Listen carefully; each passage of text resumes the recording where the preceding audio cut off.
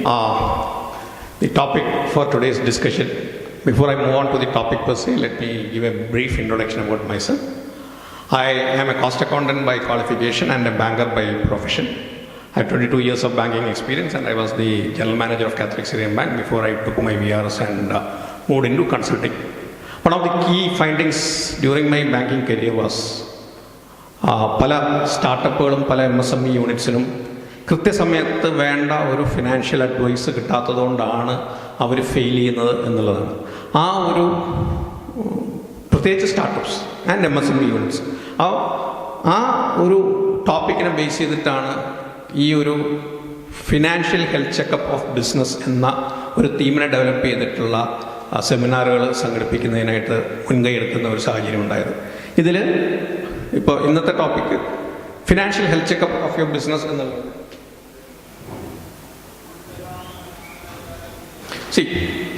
ഒരു വ്യക്തി എന്ന നിലയ്ക്ക്, ഇൻഡിവിജ്വൽ എന്നുള്ള നിലയ്ക്ക് നമ്മളെല്ലാവരും പലപ്പോഴായിട്ട് ഹെൽത്ത് ചെക്കപ്പ് നടത്തിയിട്ടുണ്ടാവും. മിക്കവാറും ഒരു കൊല്ലത്തിൽ ഒന്ന് വെച്ചിട്ട് ഇപ്പോൾ എല്ലാവരും ഹെൽത്ത് ചെക്കപ്പ് നടത്താറുണ്ട്.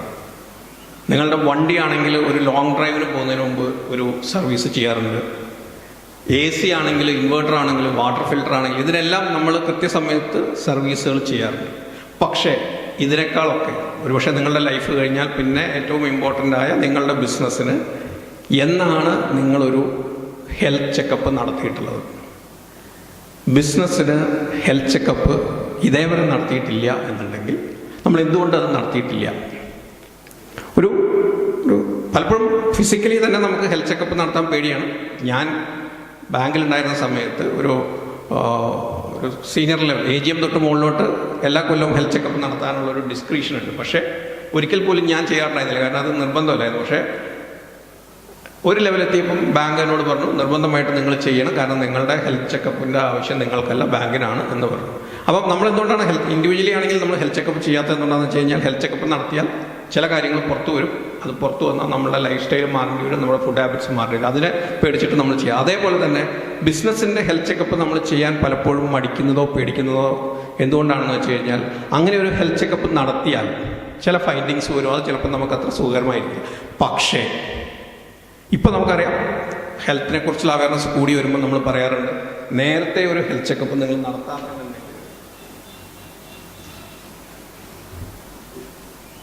നേരത്തെ ഹെൽത്ത് ചെക്കപ്പ് നടത്താം എന്നുണ്ടെങ്കിൽ അത് നിങ്ങൾക്ക് ഒരുപാട് ഇൻപുട്സ് തരും, ഒരുപാട് കറക്റ്റീവ് സ്റ്റെപ്സ് എടുക്കാനുള്ള ഇൻപുട്സ് നിങ്ങൾക്ക് തരും.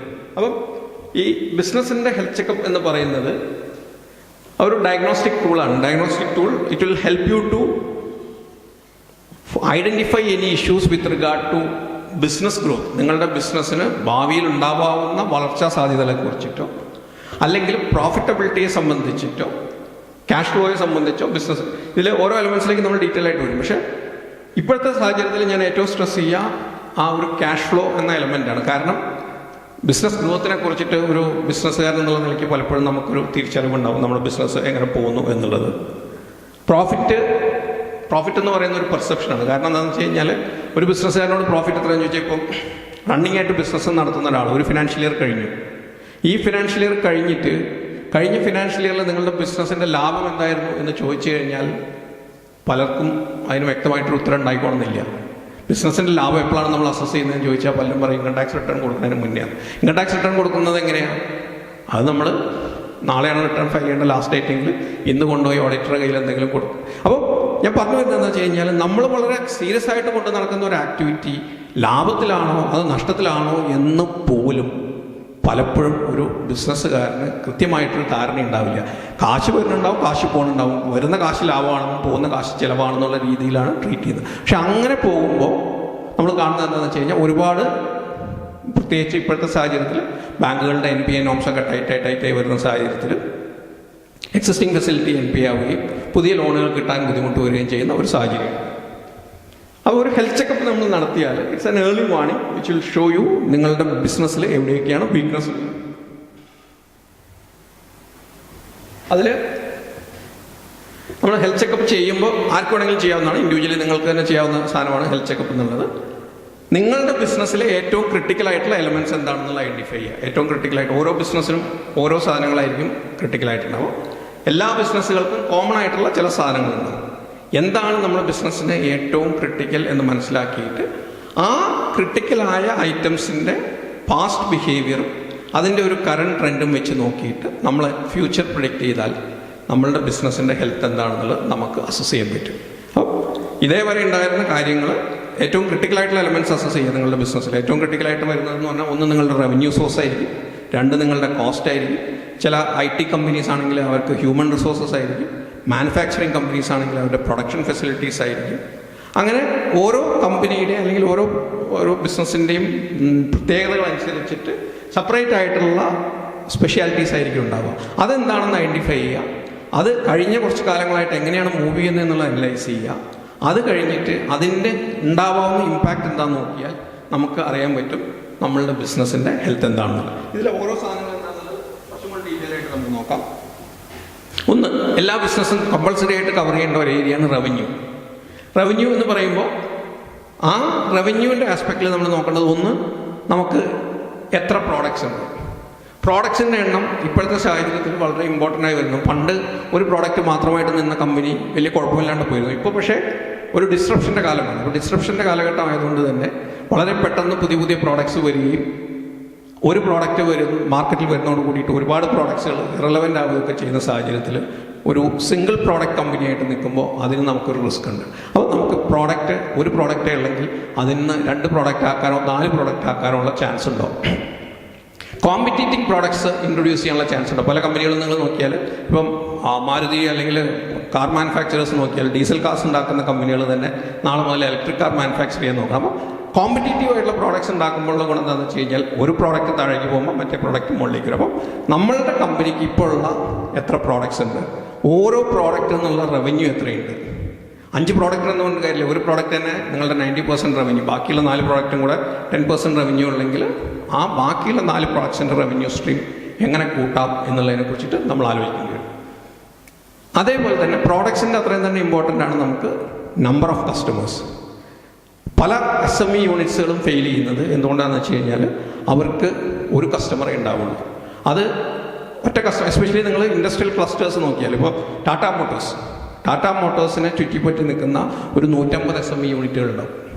ഈ 150 SME യൂണിറ്റുകളും സപ്ലൈ ചെയ്യുന്നത് ടാറ്റ മോട്ടോഴ്സിന് മാത്രമായിരിക്കും. നാളെ ടാറ്റ മോട്ടോഴ്സ് നാനോ കാർ നിർത്തി. ഞാൻ കാത്തലിക് ബാങ്കിലുണ്ടായിരുന്നു. അപ്പോൾ അവിടെ ഉണ്ടായ ഒരു സംഭവമാണ്, നാനോയ്ക്ക് സപ്ലൈ ചെയ്തുകൊണ്ടിരുന്ന അതിൻ്റെ ഒരു പാർട്ട് സപ്ലൈ ചെയ്തിരുന്ന ഒരു സപ്ലയറുണ്ട്. നാനോൻ്റെ സപ്ലൈ അല്ലെങ്കിൽ പ്രൊഡക്ഷൻ അവർ കുറയ്ക്കാൻ തീരുമാനിക്കുകയും ക്യാഷ് ഫ്ലോസ് കുറയ്ക്കുകയും ചെയ്ത സമയത്ത് ഈ യൂണിറ്റ് സ്ട്രെസ്സിൽ വരികയും അൾട്ടിമേറ്റ്ലി അത് NP ആവുകയും ചെയ്തു. അപ്പോൾ ഒരു കസ്റ്റമറായിട്ട് മാത്രം നിൽക്കുമ്പോൾ സംഭവം നമുക്ക് നല്ല ബിസിനസ് ഉണ്ടാവും, നല്ല റവന്യൂ ഉണ്ടാവും, നല്ല പ്രോഫിറ്റ്സ് ഉണ്ടാവും, എല്ലാം ഉണ്ടാവും. എന്നാലും എപ്പോൾ വേണമെങ്കിലും നമ്മളുടെ ആ ഒരു കസ്റ്റമർക്ക് ഒരു ബിസിനസ് സെറ്റ് ബാക്ക് ഉണ്ടായാൽ അല്ലെങ്കിൽ അയാൾക്ക് നമ്മളുമായിട്ടുള്ള ടേംസ് എന്തെങ്കിലും തെറ്റിയാൽ അത് നമ്മളുടെ എക്സിസ്റ്റൻസിനെ മതിയാവും. കസ്റ്റമേഴ്സിൻ്റെ കാര്യത്തിലും ഒരു ഡൈവേഴ്സിഫിക്കേഷൻ വേണം. ഒരു കസ്റ്റമർ കോൺസെൻട്രേഷൻ ഉണ്ടെന്നുണ്ടെങ്കിൽ അത് ഡീറിസ്ക് ചെയ്യാനായിട്ട് നമ്മൾ കൂടുതൽ കസ്റ്റമേഴ്സിനെ ആഡ് ചെയ്യാനുള്ള ഒരു സ്ട്രാറ്റജി ഡെവലപ്പ് ചെയ്യേണ്ടി വരും. ട്രെൻഡ്സ് ഇൻ റവന്യൂ, കഴിഞ്ഞ 3-4 കൊല്ലമായിട്ട് ഉള്ള നമ്മളുടെ റവന്യൂ ഇത് അപ്വേർഡ് ട്രെൻഡാണോ ഡൗൺവേർഡ് ട്രെൻഡാണോ? അപ്വേർഡ് ട്രെൻഡ് ആണെങ്കിൽ നമ്മൾ മനസ്സിലാക്കേണ്ടത് ഇൻഡസ്ട്രിക്ക് ഒരു ഗ്രോത്ത് ഉണ്ടാവും. ഇൻഡസ്ട്രി ഒരു 20% ഗ്രോ ചെയ്യുകയും നമ്മളുടെ ഗ്രോത്ത് ഒരു 3% ആവുകയും ചെയ്തു കഴിഞ്ഞാൽ നമ്മൾക്കതൊരു കൺസേൺ ആണ്. അപ്പോൾ ഇൻഡസ്ട്രി ഗ്രോ ചെയ്യുന്ന ലെവലിലെങ്കിലും നമ്മൾ ഗ്രോ ചെയ്യുന്നില്ല എന്നുണ്ടെങ്കിൽ നമ്മളുടെ market share over A period കുറഞ്ഞു വരും. അപ്പോൾ അതനുസരിച്ചിട്ട് നമ്മളുടെ സ്ട്രാറ്റജീസ് റിവൈസ് ചെയ്യാനായിട്ടുള്ള സാധനം വേണം. Product life cycle, especially technology ഫീൽഡിൽ ഉള്ള ഒരു ഇഷ്യൂ ആണ്. നമ്മളൊരു പ്രോഡക്റ്റ് ഇറക്കി കുറച്ച് കഴിയുമ്പോൾ അതിനെ ബീറ്റ് ചെയ്യുന്ന വേറെ 2-3 പ്രോഡക്ട്സ് മാർക്കറ്റിൽ അവൈലബിൾ ആവും. അപ്പോൾ ആ വരുന്ന സമയത്ത് ഇതിന് വേണ്ട മോഡിഫിക്കേഷൻസ്, ചേഞ്ചസ് നടത്തി പുതിയ പ്രോഡക്ട്സ് മാർക്കറ്റിലേക്ക് ഇറക്കാനായിട്ട് നമുക്ക് പറ്റുന്നില്ല എന്നുണ്ടെങ്കിൽ നമ്മളുടെ പ്രോഡക്റ്റ് പെട്ടെന്ന് ഔട്ട്ഡേറ്റഡ് ആവും. അപ്പോൾ ഏത് ഫ്രീക്വൻസിയിൽ നമ്മൾ പ്രോഡക്ട്സിന് വാല്യൂ അഡീഷൻസ് നൽകുന്നു എന്നുള്ളത് നമ്മളുടെ ഈ ഒരു അനാലിസിസിൽ നമ്മൾ പ്രത്യേകമായിട്ട് നോക്കേണ്ടി വരും. പ്രോഡക്റ്റിൽ നിങ്ങൾ വാല്യൂ അഡീഷൻ നൽകുന്നതനുസരിച്ചിട്ട് പ്രോഡക്റ്റിൻ്റെ ലൈഫ് സൈക്കിൾ കൂടി വരും. കോമ്പറ്റീറ്റർ ആക്ഷൻസ് ഏറ്റവും ഇമ്പോർട്ടൻ്റ് ആയിട്ടുള്ള ഒരു സാധനമാണ്. നമ്മൾ എന്താ പറയുക, നമ്മളൊരു കൂപമണ്ഡപവുമായിട്ട് കാര്യമില്ല, അല്ലെങ്കിൽ എനിക്ക് ചുറ്റുമുള്ള ലോകം എന്ന വളരെ ഇടുങ്ങിയ ഒരു കൺസെപ്റ്റിൽ ജീവിച്ചിട്ട് കാര്യമില്ല. നമ്മളുടെ കോമ്പറ്റീറ്റേഴ്സ് ആരാണെന്ന് അറിയുകയും അവർ നടത്തുന്ന ആക്ഷൻസും കൂടെ നോക്കി അതിനനുസരിച്ചുള്ള കറക്റ്റീവ് മെഷേഴ്സ് നമുക്ക് നടത്താൻ പറ്റിയാൽ മാത്രമേ നമ്മളുടെ റവന്യൂ സ്ട്രീംസ് ലോങ് ടേമിലേക്ക് നമുക്ക് സർവൈവ് ചെയ്ത് കൊണ്ടുവരാൻ പറ്റുള്ളൂ. അപ്പോൾ ആ ഏരിയയിലും കൂടി നിങ്ങളുടെ ഒരു ബിസിനസ്സിൻ്റെ ഹെൽത്ത് ചെക്കപ്പ് നടത്തുമ്പോൾ കോമ്പറ്റീറ്റർ ആക്ഷൻസ് എന്താണെന്നും അത് നമ്മളുടെ ബിസിനസ്സിനെ എങ്ങനെ ഇമ്പാക്റ്റ് ചെയ്യുന്നുള്ള ഒരു സ്റ്റഡി നടത്തണം. ന്യൂ ക്ലയൻസ് അക്വയർഡ്, ഞാൻ നേരത്തെ പറഞ്ഞു റവന്യൂ നിങ്ങൾക്ക് കൂടുന്നുണ്ടാവും, ഓരോ കൊല്ലവും റവന്യൂ ഗ്രോത്ത് ഉണ്ടാവും. പക്ഷേ എത്ര ക്ലയൻസിന് ഓരോ കൊല്ലവും നമ്മൾ ആഡ് ചെയ്യുന്നുണ്ട്, ഓരോ കൊല്ലവും ആഡ് ചെയ്യുന്ന ക്ലയൻസിൻ്റെ കോസ്റ്റ് ഓഫ് അക്വിസിഷൻ എത്രയാണ്? ആദ്യത്തെ കൊല്ലം നിങ്ങൾക്ക് 1000 രൂപയായിരിക്കും ഒരു ക്ലയൻറ്റിന് ആഡ് ചെയ്യാൻ വരുന്നത്, മൂന്നാമത്തെ കൊല്ലമാകുമ്പോൾ 10000 രൂപയായിരിക്കും ഒരു ക്ലയൻറ്റിന് ആഡ് ചെയ്യാൻ വരുന്നത്. റവന്യൂ പെർ ക്ലയൻറ്റും കോസ്റ്റ് ഓഫ് അക്വിസിഷൻ പെർ ക്ലയൻറ്റും, ഇത് രണ്ടും വളരെ കീ ആയിട്ടുള്ള സാധനങ്ങളാണ്. പല കമ്പനീസും ട്രാക്ക് ചെയ്യാൻ വിട്ടുപോകുന്ന ഒരു സാധനമാണ് ഈ കോസ്റ്റ് ഓഫ് അക്വിസിഷൻ. അതേപോലെ തന്നെ ക്ലയൻറ്റിൻ്റെ അട്രീഷൻസ്. ക്ലയൻസ് വളരെ ഫ്രീക്വൻ്റ് ആയിട്ട് പോകുന്നുണ്ടെങ്കിൽ, നിങ്ങളുടെ അടുത്ത് ഇത്രയും നാൾ ഉണ്ടായിരുന്ന ഒരു ക്ലയൻറ്റ് പെട്ടെന്ന് പോകുന്നുണ്ടെങ്കിൽ ആ ഒരു സ്റ്റാറ്റിസ്റ്റിക്സും കൂടെ നമ്മൾ അനലൈസ് ചെയ്ത് എന്തുകൊണ്ട് ഇവർ വിട്ടുപോകുന്നു എന്ന് മനസ്സിലാക്കിയാൽ നമ്മളുടെ ഈ റവന്യൂ സെഗ്മെൻറ്റ് കുറച്ചും കൂടെ സ്റ്റേഡി ആയിട്ടും ഗ്രോത്ത് ഉള്ളതുമായിട്ട് മാറ്റാൻ നമുക്ക് പറ്റും.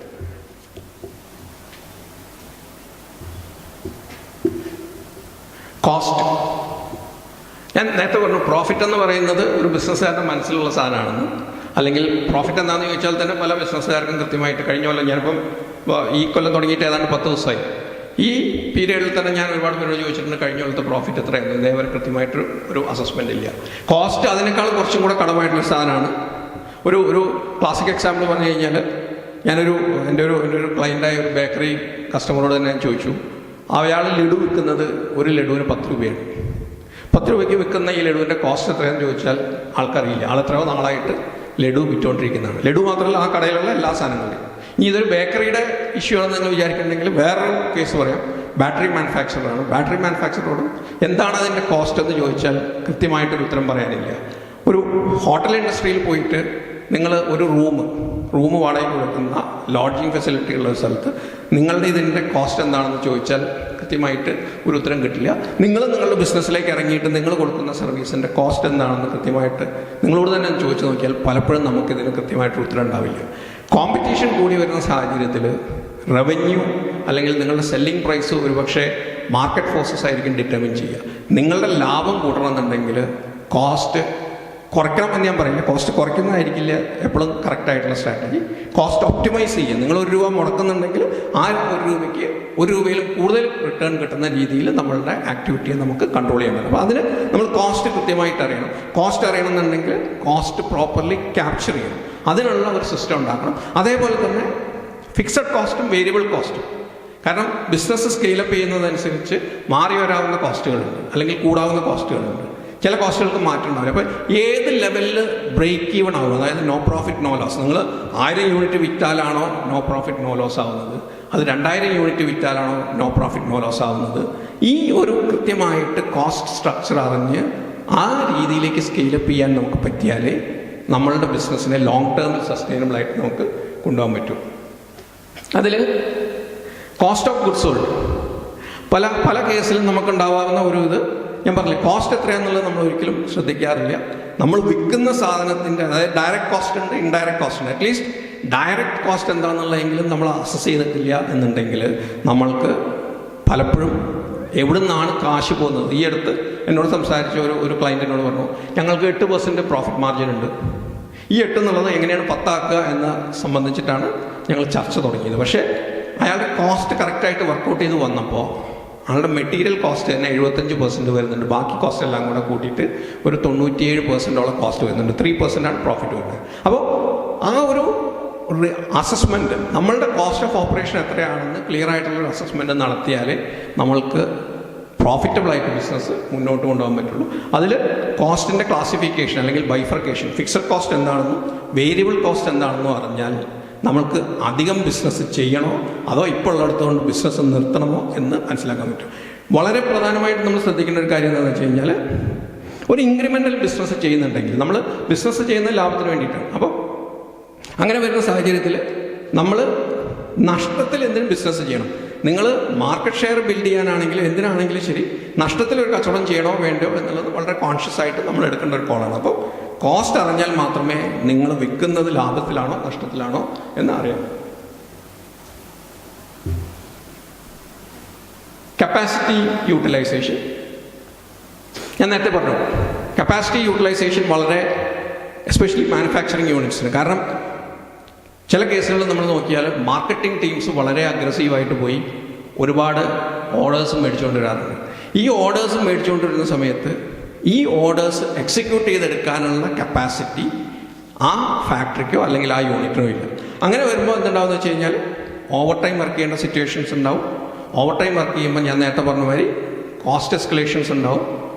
ഇൻക്രീസ്ഡ് റവന്യൂ ഉണ്ടെങ്കിലും ഇത് പ്രോഫിറ്റിലേക്ക് എത്തില്ല. അപ്പോൾ നമ്മളുടെ കപ്പാസിറ്റി ഇനി വേറെ ലെവലിൽ നിങ്ങൾ ഒരു 100 ടൺസ് പെർ ഡേ പ്രൊഡ്യൂസ് ചെയ്യാവുന്ന ഒരു കപ്പാസിറ്റി ഉണ്ടാക്കി വെച്ചിട്ട് അത് 10 ടൺസ് പെർ ഡേ മാത്രമേ പ്രൊഡ്യൂസ് ചെയ്യുന്നുള്ളൂ എന്നുണ്ടെങ്കിൽ നിങ്ങളുടെ ഫിക്സഡ് കോസ്റ്റ് വളരെ കൂടുതലായിരിക്കും.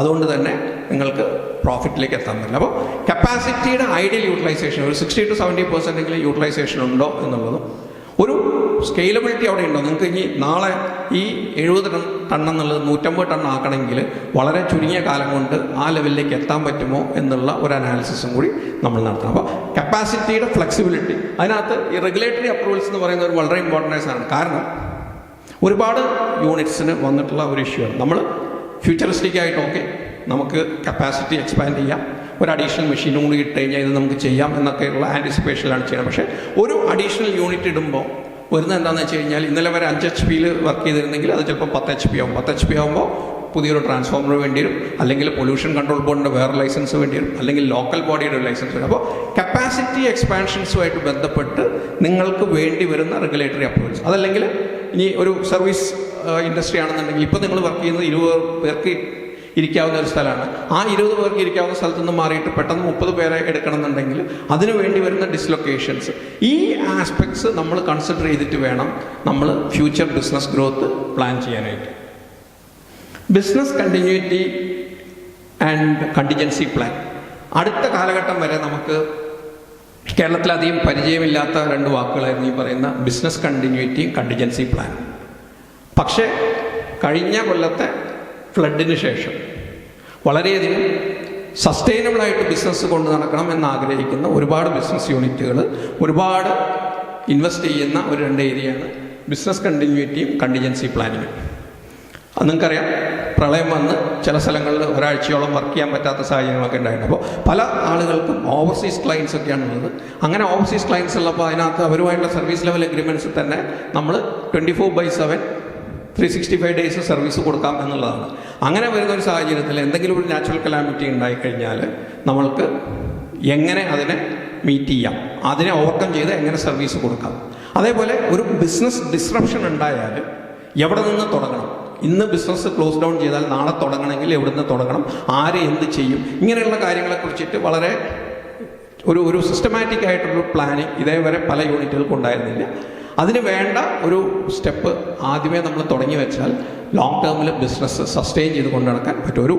ഒരു ഇഷ്യൂ ക്രൈസിസ് ഉണ്ടായിട്ട് അതിനെ സോൾവ് ചെയ്യാൻ നിൽക്കുന്നതിനേക്കാളും വളരെ കൂളായിട്ടുള്ളൊരു മൈൻഡിലിരുന്ന് ഇന്ന സംഭവങ്ങൾ സംഭവിച്ചാൽ ഇന്ന ആൾക്കാർ ഇന്ന ആക്ടിവിറ്റി ചെയ്യും എന്ന് നമ്മൾ ഒരു ഡോക്യുമെൻ്റ് നേരത്തെ ഉണ്ടാക്കി വെച്ചാൽ അത് ആ ക്രൈസിസ് ഉണ്ടായി കഴിഞ്ഞാൽ അതെടുത്ത് എക്സിക്യൂട്ട് ചെയ്യാൻ കുറേ എളുപ്പമായി. ഇപ്പോൾ ഒരു ബിസിനസ് കണ്ടിന്യൂറ്റി പ്ലാൻ എന്ന് പറയുന്നത് റിസ്ക് മാനേജ്മെൻറ്റിൻ്റെ പാർട്ടായിട്ട് എല്ലാ സ്ഥാപനങ്ങളും ചെയ്യേണ്ട ഒരു ആക്ടിവിറ്റിയാണ്.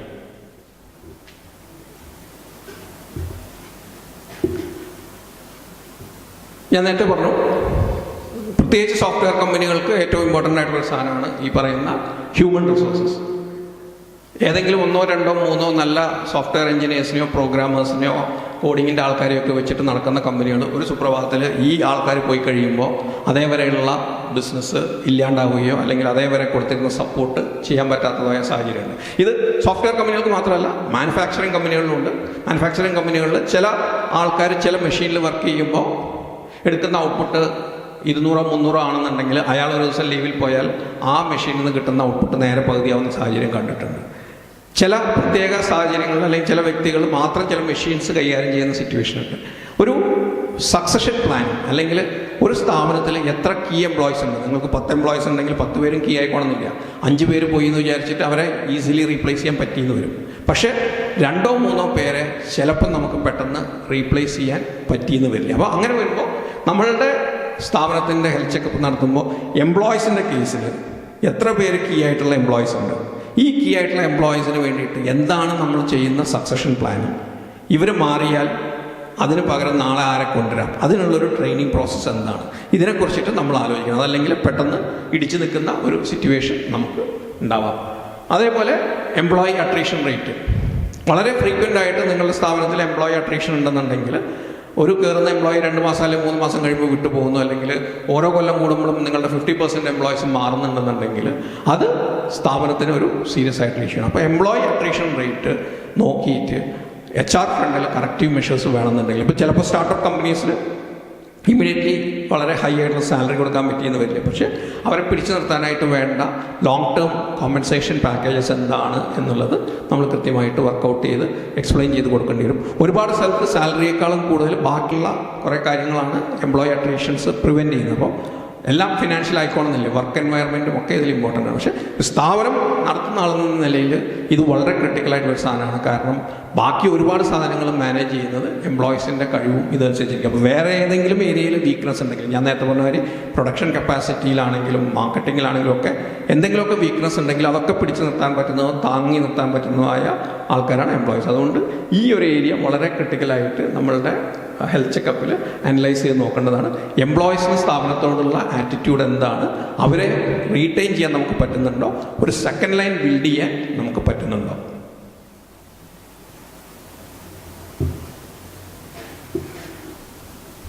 പ്രോസസ് ആൻഡ് കൺട്രോൾ പല സ്ഥാപനങ്ങൾക്കുമുള്ള ഒരു പ്രോബ്ലം, എസ്പെഷ്യലി ചെറിയ രീതിയിൽ തുടങ്ങി വലുതായി വരുന്ന സ്ഥാപനങ്ങൾക്ക്.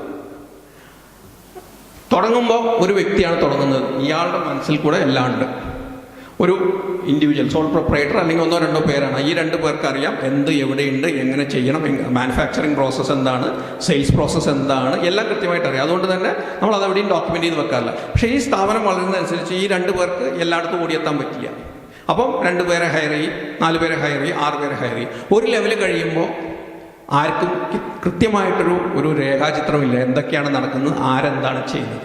പല സ്ഥാപനങ്ങൾക്കും ഒരു ലെവൽ വിട്ട് വളരാൻ പറ്റാത്തതിൻ്റെ കാരണവും ഇതാണ്. ഡോക്യുമെൻ്റഡ് പ്രോസസ്സസ് ഇല്ലാണ്ടിരിക്കുക, സിസ്റ്റം പ്രൊസീജിയേഴ്സ് ഇല്ലാണ്ടിരിക്കുക, കൺട്രോൾസ് ഇല്ലാണ്ടിരിക്കുക. ഒരുപാട് സ്ഥാപനങ്ങൾ നിങ്ങൾ നോക്കിയാൽ നിങ്ങൾ കാണുന്നുണ്ടാവും, അവിടെ ഇവിടെയൊക്കെ ആയിട്ട് ആരെങ്കിലുമൊക്കെ കാശ് തട്ടിച്ചു പറ്റിച്ചു, പർച്ചേസിലുള്ള ആൾ പറ്റിച്ചു, അല്ലെങ്കിൽ സെയിൽസിലുള്ള ആൾ കാശ് വാങ്ങി.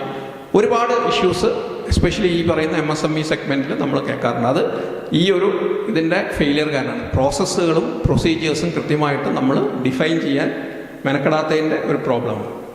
ബിസിനസ് കണ്ടിന്യൂറ്റി പ്ലാൻ എന്ന് പറയുന്നത് ഞാൻ നേരത്തെ പറഞ്ഞു, ഒരു ഇഷ്യൂ ഉണ്ടായി, ഇന്ന് ഈ ഫാക്ടറി ഇവിടെ ഷട്ട് ഡൗൺ ചെയ്യേണ്ടി വന്നാൽ നാളെ നമ്മൾ എങ്ങനെ കസ്റ്റമേഴ്സിനെ മീറ്റ് ചെയ്യും. ഇതിന് കൃത്യമായിട്ട് ഡോക്യുമെൻ്റഡ് ആയിട്ടുള്ള ഒരു പ്ലാൻ വേണം. നമുക്ക് ഒന്നെങ്കിൽ ഔട്ട്സോഴ്സ് ചെയ്യാമെന്നുണ്ടെങ്കിൽ ഇവരാണ്, അതല്ലെങ്കിൽ വേറൊരു പ്രിമൈസസ് റെൻറ്റിനെടുക്കാം, അതല്ലെങ്കിൽ ഇന്ന സ്ഥലങ്ങളാണ്, അവിടുന്ന് ഇന്ന പ്രോസസ്സ്, ഇന്ന സ്ഥലത്ത് നിന്ന് റോ മെറ്റീരിയൽ കിട്ടി. ഇതൊക്കെ കൃത്യമായിട്ട് ഡോക്യുമെൻ്റ് ചെയ്ത് നേരത്തെ കൂട്ടി വെച്ച് കഴിഞ്ഞാൽ മാത്രമേ നമ്മൾക്ക് മിനിമം ഡിസ്ട്രപ്ഷനിൽ കസ്റ്റമേഴ്സിന് സർവീസ് കൊടുക്കാൻ പറ്റുള്ളൂ. അപ്പോൾ ഒരു ലെവൽ വിട്ടിട്ട് നമ്മൾ സ്കെയിലപ്പ് ചെയ്യണമെന്നുണ്ടെങ്കിൽ ചെറുതായിട്ട് തന്നെ നിൽക്കാൻ ആഗ്രഹിക്കുന്നവർക്ക് ഞാൻ ഈ പറഞ്ഞ മാതിരി പ്രോസസ്സും കൺട്രോളും ഒന്നും ഇല്ലെങ്കിലും വലിയ കുഴപ്പമില്ല. കാരണം 90% കാര്യങ്ങളും കൺട്രോൾ ചെയ്യുന്നത് ഓണർ തന്നെയായിരിക്കും. പക്ഷെ അത് വിട്ടിട്ട് നമ്മൾ വളരാൻ ആഗ്രഹിക്കുന്നുണ്ടെന്നുണ്ടെങ്കിൽ കൃത്യമായിട്ട് മാർഗനിർദ്ദേശങ്ങൾ ഉണ്ടാക്കി അത് സർക്കുലേറ്റ് ചെയ്ത് ഓരോ വ്യക്തിക്കും അവൻ്റെ റോൾസ് എന്താണ്, റെസ്പോൺസിബിലിറ്റി എന്താണ് എന്ന് കൃത്യമായി പറഞ്ഞു കൊടുത്താൽ മാത്രമേ, ഒരു സ്റ്റാൻഡേർഡ് ഓപ്പറേറ്റിംഗ് പ്രൊസീജിയർ ഉണ്ടാക്കി കൊടുത്താൽ മാത്രമേ നമുക്ക് ഫങ്ഷനിങ് സ്മൂത്തായിട്ട് പോകാൻ പറ്റുള്ളൂ. ഒരു മാനുഫാക്ചറിങ് കൺസേൺ ആണെങ്കിൽ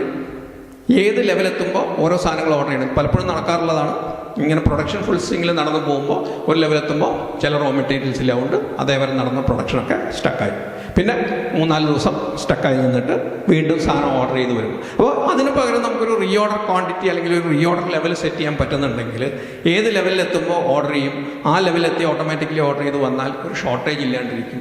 ഇത് ഭംഗിയായിട്ട് മാനേജ് ചെയ്യണമെന്നുണ്ടെങ്കിൽ നമുക്കൊരു documentation, process documentation, responsibility documentation ആവശ്യമാണ്. ഈ ഏരിയ പല കമ്പനീസും അല്ലെങ്കിൽ പല കൺസേൺസും ഒഴിവാക്കി വിടുന്ന ഒരു ഏരിയയാണ്.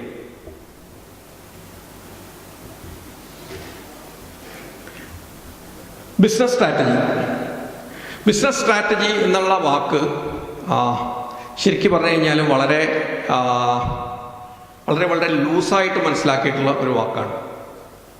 പല ബിസിനസ് യൂണിറ്റ്സിനോടും സംസാരിക്കും, എന്താണ് നിങ്ങളുടെ ബിസിനസ് സ്ട്രാറ്റജി എന്ന് ചോദിക്കുമ്പോൾ വ്യക്തമായിട്ടൊരു മറുപടി പറയാൻ പലർക്കും പറ്റാറില്ല.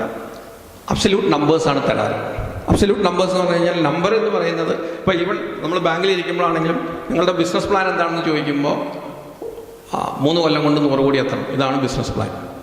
3 കൊല്ലം കൊണ്ട് 100 കോടി എത്തുക എന്നുള്ളത് ബിസിനസ് പ്ലാൻ അല്ല, അതൊരു ബിസിനസ് പ്ലാനിൻ്റെ ഔട്ട്കമാണ് ശരിക്കും.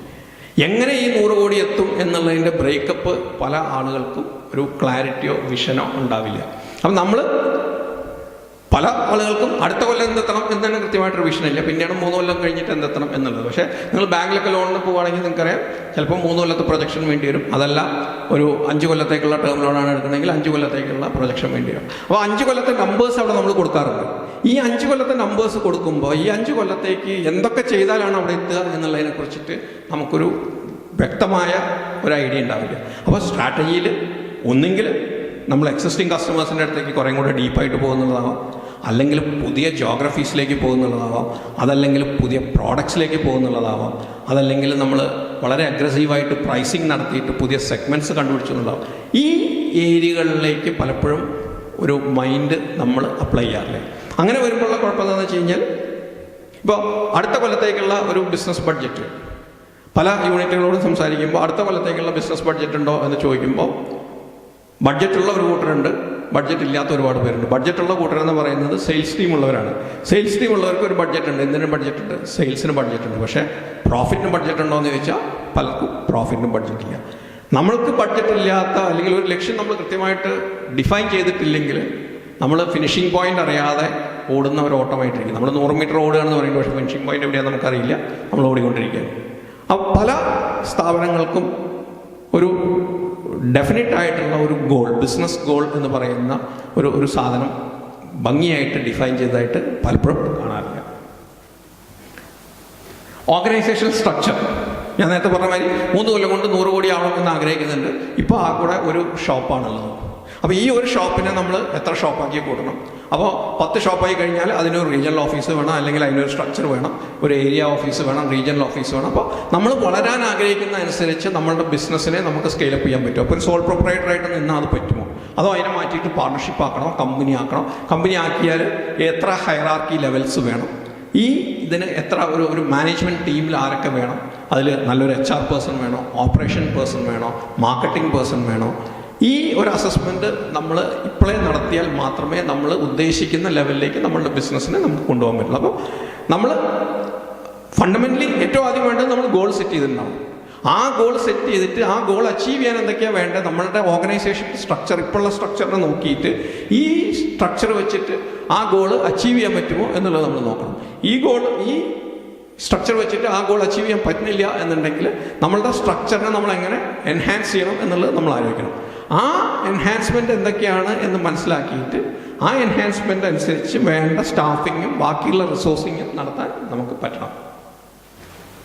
ലാസ്റ്റ് എഴുതിയിട്ടുള്ള പോയിന്റ് വളരെ വളരെ ഇമ്പോർട്ടൻ്റ് ആണ്. ഒറ്റ ലൈനിൽ ഞാൻ അവിടെ ഒതുക്കിയിട്ടുണ്ടെങ്കിൽ, ഇപ്പോഴുള്ള കാലഘട്ടം നിങ്ങൾക്കറിയാം, ഡേറ്റ അനലിറ്റിക്സിൻ്റെ കാലമാണ്. പണ്ടൊക്കെ ഡിസിഷൻസ് എടുത്തിരുന്നത്, ഇപ്പോൾ ഈവൻ നിങ്ങൾ ഹോസ്പിറ്റലിൽ പോയി കഴിഞ്ഞാൽ, പണ്ട് ഒരു ഹോസ്പിറ്റലിൽ പോയി കഴിഞ്ഞാൽ ഒരു ഡോക്ടർ നിങ്ങളുടെ നാടി പിടിച്ച് നോക്കിയിട്ട് ഉടനെ നിങ്ങൾക്ക് മരുന്ന് എഴുതി തരും. ഇപ്പം നിങ്ങളൊരു ഹോസ്പിറ്റലിൽ പോയി കഴിഞ്ഞാൽ അവർ ഒരു 5, 6, 7 ടെസ്റ്റിന് വിട്ടിട്ട് ഈ 7 ടെസ്റ്റും കഴിഞ്ഞ് അതിൻ്റെ റിപ്പോർട്ടായിട്ട് ചെല്ലുമ്പോൾ ഡോക്ടർ ഒന്നും കൂടെ നോക്കിയിട്ടാണ് എഴുതി തരിക. ഇതിനകത്തൊരു ബിസിനസ് സെൻസ് വേറെയുണ്ട്. പക്ഷേ അതിനേക്കാൾ ഉപരിയായിട്ട് പണ്ടത്തെ മാതിരി ഒരു ഹിഞ്ച് ഫീലിംഗ് വെച്ചിട്ടോ, അല്ലെങ്കിൽ ഇപ്പോൾ ഒരുപാട് നാളായിട്ട് ബിസിനസ് നടത്തിയിട്ടുള്ളൊരു ഓണ്ടർപ്രണർക്ക് അറിയാവുന്ന ഇൻഫർമേഷൻസ് വെച്ചിട്ട് അയാൾക്ക് എടുക്കാവുന്ന ഡിസിഷൻസ് മാതിരിയല്ല. വളരെ പെട്ടെന്ന് ചേഞ്ചസ് വന്നുകൊണ്ടിരിക്കുന്ന ഒരു സിറ്റുവേഷനാണ്. അപ്പോൾ എല്ലാ സാധനങ്ങൾക്കും നമ്മൾ ഡേറ്റയെ ഡിപ്പെൻഡ് ചെയ്തുകൊണ്ടിരിക്കുന്ന ഒരു കാലഘട്ടത്തിലേക്കാണ് പോകുന്നത്. അപ്പോൾ ഡേറ്റ അനലിറ്റിക്സ് വളരെ ഇമ്പോർട്ടൻ്റ് ആണ്. ഞാൻ നേരത്തെ പറഞ്ഞ മാതിരി നിങ്ങളുടെ ഒരു ക്ലയൻറ്റിൻ്റെ കോസ്റ്റ് ഓഫ് അക്വിസിഷൻ, എത്രയാണെന്ന് അറിയണമെന്നുണ്ടെങ്കിൽ നമുക്ക് ഡേറ്റ വേണം. ഓരോ ക്ലയൻറ്റിൻ്റെ കയ്യിൽ നിന്നും കിട്ടുന്ന റവന്യൂ എത്രയാണെന്ന് അറിയണമെങ്കിൽ അതിന് നമുക്കുള്ള ഡേറ്റ വേണം. എല്ലാ ക്ലയൻസും, നിങ്ങൾക്ക് 10 ക്ലയൻസ് ഉണ്ടെങ്കിൽ 10 ക്ലയൻസും ചിലപ്പോൾ പ്രോഫിറ്റബിൾ ആയിക്കോണമെന്നില്ല. ഇതിൽ ഏത് ക്ലയൻറ്റാണ് പ്രോഫിറ്റബിൾ, ഏത് ക്ലയൻറ്റാണ് പ്രോഫിറ്റബിൾ അല്ലാത്തത് എന്നറിയണമെങ്കിൽ അതിനും നമുക്ക് ഡേറ്റ വേണം. അപ്പോൾ ഈ പറയുന്ന രീതിയിലുള്ള ഡേറ്റയൊക്കെ നമ്മളുടെ കയ്യിൽ ഉണ്ടെങ്കിൽ മാത്രമേ നമുക്ക് വേണ്ട രീതിയിൽ അനാലിസിസ് നടത്തിയിട്ട് ഓക്കെ ഈ 5 ക്ലയൻറ്റ്സ് വളരെ ലാഭകരമാണ്. അപ്പോൾ നാളെ മുതൽ നിങ്ങൾ വിചാരിക്കണം, ഓക്കെ ഇത്രയും കച്ചവടം ചെയ്തിട്ട് എനിക്ക് കാര്യമായിട്ട് ലാഭമൊന്നും കിട്ടുന്നില്ല, അതുകൊണ്ട് ഞാനൊന്നും ഡൗൺ സൈസ് ചെയ്യുന്നത് ഒരിക്കലും തെറ്റല്ല, മോശമല്ല. ചില സമയങ്ങളിൽ നമ്മൾ ഒരടി പുറകോട്ട് വെച്ചിട്ട് വേണ്ടി വരും, പിന്നെ 2 അടി മുന്നോട്ട് വരും. അങ്ങനെ ഡൗൺ സൈസ് ചെയ്യാൻ നമ്മൾ തീരുമാനിക്കുകയാണെന്നുണ്ടെങ്കിൽ നമ്മളുടെ ഒരു 3 സ്റ്റാഫിനെ പറഞ്ഞു വിട്ട് നമ്മുടെ 2 ക്ലയൻസിനെയും പറഞ്ഞു വിടണമെന്നുണ്ടെങ്കിൽ ഏത് ക്ലയൻസിനെ പറഞ്ഞു വിടണം എന്ന് നമുക്ക് അറിയണമെന്നുണ്ടെങ്കിൽ ഏത് ക്ലയൻറ്റാണ് പ്രോഫിറ്റബിൾ എന്നറിയണം. അതറിയണമെന്നുണ്ടെങ്കിൽ നമുക്ക് ഈ ഡേറ്റ വേണം. ഒരു ക്ലയൻറ്റിന് വേണ്ടിയിട്ട് ഞാൻ 10 മണിക്കൂർ സ്പെൻഡ് ചെയ്യണു, വേറെ ക്ലയൻറ്റിന് വേണ്ടിയിട്ട് 25 മണിക്കൂർ സ്പെൻഡ് ചെയ്യണു. ഞാനൊരു സ്റ്റാഫിനെ പറഞ്ഞു വിടണമെങ്കിൽ ഇതിലേത് ക്ലയൻറ്റിനെ പറഞ്ഞുകൊണ്ട് അങ്ങനെയുള്ള ഒരുപാട് സാധനങ്ങൾ, ഒരുപാട് റിക്വയർമെൻറ്റ്സ് വരും. അപ്പോൾ ഇനി 10 ഷോപ്പിലൊരു ഒരു ചെയിൻ ഓഫ് റീറ്റെയിലേഴ്സ് ആണെന്നുണ്ടെങ്കിൽ ഓരോ ഷോപ്പിൽ നിന്നും നിങ്ങൾക്ക് കിട്ടുന്ന റവന്യൂ, അതല്ലെങ്കിൽ ഓരോ ഷോപ്പിലും നിങ്ങൾ വെച്ചിരിക്കുന്ന സാധനങ്ങൾ ഏതാണ് ഫാസ്റ്റ് മൂവിങ്, ഏതാണ് സ്ലോ മൂവിങ്, ഏത് സാധനങ്ങളാണ് വീണ്ടും വീണ്ടും ഓർഡർ ചെയ്യേണ്ടത്, ഇങ്ങനെയുള്ള ഒരുപാട് സാധനങ്ങൾക്ക് ഡാറ്റ അനലിറ്റിക്സ് നടത്തണമെന്നുണ്ടെങ്കിൽ ഭംഗിയായിട്ടുള്ള ഡാറ്റ വേണം. അതുകൊണ്ട് തന്നെ വളരെ ക്രിട്ടിക്കലായിട്ടുള്ള ഒരു സാധനമാണ്. നിങ്ങളുടെ ഓർഗനൈസേഷൻ്റെ ഒരു ഹെൽത്ത് ചെക്കപ്പ് നടത്തുകയാണെങ്കിൽ നിങ്ങൾക്ക് ഡിസിഷൻ എടുക്കാൻ വേണ്ട ഡാറ്റാസ് ഉണ്ടോ, അത് ടൈംലി കിട്ടുന്നുണ്ടോ, അത് ആക്യുറേറ്റ് ആയിട്ട് കിട്ടുന്നുണ്ടോ, ഈ കാര്യങ്ങൾ വളരെ കൃത്യമായിട്ട് ഒന്ന് എക്സാമിൻ ചെയ്യണം.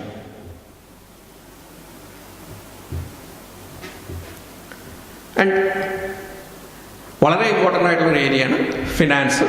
കാരണം ഞാൻ നേരത്തെ പറഞ്ഞ എല്ലാ സാധനങ്ങളും അൾട്ടിമേറ്റ്ലി വന്ന് നിൽക്കുന്നത് ഫിനാൻസിലാണ്, അതായത് നമ്പേഴ്സിലാണ്.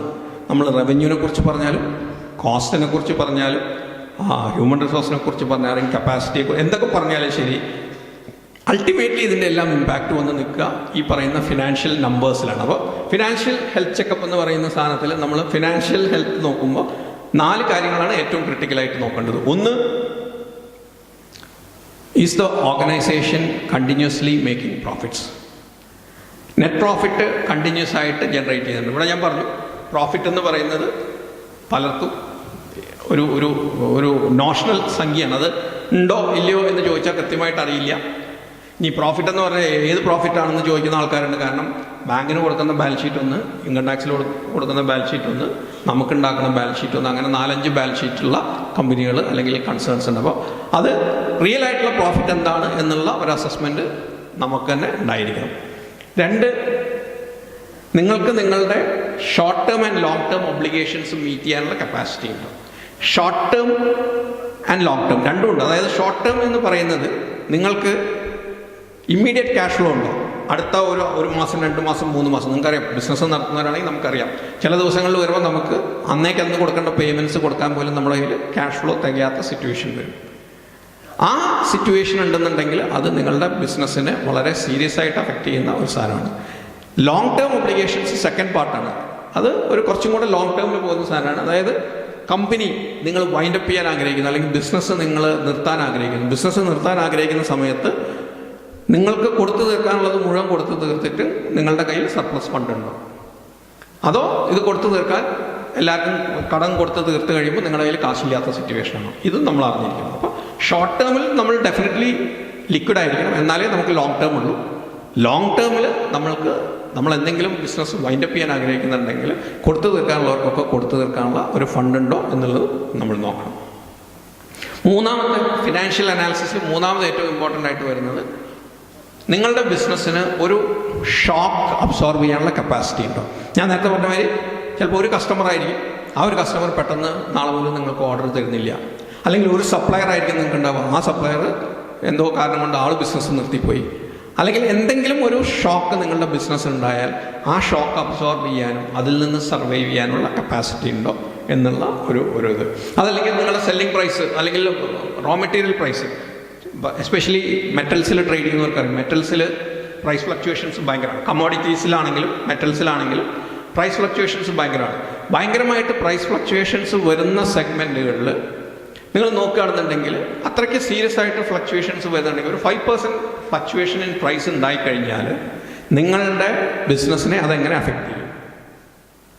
നാലാമത്തത്, do you have the capacity to fund growth using debt financing and cash fundings. പല ബിസിനസ്സുകൾക്കും ഡെയിലി ഓപ്പറേഷൻസ് നടന്നു പോകും. ഞാൻ സംസാരിക്കുന്ന ഒരുപാട് ബിസിനസ് യൂണിറ്റുകളിൽ കണ്ടിരിക്കുന്നത് ഡെയിലി ഓപ്പറേഷൻസ് നടന്നു പോകുന്നുണ്ട്, പക്ഷേ ബിസിനസ് എക്സ്പാൻഡ് ചെയ്യാനുള്ള ഫണ്ട് റേസ് ചെയ്യാൻ പറ്റുന്നില്ല. എക്സ്പാൻഡ് ചെയ്യാനുള്ള ഫണ്ട് റേസ് ചെയ്യാൻ പറ്റുന്നില്ല എന്ന് പറഞ്ഞാൽ ഇപ്പോൾ ഉള്ള ലെവലിൽ തന്നെ നമ്മൾ മുരടിച്ചു പോകുന്ന ഒരവസ്ഥയാണ് ഉണ്ടാവുക. അപ്പോൾ നിങ്ങളുടെ ഫിനാൻഷ്യൽ ഹെൽത്ത് ചെക്കപ്പ് നടത്തിയിട്ട് നിങ്ങളുടെ ബിസിനസ്സിനെ അടുത്ത ലെവലിലേക്ക്, ഇപ്പോൾ ഉള്ളതിൻ്റെ ഡബിൾ ബിസിനസ് ആക്കാൻ ബാക്കിയെല്ലാം നിങ്ങൾക്കുണ്ട്. നിങ്ങൾക്ക് ഹ്യൂമൻ റിസോഴ്സ് ഉണ്ട്, കപ്പാസിറ്റി യൂട്ടിലൈസേഷൻ ഉണ്ട്, നിങ്ങൾക്ക് മാർക്കറ്റ് ഉണ്ട്, ഇതെല്ലാം ഉണ്ട്. പക്ഷേ ഫണ്ടില്ല എന്ന് പറഞ്ഞു കഴിഞ്ഞാൽ നിങ്ങളുടെ ഫിനാൻഷ്യൽ ഹെൽത്ത് സ്കോറിൽ നിങ്ങൾ താഴെയായിരിക്കും. പല യൂണിറ്റുകൾക്കും എന്തുകൊണ്ടാണ് അവിടെ ഫണ്ടില്ലാത്തത് എന്ന് നിങ്ങൾ ഡീറ്റെയിൽഡ് ആയിട്ട് അനലൈസ് ചെയ്ത് നോക്കിയാൽ വളരെ ഇമ്പോർട്ടൻ്റ് ആയിട്ട് നിങ്ങൾ മനസ്സിലാക്കേണ്ട ഒരു സാധനമുണ്ട്. വർക്കിംഗ് ക്യാപിറ്റൽ സൈക്കിൾ എന്ന് പറയുന്ന ഒരു ഒരു ഒരു ഒരു ടെർമിനോളജി ഉണ്ട്. വർക്കിംഗ് ക്യാപിറ്റൽ സൈക്കിൾ എന്ന് പറഞ്ഞു കഴിഞ്ഞാൽ നിങ്ങളുടെ ബിസിനസ്സിന് ഒരു ഫണ്ട് അല്ലെങ്കിൽ ഒരു അസറ്റ് അക്വയർ ചെയ്ത് ആ അസറ്റിനെ ക്യാഷായിട്ട് കൺവേർട്ട് ചെയ്യുന്ന പീരീഡാണ് വർക്കിംഗ് ക്യാപിറ്റൽ സൈക്കിളായിട്ട് വരുന്നത്. വളരെ സിമ്പിളായിട്ട് പറഞ്ഞു കഴിഞ്ഞാൽ ഒരു ട്രേഡിംഗ് കൺസേൺ ആണെന്നുണ്ടെങ്കിൽ നിങ്ങൾ ചെരുപ്പ് ട്രേഡ് ചെയ്യുന്ന ഒരാളെന്നുണ്ടെങ്കിൽ ചെരുപ്പ് മേടിച്ച് വിറ്റ് അത് തിരിച്ച് ക്യാഷായിട്ട് കൺവേർട്ട് ചെയ്യുന്ന പീരീഡ്, ഇതാണ് വർക്കിംഗ് ക്യാപിറ്റൽ സൈക്കിൾ. പല ബിസിനസ് യൂണിറ്റുകൾക്കും ബിസിനസ് ഗ്രോ ചെയ്യാൻ ഫണ്ടില്ല എന്ന് പറയുന്ന ആളുകളുടെ വർക്കിംഗ് ക്യാപിറ്റൽ സൈക്കിൾ ഡീറ്റെയിൽഡ് ആയിട്ടൊന്ന് അനലൈസ് ചെയ്ത് നോക്കിയാൽ ആ വർക്കിംഗ് ക്യാപിറ്റൽ സൈക്കിളിൻ്റെ മാനേജ്മെൻറ്റ് വളരെ ഇന്നെഫിഷ്യൻ്റ് ആണ് എന്നാണ് കാണാൻ. ഒരു ക്ലാസിക് എക്സാമ്പിൾ ഞാൻ പറഞ്ഞത്, ഒരു ഫർണിഷിംഗ് നടത്തുന്ന ഒരു ക്ലയൻ്റ് ഉണ്ട്. ഫർണിഷിംഗ് നടത്തുന്നതെന്ന് പറഞ്ഞു കഴിഞ്ഞാൽ ബാങ്കുകൾക്ക്, ഇൻഷുറൻസ് കമ്പനികൾക്ക്, അങ്ങനെയുള്ളവർക്കൊക്കെ ഓഫീസ് ഫർണിഷിങ്സ് ആണ് നടത്തുന്നത്. അപ്പോൾ അവർക്ക് 45 ദിവസം ക്രെഡിറ്റിലാണ് സാധനം കിട്ടുന്നത്. ഇന്ന് സാധനം മേടിച്ച് 45 ദിവസം കഴിയുമ്പോൾ സാധനത്തിൻ്റെ കാശ് കൊടുത്താൽ, സാധനം എന്ന് പറയുന്നത് പ്ലൈവുഡ് ആവാം, മൈക്ക ആവാം, ടൈൽസ് ആവാം, അങ്ങനെയുള്ള സാധനങ്ങളൊക്കെയാണ് അവർ യൂസ് ചെയ്യുന്നത്, ഇൻറ്റീരിയർ ഫർണിഷിങ്ങിന് വേണ്ട സാധനങ്ങൾ. 3 ആഴ്ച കൊണ്ട് മിക്കവാറും ഒരു ഓഫീസിൻ്റെ പണി കംപ്ലീറ്റ് ചെയ്യും. പണി കംപ്ലീറ്റ് ചെയ്ത് ബില്ല് കൊടുത്തു കഴിഞ്ഞാൽ 2 ആഴ്ച കൊണ്ട് ആ ബാങ്കിൽ നിന്ന് അല്ലെങ്കിൽ ആ സ്ഥാപനത്തിൽ നിന്ന് പേയ്മെൻറ്റും കിട്ടും. അപ്പോൾ 21, 14, 35 ദിവസം, ടിപ്പിക്കലി 35 ദിവസം കൊണ്ട് അവർക്ക് പേയ്മെൻറ്റ് റിലീസ് ചെയ്ത് കിട്ടും. അവർക്ക് 45 ദിവസം കൊണ്ട് കാശ് തിരിച്ചു കൊടുത്താൽ മതി. ഇങ്ങനെയുള്ള ഒരാളുടെ വർക്കിംഗ് ക്യാപിറ്റൽ സൈക്കിൾ എന്ന് പറയുന്നത് പ്രാക്ടിക്കലി ആൾക്ക് സീറോ ആണ്, അല്ലെങ്കിൽ വർക്കിംഗ് ക്യാപിറ്റൽ റിക്വയർമെൻറ്റ് എന്ന് പറയുന്നത് പ്രാക്ടിക്കലി സീറോ ആണ്. കാരണം കടത്തിന് സാധനം മേടിച്ച് ആ സമയം കൊണ്ട് പണി തീർത്ത് കാശ് തിരിച്ചു കൊടുക്കാം. പക്ഷേ എൻ്റെ അടുത്ത് ഈ ക്ലയൻറ്റ് വരുന്നത് ആൾക്ക് ഒരു 10 കൊല്ലമായിട്ട് ബിസിനസ് നടത്തുന്നുണ്ട്. 10 കൊല്ലമായി ബിസിനസ് നടത്തിയിട്ട് ഇപ്പോൾ ഒരു 1.5 കോടി രൂപയുടെ ബാങ്ക് ഓവർ ഡ്രാഫ്റ്റ് ഉണ്ട്, ഒരുപാട് വർക്ക് വരുന്നുണ്ട്. പക്ഷേ 1.5 കോടിയിൽ നിന്ന് എൻഹാൻസ് ചെയ്യാൻ, ലിമിറ്റ് എൻഹാൻസ് ചെയ്ത് കിട്ടാനായിട്ട് പറ്റണില്ല എന്നും പറഞ്ഞിട്ടാണ് എൻ്റെ അടുത്ത് വന്നത്. ഞാൻ അയാളോട് പറഞ്ഞു, അയാളുടെ ഈ വർക്കിംഗ് ക്യാപിറ്റൽ സൈക്കിൾ കൃത്യമായിട്ട് അസസ് ചെയ്ത് നോക്കിയിട്ട് ഞാൻ പറഞ്ഞു, നിങ്ങൾ എത്ര വേണമെങ്കിലും വർക്ക് എടുത്തോളൂ, പക്ഷേ ഈ വർക്കിംഗ് ക്യാപിറ്റൽ സൈക്കിളിൻ്റെ ഉള്ളിൽ നിന്ന് പ്രവർത്തിക്കാൻ നിങ്ങൾ തയ്യാറാണെന്നുണ്ടെങ്കിൽ ഓടി നടന്ന് വർക്ക് പിടിച്ചോളൂ, കംപ്ലീറ്റ് ചെയ്യാൻ പറ്റും. ഞാൻ പറഞ്ഞു വന്നതെന്താണെന്ന് വെച്ച് കഴിഞ്ഞാൽ ഈ ഒരു ആസ്പെക്ട്, അതായത് ഗ്രോ ചെയ്യാനായിട്ട് ഫണ്ട് കിട്ടുന്നില്ല എന്നുള്ളതാണ് പല ബിസിനസ് യൂണിറ്റുകളും പറയുന്ന ഏറ്റവും വലിയ കംപ്ലൈൻറ്റ്. ആ ഫണ്ട് കിട്ടാത്തതിൻ്റെ, അല്ലെങ്കിൽ ആ ഫണ്ട് നമുക്ക് എഫക്റ്റീവായിട്ട് യൂട്ടിലൈസ് ചെയ്യാൻ പറ്റാത്തതാണ് ഫണ്ട് കിട്ടാത്തതിനേക്കാളും വലിയ ഒരു പോരായ്മയായിട്ട് പല യൂണിറ്റുകളുടെയും പ്രവർത്തനത്തിനും വളരെ ക്ലോസ് ആയിട്ട് നോക്കിയാൽ കാണാൻ പറ്റും.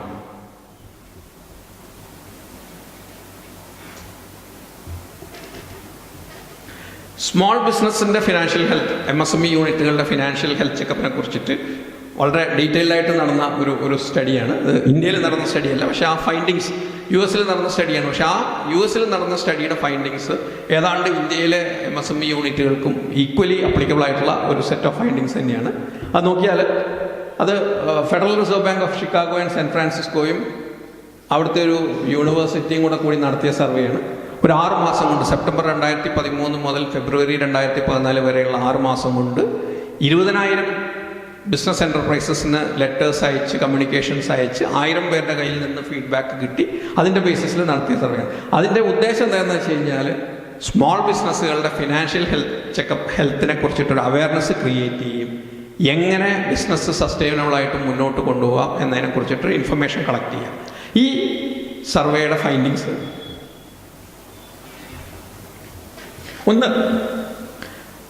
3 കാര്യങ്ങളാണ് ഒരു ഫിനാൻഷ്യൽ ഹെൽത്തിന് ഏറ്റവും ഇമ്പോർട്ടൻ്റ് ആയിട്ട് കണ്ടിരുന്നത്. ഫിനാൻഷ്യൽ ഹെൽത്തിന് ഏതൊരു യൂണിറ്റിൻ്റെ ആണെങ്കിലും ഫിനാൻഷ്യൽ ഹെൽത്തിന് ഏറ്റവും ഇമ്പോർട്ടൻ്റ് ആയി കണ്ട 3 കാര്യങ്ങൾ. ഒന്ന്, financial planning and management driver എന്നാണ് പറയുന്നത്. അതായത് ആ ഓർഗനൈസേഷനിൽ നല്ലൊരു ഫിനാൻഷ്യൽ പ്ലാനിങ് ഉണ്ട് എന്നുണ്ടെങ്കിൽ നാച്ചുറലി അങ്ങനെയുള്ള സ്ഥാപനങ്ങളുടെ ഫിനാൻഷ്യൽ ഹെൽത്ത് നന്നായിരിക്കും. അതിൽ ഫിനാൻഷ്യൽ പ്ലാനിങ് എന്ന് പറയുന്നതിനകത്ത് ഒന്ന് ഏറ്റവും ഇമ്പോർട്ടൻ്റ് ആയിട്ട് പറഞ്ഞിരുന്നത് ഈ പറഞ്ഞ മാതിരിയുള്ള ഒരു ബഡ്ജറ്റ്, 1 കൊല്ലത്തേക്ക്, 2 കൊല്ലത്തേക്ക്, 3 കൊല്ലത്തേക്ക്. ഇതിൽ എത്ര ഒരു സ്മോൾ ബിസിനസ് എൻ്റർപ്രൈസുകളെ സംബന്ധിച്ച് നോക്കുമ്പോൾ ഞാൻ നേരത്തെ പറഞ്ഞ മാതിരി ബഡ്ജറ്റ് എന്ന് പറയുന്നത് പലപ്പോഴും സെയിൽസിന് മാത്രമായിട്ട് ഒതുങ്ങി നിൽക്കുന്ന ഒരു സാധനമാണ്. സെയിൽസിൽ മാത്രം ഒതുങ്ങി നിന്നിട്ട് നിങ്ങളൊരു ബഡ്ജറ്റ് ഫിക്സ് ചെയ്യുമ്പോഴുള്ള കുഴപ്പം എന്താണെന്ന് വെച്ച് കഴിഞ്ഞാൽ, നിങ്ങൾ പ്രൊഡക്ഷൻ കൂട്ടണമെങ്കിൽ പ്രൊഡക്ഷൻ അനുസരിച്ച് റോ മെറ്റീരിയൽസ് കൂട്ടേണ്ടി വരും, ചിലപ്പം പ്രൊഡക്ഷൻ കപ്പാസിറ്റി കൂട്ടേണ്ടി വരും, ചിലപ്പം മാൻ പവർ കൂട്ടേണ്ടി വരും. ഇതെല്ലാം കൂടെ പ്ലാൻ ചെയ്തെടുക്കാൻ നമുക്ക് പറ്റില്ല. അങ്ങനെ വരുമ്പോൾ എന്തുണ്ടാവുമെന്ന് വെച്ച് കഴിഞ്ഞാൽ, നമ്മളിങ്ങനെ ഓരോന്നോരോന്നും തുടങ്ങി വരുമ്പോൾ ഓരോ സ്ഥലത്തും ഡിലേ വരും. പ്രൊഡക്ഷൻ കപ്പാസിറ്റി കൂട്ടി, അപ്പോഴാണ് നമുക്ക് മനസ്സിലാവുന്നത് ഈ മെഷീൻ ഓപ്പറേറ്റ് ചെയ്യാൻ 2 പേരെ വേണം. അപ്പോൾ 2 പേരെ ഹയർ ചെയ്യാൻ നോക്കി, വേണ്ട ആൾക്കാരെ കിട്ടിയില്ല, കിട്ടിയ ആളെ എടുത്തു, അയാളെ ട്രെയിൻ ചെയ്തെടുക്കാൻ നേരം എടുത്തു. ആ പീരീഡിൽ കുറേ പ്രൊഡക്ഷൻ ലോസ് ഉണ്ടായി. ഇങ്ങനെയുള്ള ഒരുപാട് സംഭവങ്ങളുണ്ടാവും. അപ്പോൾ ഒരു പ്രോപ്പർ പ്ലാനിങ് ഉണ്ടെന്നുണ്ടെങ്കിൽ നാച്ചുറലി അത് നിങ്ങളുടെ ഫിനാൻഷ്യൽ ഹെൽത്ത് ഇമ്പ്രൂവ് ചെയ്യും. രണ്ട്, ഞാൻ നേരത്തെ പറഞ്ഞ മാതിരി ഒരു ക്രെഡിറ്റ് ലിമിറ്റ് നിങ്ങൾക്ക് അവൈലബിൾ ആണെന്നുണ്ടെങ്കിൽ, അല്ലെങ്കിൽ ഒരു ഫണ്ടിങ് ഓപ്ഷൻ നിങ്ങൾക്ക് അവൈലബിൾ ആണെന്നുണ്ടെങ്കിൽ ഡെഫിനറ്റ്ലി നിങ്ങളുടെ ഫിനാൻഷ്യൽ ഹെൽത്ത് ഇമ്പ്രൂവ് ചെയ്തിരിക്കും. ഡെലിഗേറ്റിംഗ് വളരെ ഇമ്പോർട്ടൻ്റ് ആയിട്ടുള്ള സാധനം. പല പ്രോസസ്സുകളിലും നടക്കുന്നത് എന്താണെന്ന് വെച്ച് കഴിഞ്ഞാൽ എല്ലാ സാധനങ്ങളും, പ്രത്യേകിച്ച് ഈ പറയുന്ന സിംഗിൾ മാനായിട്ട് സ്റ്റാർട്ട് ചെയ്ത് ഗ്രോ ചെയ്ത കമ്പനികളിൽ കമ്പനി എത്ര വളർന്നാലും ആ തുടങ്ങിയ ആളുടെ മനസ്സിൽ കൂടെ, ആ തുടങ്ങിയ ആളുടെ കയ്യിൽ കൂടെ, തുടങ്ങിയ ആളുടെ കയ്യൊപ്പോട് കൂടിയിട്ട് എന്ത് നടക്കാവൂ എന്നുള്ള ഒരു നിർബന്ധ ബുദ്ധി ഉണ്ടാവും. അങ്ങനെ വരുമ്പോൾ അത് എൻ്റയർ ഡിസിഷൻ മേക്കിംഗ് പ്രോസസ്സിനെ ഡിലേ ചെയ്യിക്കും. അപ്പോൾ ഡെലിഗേറ്റ് ചെയ്യാൻ താല്പര്യമുണ്ട്. അങ്ങനെ ഒരു സ്ട്രക്ചർ വർക്കൗട്ട് ചെയ്യാൻ പറ്റിയാൽ മാത്രമേ നമ്മൾക്ക് ഗ്രോ ചെയ്യാൻ പറ്റുള്ളൂ. And cash flow assessment. Cash flow assessment എന്ന് പറയുന്നത് ഞാൻ ആദ്യമേ പറഞ്ഞു, വളരെ ഇമ്പോർട്ടൻ്റ് ആയിട്ടുള്ള സാധനമാണ്. നിങ്ങൾ ശരിക്കും പറഞ്ഞു കഴിഞ്ഞാൽ പ്രോഫിറ്റബിലിറ്റിയേക്കാളും ഇമ്പോർട്ടൻ്റ് ആയിട്ടുള്ളൊരു സാധനമാണ് നിങ്ങളുടെ ക്യാഷ് ഫ്ലോ അസസ്മെൻറ്റ്. അത് ഇനിയുള്ള 1-2 സ്ലൈഡ് കഴിയുമ്പോൾ ഞാൻ ഡീറ്റെയിൽ ആയിട്ട് ആ ക്യാഷ് ഫ്ലോ അസസ്മെൻറ്റിൻ്റെ ഇമ്പോർട്ടൻസ് കൃത്യമായിട്ട് എക്സ്പ്ലെയിൻ ചെയ്തു തരാം.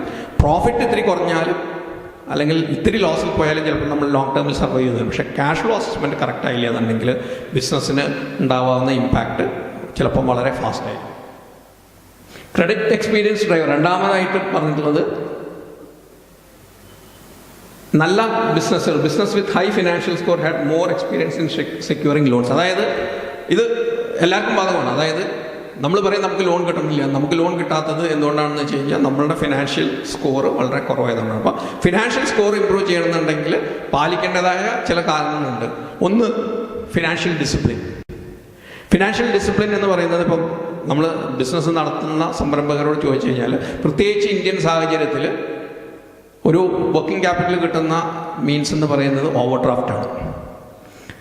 ഇന്ത്യയിൽ കൊടുക്കുന്ന മാതിരി വർക്കിംഗ് ക്യാപിറ്റൽ ഫിനാൻസിംഗ് ഉള്ള രാജ്യങ്ങൾ വളരെ കുറവാണ്. ഈ ഓവർ ഡ്രാഫ്റ്റിനുള്ള കുഴപ്പം എന്താണെന്ന് വെച്ച് കഴിഞ്ഞാൽ, ഓവർ ഡ്രാഫ്റ്റ് നിങ്ങൾക്കറിയാം, ഏറ്റവും നമ്മൾ പലരും ലോൺ എടുക്കുന്നത് എന്തിനാണ്? ബിസിനസ്സിന്. ഈ ലോൺ എടുത്തിട്ട് നമ്മൾ എന്തിനാണ് യൂസ് ചെയ്യുന്നത്?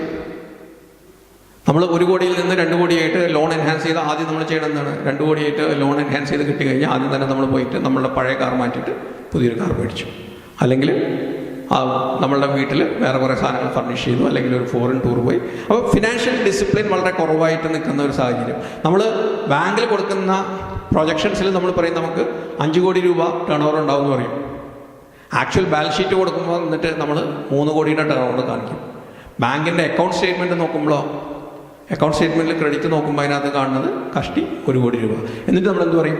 ബാങ്ക് നമുക്ക് വേണ്ട ഫണ്ട് തരുന്നില്ല എന്ന് പറയും. അപ്പോൾ ആ ഒരു അവൈലബിലിറ്റി ഓഫ് ലോൺ സെക്കൻഡ്, അതായത് ക്രെഡിറ്റ് എക്സ്പീരിയൻസ് ഡ്രൈവർ എന്ന് പറയുന്നത് ബാങ്കുകളുമായിട്ട് നമ്മൾ ഇൻട്രാക്ട് ചെയ്യുകയും ബാങ്കുകളിൽ നിന്ന് നമുക്കൊരു ലൈൻ ഓഫ് ക്രെഡിറ്റ് കിട്ടാനുള്ള പോസിബിലിറ്റി, ഇത് നിങ്ങളുടെ ഫിനാൻഷ്യൽ ഹെൽത്ത് ചെക്കപ്പിനെ അല്ലെങ്കിൽ ഫിനാൻഷ്യൽ ഹെൽത്തിനെ വളരെ കാര്യമായിട്ട് അഫക്റ്റ് ചെയ്യുന്ന ഒരു സാധനമാണ്.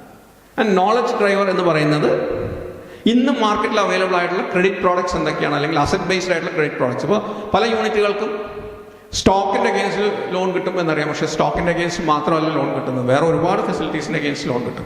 നിങ്ങൾക്ക് നാളെ നല്ലൊരു കൺഫേംഡ് ഓർഡർ കിട്ടിയിട്ടുണ്ടെങ്കിൽ ആ കൺഫേംഡ് ഓർഡറിൻ്റെ അഗെയിൻസ്റ്റ് ബാങ്കുകൾ ലോൺ തരാറുണ്ട്. അതല്ല, നിങ്ങൾ കടത്തിന് സാധനം കൊടുത്തിട്ടുണ്ടെങ്കിൽ ഡെറ്റേഴ്സിൻ്റെ അഗെയിൻസ്റ്റ് ഫാക്ടറിംഗ് എന്ന് പറഞ്ഞിട്ടുള്ള ഒരു സർവീസ് ഉണ്ട്. അപ്പോൾ നിങ്ങളുടെ ഡെറ്റേഴ്സിൻ്റെ അഗെയിൻസ്റ്റ് വേണമെങ്കിൽ നിങ്ങൾക്ക് ലോൺ കിട്ടും. അതല്ലാണ്ട് എല്ലാ സാധനങ്ങളും കൊണ്ടുപോയിട്ട് കടയിൽ വെച്ചിട്ട് സ്റ്റോക്കിൻ്റെ മുകളിൽ മാത്രമല്ല. അപ്പോൾ അങ്ങനെ അവൈലബിൾ ആയിട്ടുള്ള ക്രെഡിറ്റ് ഓപ്ഷൻസ് എന്തൊക്കെയാണ് എന്നറിയാം എന്നുള്ളവർക്കും ഡെഫിനറ്റ്ലി ഹെൽത്ത് സ്കോർ കൂടി നിൽക്കുന്നതായിട്ട് കണ്ടിട്ടുണ്ട്.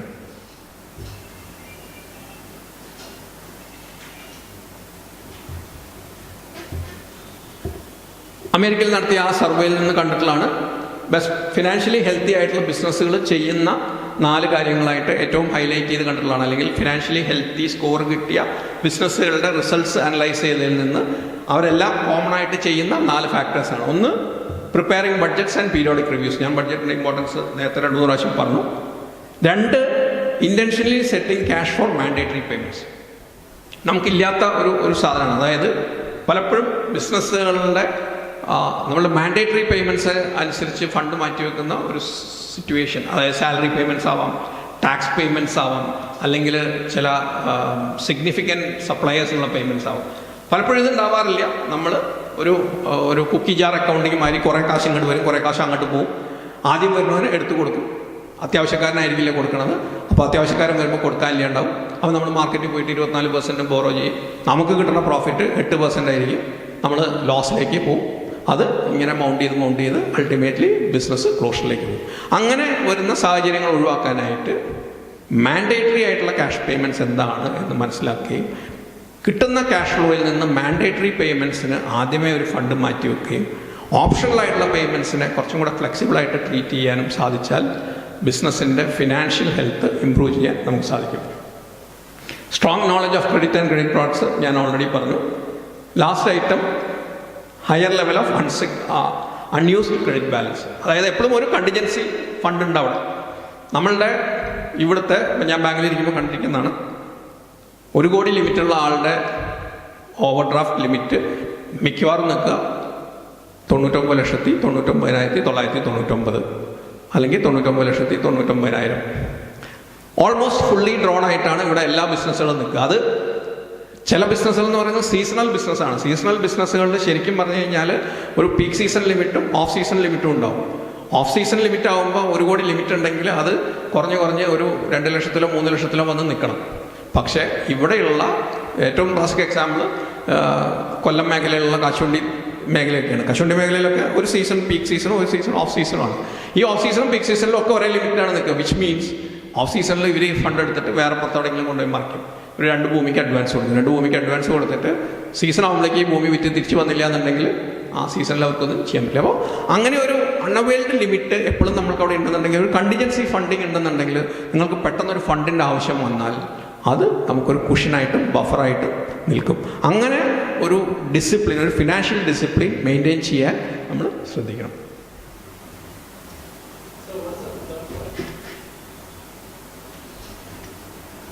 Had strong knowledge and experience of credit product. ഞാൻ നേരത്തെ പറഞ്ഞ മാതിരി മാർക്കറ്റിൽ നിന്നും നിങ്ങൾക്ക് എന്തൊക്കെ രീതിയിലുള്ള ലോൺ പ്രോഡക്ട്സ് അവൈലബിൾ ആണ് എന്നുള്ളതിനെ കുറിച്ചിട്ട് അറിവാണ്.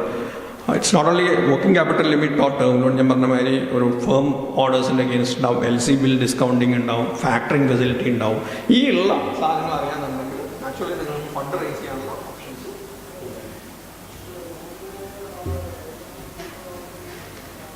ഇതാണ് സർവേയുടെ അൾട്ടിമേറ്റ് ഫൈൻഡിങ്സ് ആയിട്ട് അവർ പുറത്തുവിട്ടത്. There is a direct correlation between financial management അത് ഞാൻ നേരത്തെ പറഞ്ഞ മാതിരി it's starting with budgeting, controlling, reviewing, delegating and checking periodic cash flows. അതും സ്മോൾ ബിസിനസ്സിൻ്റെ ഹെൽത്തുമായിട്ട് ഡയറക്റ്റ് കോറിലേഷൻ ആണുള്ളത്. 2 വളരെ ഇമ്പോർട്ടൻ്റ് ആയിട്ടുള്ള സാധനമാണ്. എസ്പെഷ്യലി ഒരുപാട് ഞാൻ പറഞ്ഞു, പഴയ തലമുറയിൽ നിന്ന് പഠിച്ച് പയറ്റി തെളിഞ്ഞു വരുന്ന ബിസിനസ്സുകാർക്ക് ഒരു മനക്കണക്കല്ലാണ്ട്. പക്ഷേ ഇപ്പം ഞാൻ കണ്ടിരിക്കുന്നത് ടെക്നിക്കൽ സൈഡിൽ നിന്ന് വരുന്ന ആളുകൾക്ക്, അതായത് ടെക്നോളജി ബേസ്ഡ് ആയിട്ട് വരുന്ന സ്റ്റാർട്ടപ്പുകൾക്ക് പലർക്കും ഈ ഫിനാൻഷ്യൽ സാധനങ്ങളെ കുറിച്ചിട്ട് അത്ര പോലും ഒരു സെൻസ് ഉണ്ടായിക്കൊള്ളുന്നില്ല. ഞാനത് പറയാൻ കാരണം എന്ന് വെച്ച് കഴിഞ്ഞാൽ, എൻ്റെ അടുത്തൊരു ക്ലയൻറ്റ് വന്നു. അയാൾ എന്നോട് പറഞ്ഞത് 1 കോടി രൂപയുടെ റിക്വയർമെൻറ്റ് ആണ് ആളുകളോട് പറഞ്ഞത്. ആൾക്ക് ബിസിനസ് ഗ്രോ ചെയ്യാനായിട്ട് 1 കോടി രൂപയുടെ റിക്വയർമെൻറ്റ് വേണം എന്ന് പറഞ്ഞു. ഇക്വിറ്റി ക്യാപിറ്റൽ റേസ് ചെയ്യണമെന്നാണ് പറഞ്ഞത്. ഞാൻ നോക്കുമ്പോൾ ആളുടെ ഷെയർ ക്യാപിറ്റൽ ആ കൂടെ 1 ലക്ഷം രൂപയാണ്. 1 ലക്ഷം രൂപയുള്ള ഒരാൾ 1 കോടി രൂപയുടെ ഇക്വിറ്റി റേസ് ചെയ്യാൻ പോയാൽ, മാർക്കറ്റിൽ നിന്ന് പോയാൽ ഉണ്ടാകുന്നത് എന്താണെന്ന് വെച്ച് കഴിഞ്ഞാൽ ആ കമ്പനി ആളുടെ കയ്യിൽ നിന്ന് പോകും. കാരണം അത്രയ്ക്ക് സ്റ്റേക്ക് വിൽക്കണം. സ്റ്റേക്ക് വിൽക്കുമ്പോൾ ആളൊരു മൈനോറിറ്റി 2% അല്ലെങ്കിൽ 3% ഹോൾഡ് ചെയ്യും, ബാക്കിയുള്ളൊരു 97% ഹോൾഡ്. 1. 2, ഈ പറയുന്ന കമ്പനി കുറച്ച് നാളായി പ്രവർത്തിക്കുന്നുണ്ടെങ്കിലും അതിനൊരു വാല്യുവേഷൻ കിട്ടണമെങ്കിൽ ചില കാൽക്കുലേഷൻസ് ഉണ്ട്. നമ്മൾക്ക് കാക്കിക്ക് തന്നെ കുഞ്ഞ് എന്ന് പറയാമെന്നുണ്ടെങ്കിലും നമ്മൾ മാർക്കറ്റിൽ പോയിട്ട് ഫണ്ട് റേസ് ചെയ്യുക എന്നുള്ളത് ഏറ്റവും ബുദ്ധിമുട്ടുള്ള കാര്യമാണ്.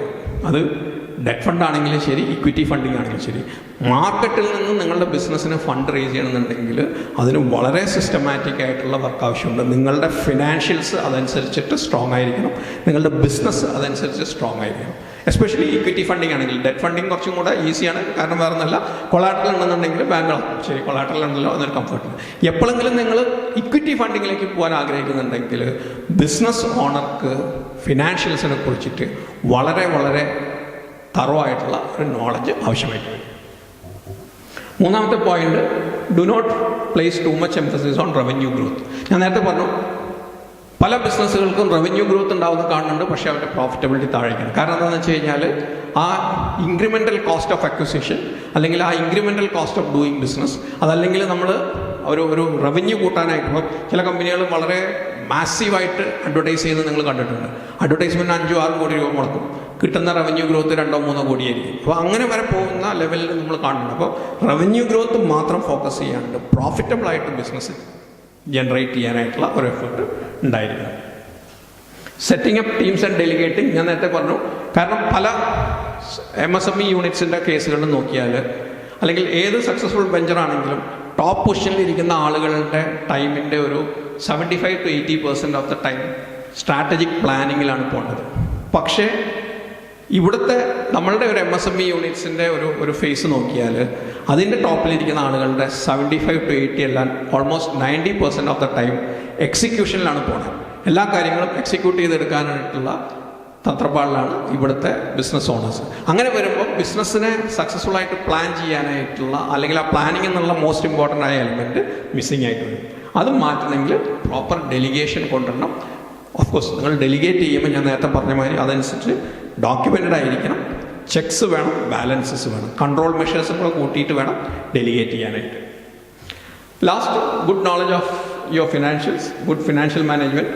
ഇതെല്ലാം കൂടിയാൽ നാച്ചുറലി നമുക്ക് ഈ പറഞ്ഞ മാതിരി ബാങ്കിൽ നിന്ന് ലോൺ കിട്ടാനുള്ള പോസിബിലിറ്റീസും കൂടിയിരിക്കും.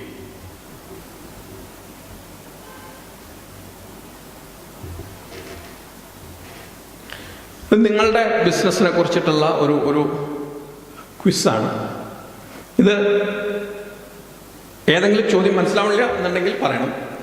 10 ചോദ്യങ്ങളാണ് ഞാൻ ഇട്ടിരിക്കുന്നത്. ഏതൊരു ബിസിനസ്സുകാരനും അവൻ്റെ ബിസിനസ്സിനെ കുറിച്ച് അറിഞ്ഞിരിക്കേണ്ട ഏറ്റവും എലമെൻ്ററി ആയിട്ടുള്ള ചില സാധനങ്ങളാണ്. ആദ്യത്തെ ഇത് നിങ്ങളുടെ ക്യാഷ് ഫ്ലോ, കഴിഞ്ഞ 3 മാസത്തെ നിങ്ങളുടെ ക്യാഷ് ഫ്ലോ എന്തായിരുന്നു കൃത്യമായിട്ട് അറിയാമെന്നുണ്ടെങ്കിൽ നല്ലതാണ്. ക്യാഷ് ഫ്ലോ എന്ന് പറയുന്നത് നമ്മൾക്ക് വരുന്ന ക്യാഷ്, എന്ത് ക്യാഷ് വരുന്നു, അത് ലോണായിട്ട് വരാം, നിങ്ങളുടെ സാധനങ്ങൾ വിറ്റിട്ട് വരാം, നിങ്ങളുടെ മെഷീനറി വിറ്റിട്ട് വരാം, എന്താണെങ്കിലും ആയിക്കോട്ടെ. ക്യാഷ് ഇൻഫ്ലോ ഉള്ള എന്തും നമുക്ക് ക്യാഷ് ഫ്ലോ ആയിട്ട് കൂട്ടാം. ഈ ക്യാഷ് ഫ്ലോ എന്തായിരുന്നു എന്നറിയോ? അടുത്ത 3 മാസത്തേക്ക് നിങ്ങളുടെ ക്യാഷ് ഔട്ട് ഫ്ലോ എന്താണെന്ന് നിങ്ങൾക്കറിയോ? ഞാൻ വീണ്ടും ക്യാഷ് ഫ്ലോ എംഫസൈസ് ചെയ്യാനുള്ള കാര്യം, ഒരു ബിസിനസ്സിൻ്റെ ഷോർട്ട് ടേമിൽ പിടിച്ച് കുലുക്കാൻ ഏറ്റവും കപ്പാസിറ്റി ഉള്ള ഒരു സാധനം എന്ന് പറയുന്നത് ക്യാഷ് ക്രഞ്ചാണ്. പ്രോഫിറ്റൊക്കെ ഞാൻ നേരത്തെ പറഞ്ഞില്ല, 1 കൊല്ലം 2 കൊല്ലം 3 കൊല്ലം നഷ്ടത്തിൽ പോയാലും നമുക്ക് ക്യാപിറ്റൽ ഉണ്ടെന്നുണ്ടെങ്കിൽ നമ്മൾ അറിയില്ല. അതങ്ങനെ ക്യാപിറ്റലിൽ നിന്ന് ഇപ്പോൾ നിങ്ങൾ കാണുന്ന ഒരുപാട് വലിയ കമ്പനീസ്, അപ്പോൾ യൂബറാണെങ്കിലും ഓലയാണെങ്കിലും ഓയോ ആണെങ്കിലും ആമസോൺ ആണെങ്കിലും ഒക്കെ പ്രോഫിറ്റ്സിലല്ല, അതൊക്കെ ലോസിലാണ് പോകുന്നത്. അവർക്ക് അത്രയ്ക്കും ക്യാപിറ്റലുണ്ട്, ക്യാപിറ്റൽ ബേൺ ചെയ്തുകൊണ്ടിരിക്കുന്ന ഒരു ഫേസിലാണ് അവർ പോകുന്നത്. പക്ഷേ അവർക്ക് ക്യാഷ് ഫ്ലോ ഉണ്ട്. അപ്പോൾ പ്രോഫിറ്റിനേക്കാളും ബിസിനസ്സിൻ്റെ ഷോർട്ട് ടേമിനെ പിടിച്ചു കുൽക്കാൻ സാധ്യതയുള്ള, അല്ലെങ്കിൽ ഇമ്പാക്റ്റ് ചെയ്യാവുന്ന ഒരു സാധനമാണ് ക്യാഷ് ഫ്ലോ. കൊണ്ട് കൃത്യമായിട്ട് നിങ്ങളുടെ ബിസിനസ്സിൻ്റെ ക്യാഷ് ഫ്ലോ നിങ്ങൾ അറിഞ്ഞിരിക്കണം. മന്ത്ലി പേയ്മെൻറ്റ് ഒബ്ലിഗേഷൻ ഞാൻ നേരത്തെ പറഞ്ഞു, എല്ലാ മാസവും കൃത്യമായിട്ട് കൊടുക്കേണ്ട ഒരു സംഖ്യ ഉണ്ടാവും. ആ സംഖ്യ എന്താണെന്നുള്ളത് നമുക്കറിയോ? ആ സംഖ്യ ജനറേറ്റ് ചെയ്യാൻ നമുക്ക് പറ്റുന്നുണ്ടോ? അത് പറ്റുന്നില്ല എന്നുണ്ടെങ്കിൽ അതിനായിട്ട് നമുക്ക് ചിലപ്പോൾ ചില ഡ്രാസ്റ്റിക് മെഷേഴ്സ് എടുക്കേണ്ടി വരും. അത് നമുക്ക് ഒരു മാസം ഒരു 2 ലക്ഷം രൂപ അല്ലെങ്കിൽ 3 ലക്ഷം രൂപയുടെ ഫിക്സഡ് പേയ്മെൻറ്റ് ഒബ്ലിഗേഷൻസ് ഉണ്ട്, റെൻ്റ് ഉണ്ട്, സാലറി ഉണ്ട്, പിന്നെ കുറച്ച് ടാക്സ് ഉണ്ട്, കുറച്ച് മെയിൻ്റനൻസ് എക്സ്പെൻസ് ഉണ്ട്, ബാങ്കിൻ്റെ ഇൻട്രസ്റ്റ് ഉണ്ട്. ഇത്രയും സാധനങ്ങൾ ഫിക്സഡ് ആയിട്ട് 3 ലക്ഷം രൂപ വരുന്നുണ്ട്. നമുക്ക് 25-ാം തീയതി ആയിട്ടും ആ കൂടെ വന്നിട്ടുള്ള സെയിലെന്ന് പറയുന്നത് 2 ലക്ഷം രൂപയാണ്. ബാക്കി 5 ദിവസം കൊണ്ട് 1 ലക്ഷം രൂപ വേണം. ഈ 1 ലക്ഷം രൂപ നമ്മൾ ഒന്നെങ്കിലും എവിടെയെങ്കിലും ബോറോ ചെയ്യാനുള്ള നടപടി എടുക്കേണ്ടി വരും, അതല്ലെങ്കിൽ 1-2 ഐറ്റംസ് ഡിസ്കൗണ്ട് സെയിൽ നടത്തേണ്ടി വരും, അല്ലെങ്കിൽ പുതിയൊരു കസ്റ്റമറുമായിട്ട് നിങ്ങൾ സംസാരിച്ചുകൊണ്ടിരിക്കുന്നുണ്ടെങ്കിൽ ആ കസ്റ്റമർക്ക് ഒരു ഡിസ്കൗണ്ട് കൊടുത്തിട്ട് ഡീൽ ക്ലോസ് ചെയ്യേണ്ടി വരും. അതല്ലെങ്കിൽ ഓൾറെഡി വിറ്റ് പേയ്മെൻറ്റ് കിട്ടാനുള്ള ഏതെങ്കിലും ഒരു കസ്റ്റമറെ ഫോളോ അപ്പ് ചെയ്ത് അയാൾക്കൊരു ഇൻസെൻറ്റീവ് കൊടുത്തിട്ട് ഇതാക്കും. അപ്പോൾ ആ ഫിക്സഡ് പേയ്മെൻറ്റ് ഒബ്ലിഗേഷൻസ് അറിഞ്ഞ് അതനുസരിച്ച് നമ്മളുടെ ക്യാഷ് ഫ്ലോസ് മാനേജ് ചെയ്യാൻ പറ്റും. ബഡ്ജറ്റഡ് സെയിൽസ് ആൻഡ് പ്രോഫിറ്റ്സ് ഞാൻ നേരത്തെ പറഞ്ഞു, പല ആളുകൾക്കും ഇല്ലാത്ത ഒരു സാധനമാണ്. സെയിൽസിന് ബഡ്ജറ്റ് ഉണ്ടാവാം, പ്രോഫിറ്റ്സിനും ബഡ്ജറ്റുള്ളവർ വളരെ ചുരുക്കമായിരുന്നു. പ്രോഫിറ്റ്സിന് മാത്രമല്ല, ശരിക്കും കോസ്റ്റിനും ബഡ്ജറ്റ് വേണം, എക്സ്പെൻസസിന് ബഡ്ജറ്റ് വേണം. ആ എക്സ്പെൻസസ് എന്നാണ് നാച്ചുറലി നിങ്ങളുടെ പ്രോഫിറ്റ് വരുന്നത്. അപ്പോൾ ഈ ഞാൻ നേരത്തെ പറഞ്ഞ മാതിരി ഒരു ഓട്ട മത്സരത്തിൽ ഫിനിഷിംഗ് പോയിന്റ് എവിടെയാണെന്ന് അറിയാണ്ട് ഓടുന്ന മാതിരി ഇരിക്കും നിങ്ങൾ ബഡ്ജറ്റ് ഇല്ലാണ്ട് ബിസിനസ് കൊണ്ടു നടക്കുകയാണ്. കോസ്റ്റ് ഓഫ് പ്രൊഡക്ഷൻ ഞാൻ ഓൾറെഡി പറഞ്ഞതാണ്. കൃത്യമായിട്ട് നമ്മളുടെ അത് ഈ സർവീസ് സെക്ടർ ആണെങ്കിൽ സർവീസ് സെക്ടർ, നിങ്ങൾ ഒരു ക്ലയൻറ്റിന് ഒരു വർക്കിന് കോട്ട് ചെയ്യുന്നുണ്ടെങ്കിൽ അത് നിങ്ങളുടെ കോസ്റ്റിനെ അബ്സോർവ് ചെയ്യുന്നുണ്ടാവും. നിങ്ങൾക്ക് 10 പേരുണ്ടെങ്കിൽ ആ 10 പേരുടെ സാലറി മാത്രമായിരിക്കില്ല ആ സർവീസ് സെക്ടറിലുള്ള കോസ്റ്റ്. നിങ്ങളുടെ ഓവർ ഹെഡ് കോസ്റ്റ് ഉണ്ടാവും, നിങ്ങളുടെ ഫിക്സഡ് അസറ്റ്സിൻ്റെ കോസ്റ്റ് ഉണ്ടാവും, ബാങ്ക് ഇൻട്രസ്റ്റിൻ്റെ കോസ്റ്റ് ഉണ്ടാവും. ഈ കോസ്റ്റ് നമ്മൾ കൃത്യമായിട്ട് അസസ് ചെയ്ത് അലൊക്കേറ്റ് ചെയ്തില്ല എന്നുണ്ടെങ്കിൽ ഓവർ എ പീരീഡ് ഞാൻ നേരത്തെ പറഞ്ഞ മാതിരി നമ്മളുടെ പ്രോഫിറ്റബിൾ ബിസിനസ് കൂടുതലായിട്ട് ചിലപ്പോൾ കണ്ടുവന്ന് വരും. പക്ഷേ ഒരു സൈഡിൽ ബാങ്ക് ലയബിലിറ്റി കൂടിക്കൂടി വരും, അതല്ലെങ്കിൽ ലോസസ് കൂടിക്കൂടി വരും. 5-6 പ്രോഡക്ട്സ് ഉള്ള ആളുകൾക്ക് ഓരോ പ്രോഡക്റ്റ് സ്ട്രീമിൻ്റെയും പ്രോഫിറ്റബിലിറ്റി അറിയാൻ പറ്റും. ഇത് കൃത്യമായിട്ട് അഫക്റ്റ് ചെയ്തിട്ടുള്ള അതിൻ്റെ ഒരു എക്സാമ്പിൾ കേരളത്തിൽ നമുക്കറിയാം. ബാർ ഹോട്ടലുകൾ ഉണ്ടായിരുന്നു. ബാർ ഉണ്ടായിരുന്നപ്പോൾ ബാർ ഹോട്ടലുകളൊക്കെ ലാഭത്തിലായിരുന്നു. ഈ ബാർ ഹോട്ടൽ എന്ന് പറഞ്ഞാൽ ബാർ മാത്രമായിരുന്നില്ല, അവർക്കൊക്കെ റൂംസ് ഉണ്ടായിരുന്നു, റെസ്റ്റോറൻറ്റ് ഉണ്ടായിരുന്നു, എല്ലാം ഉണ്ടായിരുന്നു. പക്ഷെ ബാർ ലൈസൻസ് ഇല്ലാണ്ടായതോട് കൂടിയിട്ട് ബാക്കിയുള്ള സെഗ്മെൻറ്റ്സുകൾ മുഴുവൻ ലോസിലാണെന്നുള്ള തിരിച്ചറിവ് അപ്പോഴാണ് ആർക്ക്. അതേവരെ ആരും അതിനെക്കുറിച്ച് ഫോക്കസ് ചെയ്യുന്നില്ല. അങ്ങനെ വന്നിട്ട് റൂം റെൻറ്റ്സിലും റെസ്റ്റോറൻറ്റ്സിലും ഒക്കെ കൂടുതൽ ഫോക്കസ് കൊടുത്ത് ഇമ്പ്രൂവ് ചെയ്യാനുള്ള ആക്ടിവിറ്റീസ് ഒരുപാട് ആൾക്കാർ സ്റ്റാർട്ട് ചെയ്തു. അപ്പോൾ നമുക്ക് 5-6 പ്രോഡക്റ്റ്സ് ഉണ്ടെങ്കിൽ ഓരോ പ്രോഡക്റ്റിൻ്റെയും പ്രോഫിറ്റബിലിറ്റി എന്താണെന്നും നഷ്ടത്തിൽ നടക്കുന്ന പ്രോഡക്റ്റിന് ലാഭത്തിലാക്കാൻ പറ്റുമോ എന്നനുസരിച്ചിട്ടുള്ള ഒരു എഫേർട്ട് എടുക്കുക. ലാഭത്തിലാക്കാൻ പറ്റില്ലെങ്കിൽ എന്തിനും നമ്മൾ നഷ്ടം സഹിച്ചുകൊണ്ട് ഒരു പ്രോഡക്റ്റ് ലൈൻ കൊണ്ടു നടക്കണം. ആ പ്രോഡക്റ്റ് ലൈനെ നിർത്താൻ പറ്റുമോ എന്നുള്ള ക്രിട്ടിക്കലായിട്ടുള്ള അനാലിസിസ്. ഇങ്ങനെ ചില ഡ്രാസ്റ്റിക് ആയിട്ടുള്ള മെഷേഴ്സ് എടുക്കണം എന്നുണ്ടെങ്കിൽ ഈ ഒരു ക്വസ്റ്റ്യൻ നിങ്ങൾ പലപ്പോഴും നിങ്ങളോട് തന്നെ ചോദിക്കേണ്ടി വരും. ക്രോസ് സബ്സിഡൈസേഷൻ ആക്ച്വലി ഞാൻ പറഞ്ഞ മാതിരി ഇപ്പം ഈ റെസ്റ്റോറൻറ്റും ബാറും ഉണ്ടെന്നുണ്ടെങ്കിൽ നമ്മൾ റെസ്റ്റോറൻറ്റിലേക്കുള്ള സപ്ലൈ ഉണ്ട്, അല്ലെങ്കിൽ റെസ്റ്റോറൻറ്റിൽ നിന്ന് ബാറിലേക്കുള്ള സപ്ലൈക്ക് നമ്മൾ ഒരു പ്രോഫിറ്റ് കൂട്ടിയിട്ടിട്ടാണ് സപ്ലൈ ചെയ്യേണ്ടത്. അപ്പോൾ അതുകൊണ്ട് ഈ സാധനം ലാഭത്തിൽ നടക്കണമുണ്ട്, ബാർ ലാഭത്തിൽ നടക്കണമുണ്ട്. We don't bother about the loss of other things. ശരിക്കും 3-4 ഈ പറഞ്ഞ കേസുകളിലൊക്കെ എന്താ internal transfer pricing mechanism which has to be develop. നിങ്ങൾ ഒരു മാർക്കറ്റ് പ്രൈസിൽ വിൽക്കുകയാണെങ്കിൽ നിങ്ങളുടെ റെസ്റ്റോറൻറ്റിൽ ഒരു ഗോപി മഞ്ചൂരിയൻ വിൽക്കണമെന്നുണ്ടെങ്കിൽ ആ പ്രൈസ് തന്നെ എടുത്തിട്ട് വേണം അപ്പുറത്തേക്ക് കൊടുക്കാനായിട്ട്. പല കേസുകളിലും അങ്ങനെയല്ല ചെയ്യുക. അതൊരു വിതിൻ ദി ആക്ടിവിറ്റി ആയതുകൊണ്ട് നടക്കുമ്പോൾ 2-3-4 യൂണിറ്റ്സ് ഉണ്ടെങ്കിൽ ഒരു ട്രാൻസ്ഫർ പ്രൈസിങ് മെക്കാനിസം ഇട്ടിട്ട് രണ്ടും നമ്മൾ ഇൻഡിപെൻഡൻറ്റ് എൻറ്റിറ്റീസുമായി ഡീൽ ചെയ്യുന്ന രീതിയിൽ കൺസിഡർ ചെയ്യണം. അത് പലപ്പോഴും പലരും ചെയ്യാറില്ല. കാരണം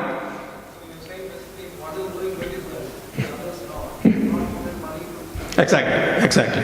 You have to independently assess whether each of these business enterprises or what you call as strategic business units are making profits.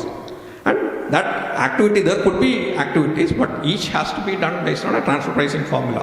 And that transfer pricing formula should ensure that you realize the market rates for services which you are rendering. Little bit, for a little limited time is okay, but what I'm saying is on the long term if you do it, it might drag the entire business down. So that should not happen. That's why there can be timelines. Within this timeline you should say, okay, this business unit will break even and it will be a standalone business unit. If that's not happening, there might be some compulsions to either close it down or look at other options.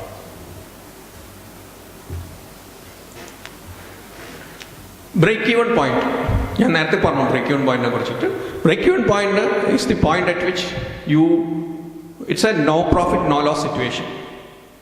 ആ level എന്താണെന്നുള്ളത് നമ്മൾ കൃത്യമായിട്ട് അറിഞ്ഞിരിക്കണം. അത് manufacturing activity ആണെങ്കിലും trading activity ആണെങ്കിലും service activity ആണെങ്കിലും എന്ത് റവന്യൂ ഉണ്ടാക്കിയാൽ we become no profit no loss. അത് അറിയണമെന്നുണ്ടെങ്കിൽ you should be able to break your cost into fixed cost and variable cost. Fixed cost recover ചെയ്ത് വരുന്ന ഒരു and a portion of your variable cost recover ചെയ്ത് വരുന്നിടത്താണ് we will be saying that we will be breaking even. And as a business owner you should clearly know at what levels you would break even. അടുത്തത്, ആർക്ക് നിങ്ങൾക്ക് കാശ് തരാനുണ്ട്? കാശ് തരാനുള്ള ആളുകളെ കുറിച്ചിട്ട് നമുക്ക് ചിലപ്പോൾ ഓർമ്മയുണ്ടാവും. But how much of this is overdue and what is the cost of this overdue? പലപ്പോഴും ഉണ്ടാകുന്നത് എന്താ വെച്ച് കഴിഞ്ഞാൽ ബിസിനസ് കൂടാനുള്ള അല്ലെങ്കിൽ സെയിൽ കുറയുമ്പോൾ നമ്മൾ എന്ത് ചെയ്യും? We sell on credit. ഇപ്പോഴത്തെ സാഹചര്യത്തിൽ വിൽക്കുക എന്നുള്ളതിനേക്കാളും ബുദ്ധിമുട്ടാണ് കാശ് പിരിച്ചെടുക്കുക എന്നുള്ളത്. ആൻഡ് അതിൻ്റെ കോസ്റ്റ് പലപ്പോഴും പല ബിസിനസ് ഡിസിഷൻസിലും വരാറില്ല. ഈ ക്രെഡിറ്റിന് വിൽക്കുക, അത് ഫോളോ അപ്പ് ചെയ്യുക, അതിൻ്റെ റിക്കവറി, അത് ഡിലേ വരുമ്പോഴുള്ള ഇൻട്രസ്റ്റ്, ഇതൊന്നും വരാറില്ല. And I show you an example how this affects the business. അടുത്തത്, other than on price, how do you compete with your competitors? ഇതൊരു വളരെ ഇമ്പോർട്ടൻ്റ് ആയിട്ടുള്ള ക്വസ്റ്റ്യൻ ആണ്. കാരണം എന്താണെന്ന് വെച്ച് കഴിഞ്ഞാൽ പ്രൈസിൻ്റെ കേസിൽ ദർ ഷുഡ് ബി, ഞാൻ നേരത്തെ പറഞ്ഞില്ല, ഒരുപാട് അഡ്ജസ്റ്റ്മെൻറ്റ്സ് ചിലപ്പോൾ വേണ്ടി വരും. അപ്പോൾ പ്രൈസ് മാത്രമാണ് നിങ്ങളുടെ USP എന്ന് പറഞ്ഞാൽ then it becomes a challenge. എപ്പോഴെങ്കിലും നിങ്ങളുടെ കോമ്പറ്റീറ്റർ പ്രൈസ് കുറച്ചാൽ നിങ്ങളും പ്രൈസ് കുറയ്ക്കേണ്ടി വരും. അങ്ങനെ വരുമ്പോൾ നിങ്ങളുടെ മാർജിൻസ് സ്ക്യൂഡ് ആവും, അല്ലെങ്കിൽ മാർജിൻസ് എഫക്റ്റ് ആവും. അപ്പോൾ പ്രൈസ് വിട്ടിട്ട് നിങ്ങൾക്ക് നിങ്ങളുടെ സർവീസ് ആണെങ്കിലോ, അല്ലെങ്കിൽ വാറണ്ടി ടേംസ് ആണെങ്കിലോ, അല്ലെങ്കിൽ നിങ്ങൾക്ക് എന്തെങ്കിലും പ്രോഡക്റ്റ് ഫീച്ചേഴ്സ് ആണ് നിങ്ങളുടെ USP എന്നുണ്ടെങ്കിൽ you have A better financial standing. ആ ഒരു ലെവലിലേക്ക് നിങ്ങളുടെ ബിസിനസ്സിനെ പ്രൊജക്റ്റ് ചെയ്യാൻ നമുക്ക് പറ്റണം. പ്രൈസ് മാത്രം വെച്ചിട്ട് പ്രൊജക്റ്റ് ചെയ്ത് കഴിഞ്ഞാൽ ദർ ആർ ചാൻസസ്, ഒരു ടർബുലൻസിനുള്ള ചാൻസ് കൂടുതലാണ്. Next question, what is the return on capital employed? ഈ ചോദ്യം ഞാൻ ഇതേവരെ ചോദിച്ചാൽ ഞാൻ കണ്ടിട്ടുള്ള ഒട്ടുമുക്കാലും പേർക്ക് ഒരു കൃത്യമായ ഉത്തരം തരാൻ പറ്റിയിട്ടില്ല. ഈ ഇരിക്കുന്നതിലും എത്ര പേർക്ക് തരാൻ പറ്റുമെന്ന് എനിക്കറിയില്ല. പക്ഷേ വളരെ ഇമ്പോർട്ടൻ്റ് ആയൊരു ക്വസ്റ്റ്യനാണ്. ഒരു ബിസിനസ്സുകാരൻ എന്നുള്ള നിലയ്ക്ക് നിങ്ങളോട് തന്നെ ചോദിക്കുന്ന വളരെ ഇമ്പോർട്ടൻ്റ് ആയൊരു ക്വസ്റ്റ്യനാണ്. ഇതിനകത്ത് നമ്മൾ മനസ്സിലാക്കേണ്ടത്, as a business owner all of you are taking risk. And നമ്മൾ റിസ്ക് എടുക്കുമ്പോൾ there is a ratio between risk and reward. നിങ്ങൾ കൂടുതൽ റിസ്ക് എടുക്കുമ്പോൾ കൂടുതൽ റിവാർഡ് കിട്ടും. അതാണ് നമ്മൾ പൊതുവെ പറയുന്നത്. അങ്ങനെ വരുമ്പോൾ നിങ്ങൾ ഡിപ്ലോയ് ചെയ്തിട്ടുള്ള ക്യാപിറ്റലിന് എന്ത് റിട്ടേൺ നിങ്ങൾക്ക് കിട്ടുന്നുണ്ട് എന്നുള്ളത് കൃത്യമായിട്ട് നിങ്ങൾ അസസ് ചെയ്തിരിക്കണം. ആ റിട്ടേൺ ബാങ്ക് ഇൻട്രസ്റ്റിനേക്കാൾ കുറവാണെന്നുണ്ടെങ്കിൽ പിന്നെ നമ്മൾ എന്തിനാ ഈ പണിക്ക് പോകണം? അപ്പോൾ നമ്മൾ ഇൻവെസ്റ്റ് ചെയ്തിട്ടുള്ള എമൗണ്ടിന്, ക്യാപിറ്റലായിട്ട് നമ്മൾ ഡിപ്ലോയ് ചെയ്തിട്ടുള്ള എമൗണ്ടിന് കിട്ടുന്ന റിട്ടേൺ ബാങ്ക് ഇൻട്രസ്റ്റിനേക്കാളും കൂടുതലാണോ കുറവാണോ? ബാങ്ക് ഇൻട്രസ്റ്റിനേക്കാളും കുറവാണെങ്കിൽ ഡെഫിനറ്റ്ലി ഇത് ബാങ്കിലിട്ട് കഴിഞ്ഞാൽ നിങ്ങൾക്ക് ബാങ്കിൽ നിന്ന് പലിശയായിട്ട് യാതൊരു റിസ്ക്കും ഇല്ല, വളരെ കംഫർട്ടബിൾ ആയിട്ട് ഇരുന്നാൽ മതി. ഇത് ബിസിനസ് ഓണറാണെന്ന് പറഞ്ഞ് നടക്കുന്നതിന് ഒരു ഇതുണ്ട്, പക്ഷേ എടുക്കണ പണിക്ക് ഒരു റിട്ടേൺ ഇല്ല എന്ന് പറയും. So this is something which as a business owner everybody should ask. And then അത് ചോദിച്ചു കഴിഞ്ഞാൽ ബാക്കിയുള്ള ഒരുപാട് സാധനങ്ങൾ നിങ്ങൾ ഓട്ടോമാറ്റിക്കലി സ്റ്റാർട്ട് ചെയ്യും. നിങ്ങളുടെ റിട്ടേൺ ഇത് കുറവാണെന്ന് തോന്നുന്ന, അല്ലെങ്കിൽ ആ തിരിച്ചറിവ് ഉണ്ടാകുന്ന നിമിഷം ഞാൻ നേരത്തെ പറഞ്ഞ പല സാധനങ്ങളും നിങ്ങൾ ഓട്ടോമാറ്റിക്കലി സ്റ്റാർട്ട് ചെയ്യും. എങ്ങനെ സെയിൽസ് കൂട്ടാം, എങ്ങനെ പ്രോഡക്റ്റ് വേരിയൻസ് കൂട്ടാം, എങ്ങനെ ഓരോ സെഗ്മെൻറ്റിൽ നിന്ന് കിട്ടുന്ന കാശ്, ആ ചോദ്യങ്ങളൊക്കെ നിങ്ങൾ സ്വയം ചോദിച്ചു തുടങ്ങുന്നത് ഈ ഒരു ചോദ്യം നിങ്ങൾ ആദ്യം നിങ്ങളോട് തന്നെ ചോദിക്കുന്നുണ്ടായിരിക്കും. Last question, do you get the required financial information accurately on time? ഞാൻ നേരത്തെ പറഞ്ഞു, ഡേറ്റയുടെ ഇമ്പോർട്ടൻസ് ഞാൻ പറഞ്ഞു. ഈ ചോദ്യവും വളരെ ഇമ്പോർട്ടൻ്റ് ആണ് ബിസിനസ് ഓണർ എന്നുള്ള നിലയ്ക്ക്. കാരണം പല യൂണിറ്റുകളിലും നമ്മൾ ഇൻഫർമേഷൻസ് ചോദിക്കുമ്പോൾ കറക്റ്റായിട്ടുള്ള ഇൻഫർമേഷൻസ് കറക്റ്റായിട്ടുള്ള ടൈമിൽ കിട്ടാറില്ല. ആൻഡ് എന്നോട് പല ആൾക്കാരും പറയുന്നത് അവരുടെ ഏറ്റവും വലിയ പ്രോബ്ലം അവരുടെ അക്കൗണ്ടൻ്റ് ആണെന്നുള്ളതാണ്. ഞാനൊരു ഫിനാൻസ് പ്രൊഫഷണലാണ്, പക്ഷേ അവരൊക്കെ പറയുന്നത് ഞങ്ങളുടെ അക്കൗണ്ടിനോട് ഡാറ്റ ചോദിച്ചാൽ ഡാറ്റ കിട്ടില്ല, ഏറ്റവും വലിയ പ്രോബ്ലം അക്കൗണ്ടൻ്റ് ആണ്, സാറിന് ഇതിനൊരു സൊല്യൂഷൻ തരാൻ പറ്റുമോ എന്നാണ് ചോദിക്കുന്നത്. ഞാൻ അതിന് സൊല്യൂഷൻ തരുന്നത് നിങ്ങളുടെ MISഉം നിങ്ങളുടെ സോഫ്റ്റ്വെയറും ഒക്കെയാണ്. ഹ്യൂമൻ എലമെൻറ്റ് വളരെ കുറവാണ്. നിങ്ങളുടെ സിസ്റ്റംസും നിങ്ങളുടെ കേപ്പബിലിറ്റിയും ബിൽഡ് ചെയ്ത് കഴിഞ്ഞാൽ നാച്ചുറലി ഒരു സ്മോൾ എൻ്റർപ്രൈസിന് എന്നെ സംബന്ധിച്ച് ഞാൻ നോക്കാനാണെങ്കിൽ ഒരു അക്കൗണ്ടൻറ്റിൻ്റെ റോളൊക്കെ വളരെ ലിമിറ്റഡ് ആണ്. അത്രയധികം സാധനങ്ങളൊന്നും ഇല്ല, വളരെ ചെറിയ കാര്യങ്ങളെ അയാൾക്ക് ചെയ്യാനുള്ളൂ. പക്ഷേ ഇൻഫർമേഷൻ ടൈംലി കിട്ടുക എന്നുള്ളത് വളരെ വളരെ ഇമ്പോർട്ടൻ്റ് ആയിട്ടുള്ള ഒരു സാധനമാണ്.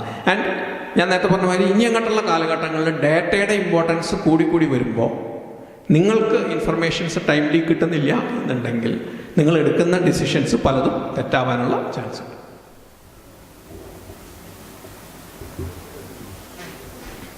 ഒരു ഫിനാൻഷ്യൽ ഹെൽത്ത് ചെക്കപ്പിൽ നമ്മൾ നോക്കേണ്ട എലമെൻറ്റ്സ് ആണ് റവന്യൂ സ്കോർ. ഈ ഒരു 7 പാരാമീറ്ററിലാണ് നമ്മൾ നിങ്ങളുടെ ഓർഗനൈസേഷൻ്റെ ഫിനാൻഷ്യൽ ഹെൽത്തിനെ അസസ് ചെയ്യുക. അല്ലെങ്കിൽ പുറമേ നിന്ന് ഒരാൾ അസസ് ചെയ്യാനാണെങ്കിൽ നിങ്ങളുടെ ബിസിനസ്സിൻ്റെ ഫിനാൻഷ്യൽ ഹെൽത്ത് അസസ് ചെയ്യാൻ ഉപയോഗിക്കുന്ന 7 പാരാമീറ്റേഴ്സാണ്. ഒന്ന് റവന്യൂ സ്കോർ. റവന്യൂ സ്കോറിൽ ഞാൻ നേരത്തെ പറഞ്ഞ മാതിരി നിങ്ങളുടെ ഗ്രോത്ത് ഇൻ സെയിൽസ്, കഴിഞ്ഞ കൊല്ലോ ഇക്കൊല്ലോ ആയിട്ടുള്ള സെയിൽസിൻ്റെ ഗ്രോത്ത് എത്രയാണ്. ബഡ്ജറ്റിൻ്റെ വേരിയൻസ്, നിങ്ങൾ ഒരു ബഡ്ജറ്റ് ഫിക്സ് ചെയ്തിട്ടുണ്ടെങ്കിൽ ബഡ്ജറ്റിൻ്റെ എത്ര പെർസെൻറ്റേജ് അച്ചീവ് ചെയ്തു, എത്ര പെർസെൻറ്റേജ് ഷോർട്ട് ഫോൾ ഉണ്ട്. ഇത് രണ്ടാമത്തത്.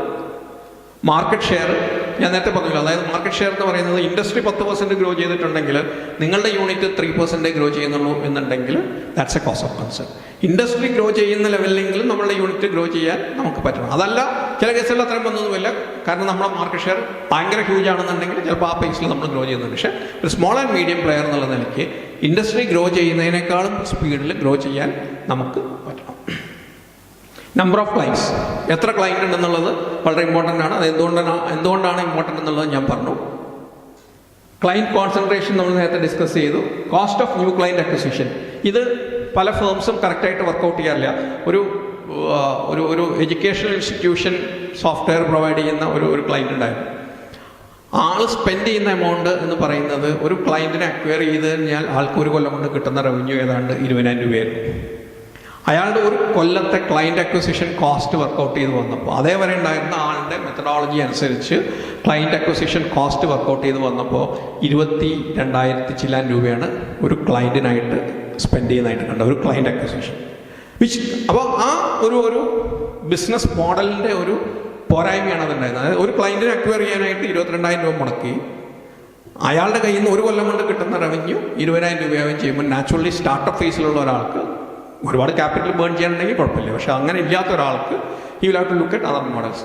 അത് നമ്മൾ റിവൈസ് ചെയ്ത് ക്ലയൻറ്റ് അക്വിസിഷൻ കോസ്റ്റ് 10,000 രൂപയാക്കി താഴേക്ക് കൊണ്ടുവന്നപ്പോൾ ആൾ ക്യാഷ് ഫ്ലോ ജനറേറ്റ് ചെയ്യുന്ന ഒരു സിറ്റുവേഷൻ ആക്കി. അപ്പോൾ ന്യൂ ക്ലയൻറ്റ് അക്വിസിഷൻ്റെ കോസ്റ്റ് എത്രയാണെന്നുള്ളത് കൃത്യമായിട്ട് ആൻഡ് റവന്യൂ പെർ എംപ്ലോയി ഈ പറയുന്ന സോഫ്റ്റ്വെയർ ഇൻഡസ്ട്രിയിലൊക്കെ വളരെ ഇമ്പോർട്ടൻ്റ് ആയിട്ടുള്ള ഒരു പാരാമീറ്ററാണ് റവന്യൂ പെർ എംപ്ലോയി. കാരണം നമ്പർ ഓഫ് എംപ്ലോയീസ് അനുസരിച്ച് നമുക്ക് റവന്യൂ കൂട്ടാൻ പറ്റുന്നില്ല എന്നുണ്ടെങ്കിൽ നമ്മൾ ഒപ്റ്റിമം യൂസ് ആണോ എംപ്ലോയീസിനെ നടത്തുന്നത്, അതോ നമ്മൾ ആവശ്യത്തിലധികം ആൾക്കാരെ വെച്ചിട്ടുണ്ടോ എന്നുള്ള ഒരുപാട് ക്വസ്റ്റ്യൻസ് ചോദിക്കാനായിട്ടുള്ള ഇൻപുട്സ് തരുന്ന ഒരു സാധനമാണ് റവന്യൂ പെർ എംപ്ലോയി എന്നുള്ളത്.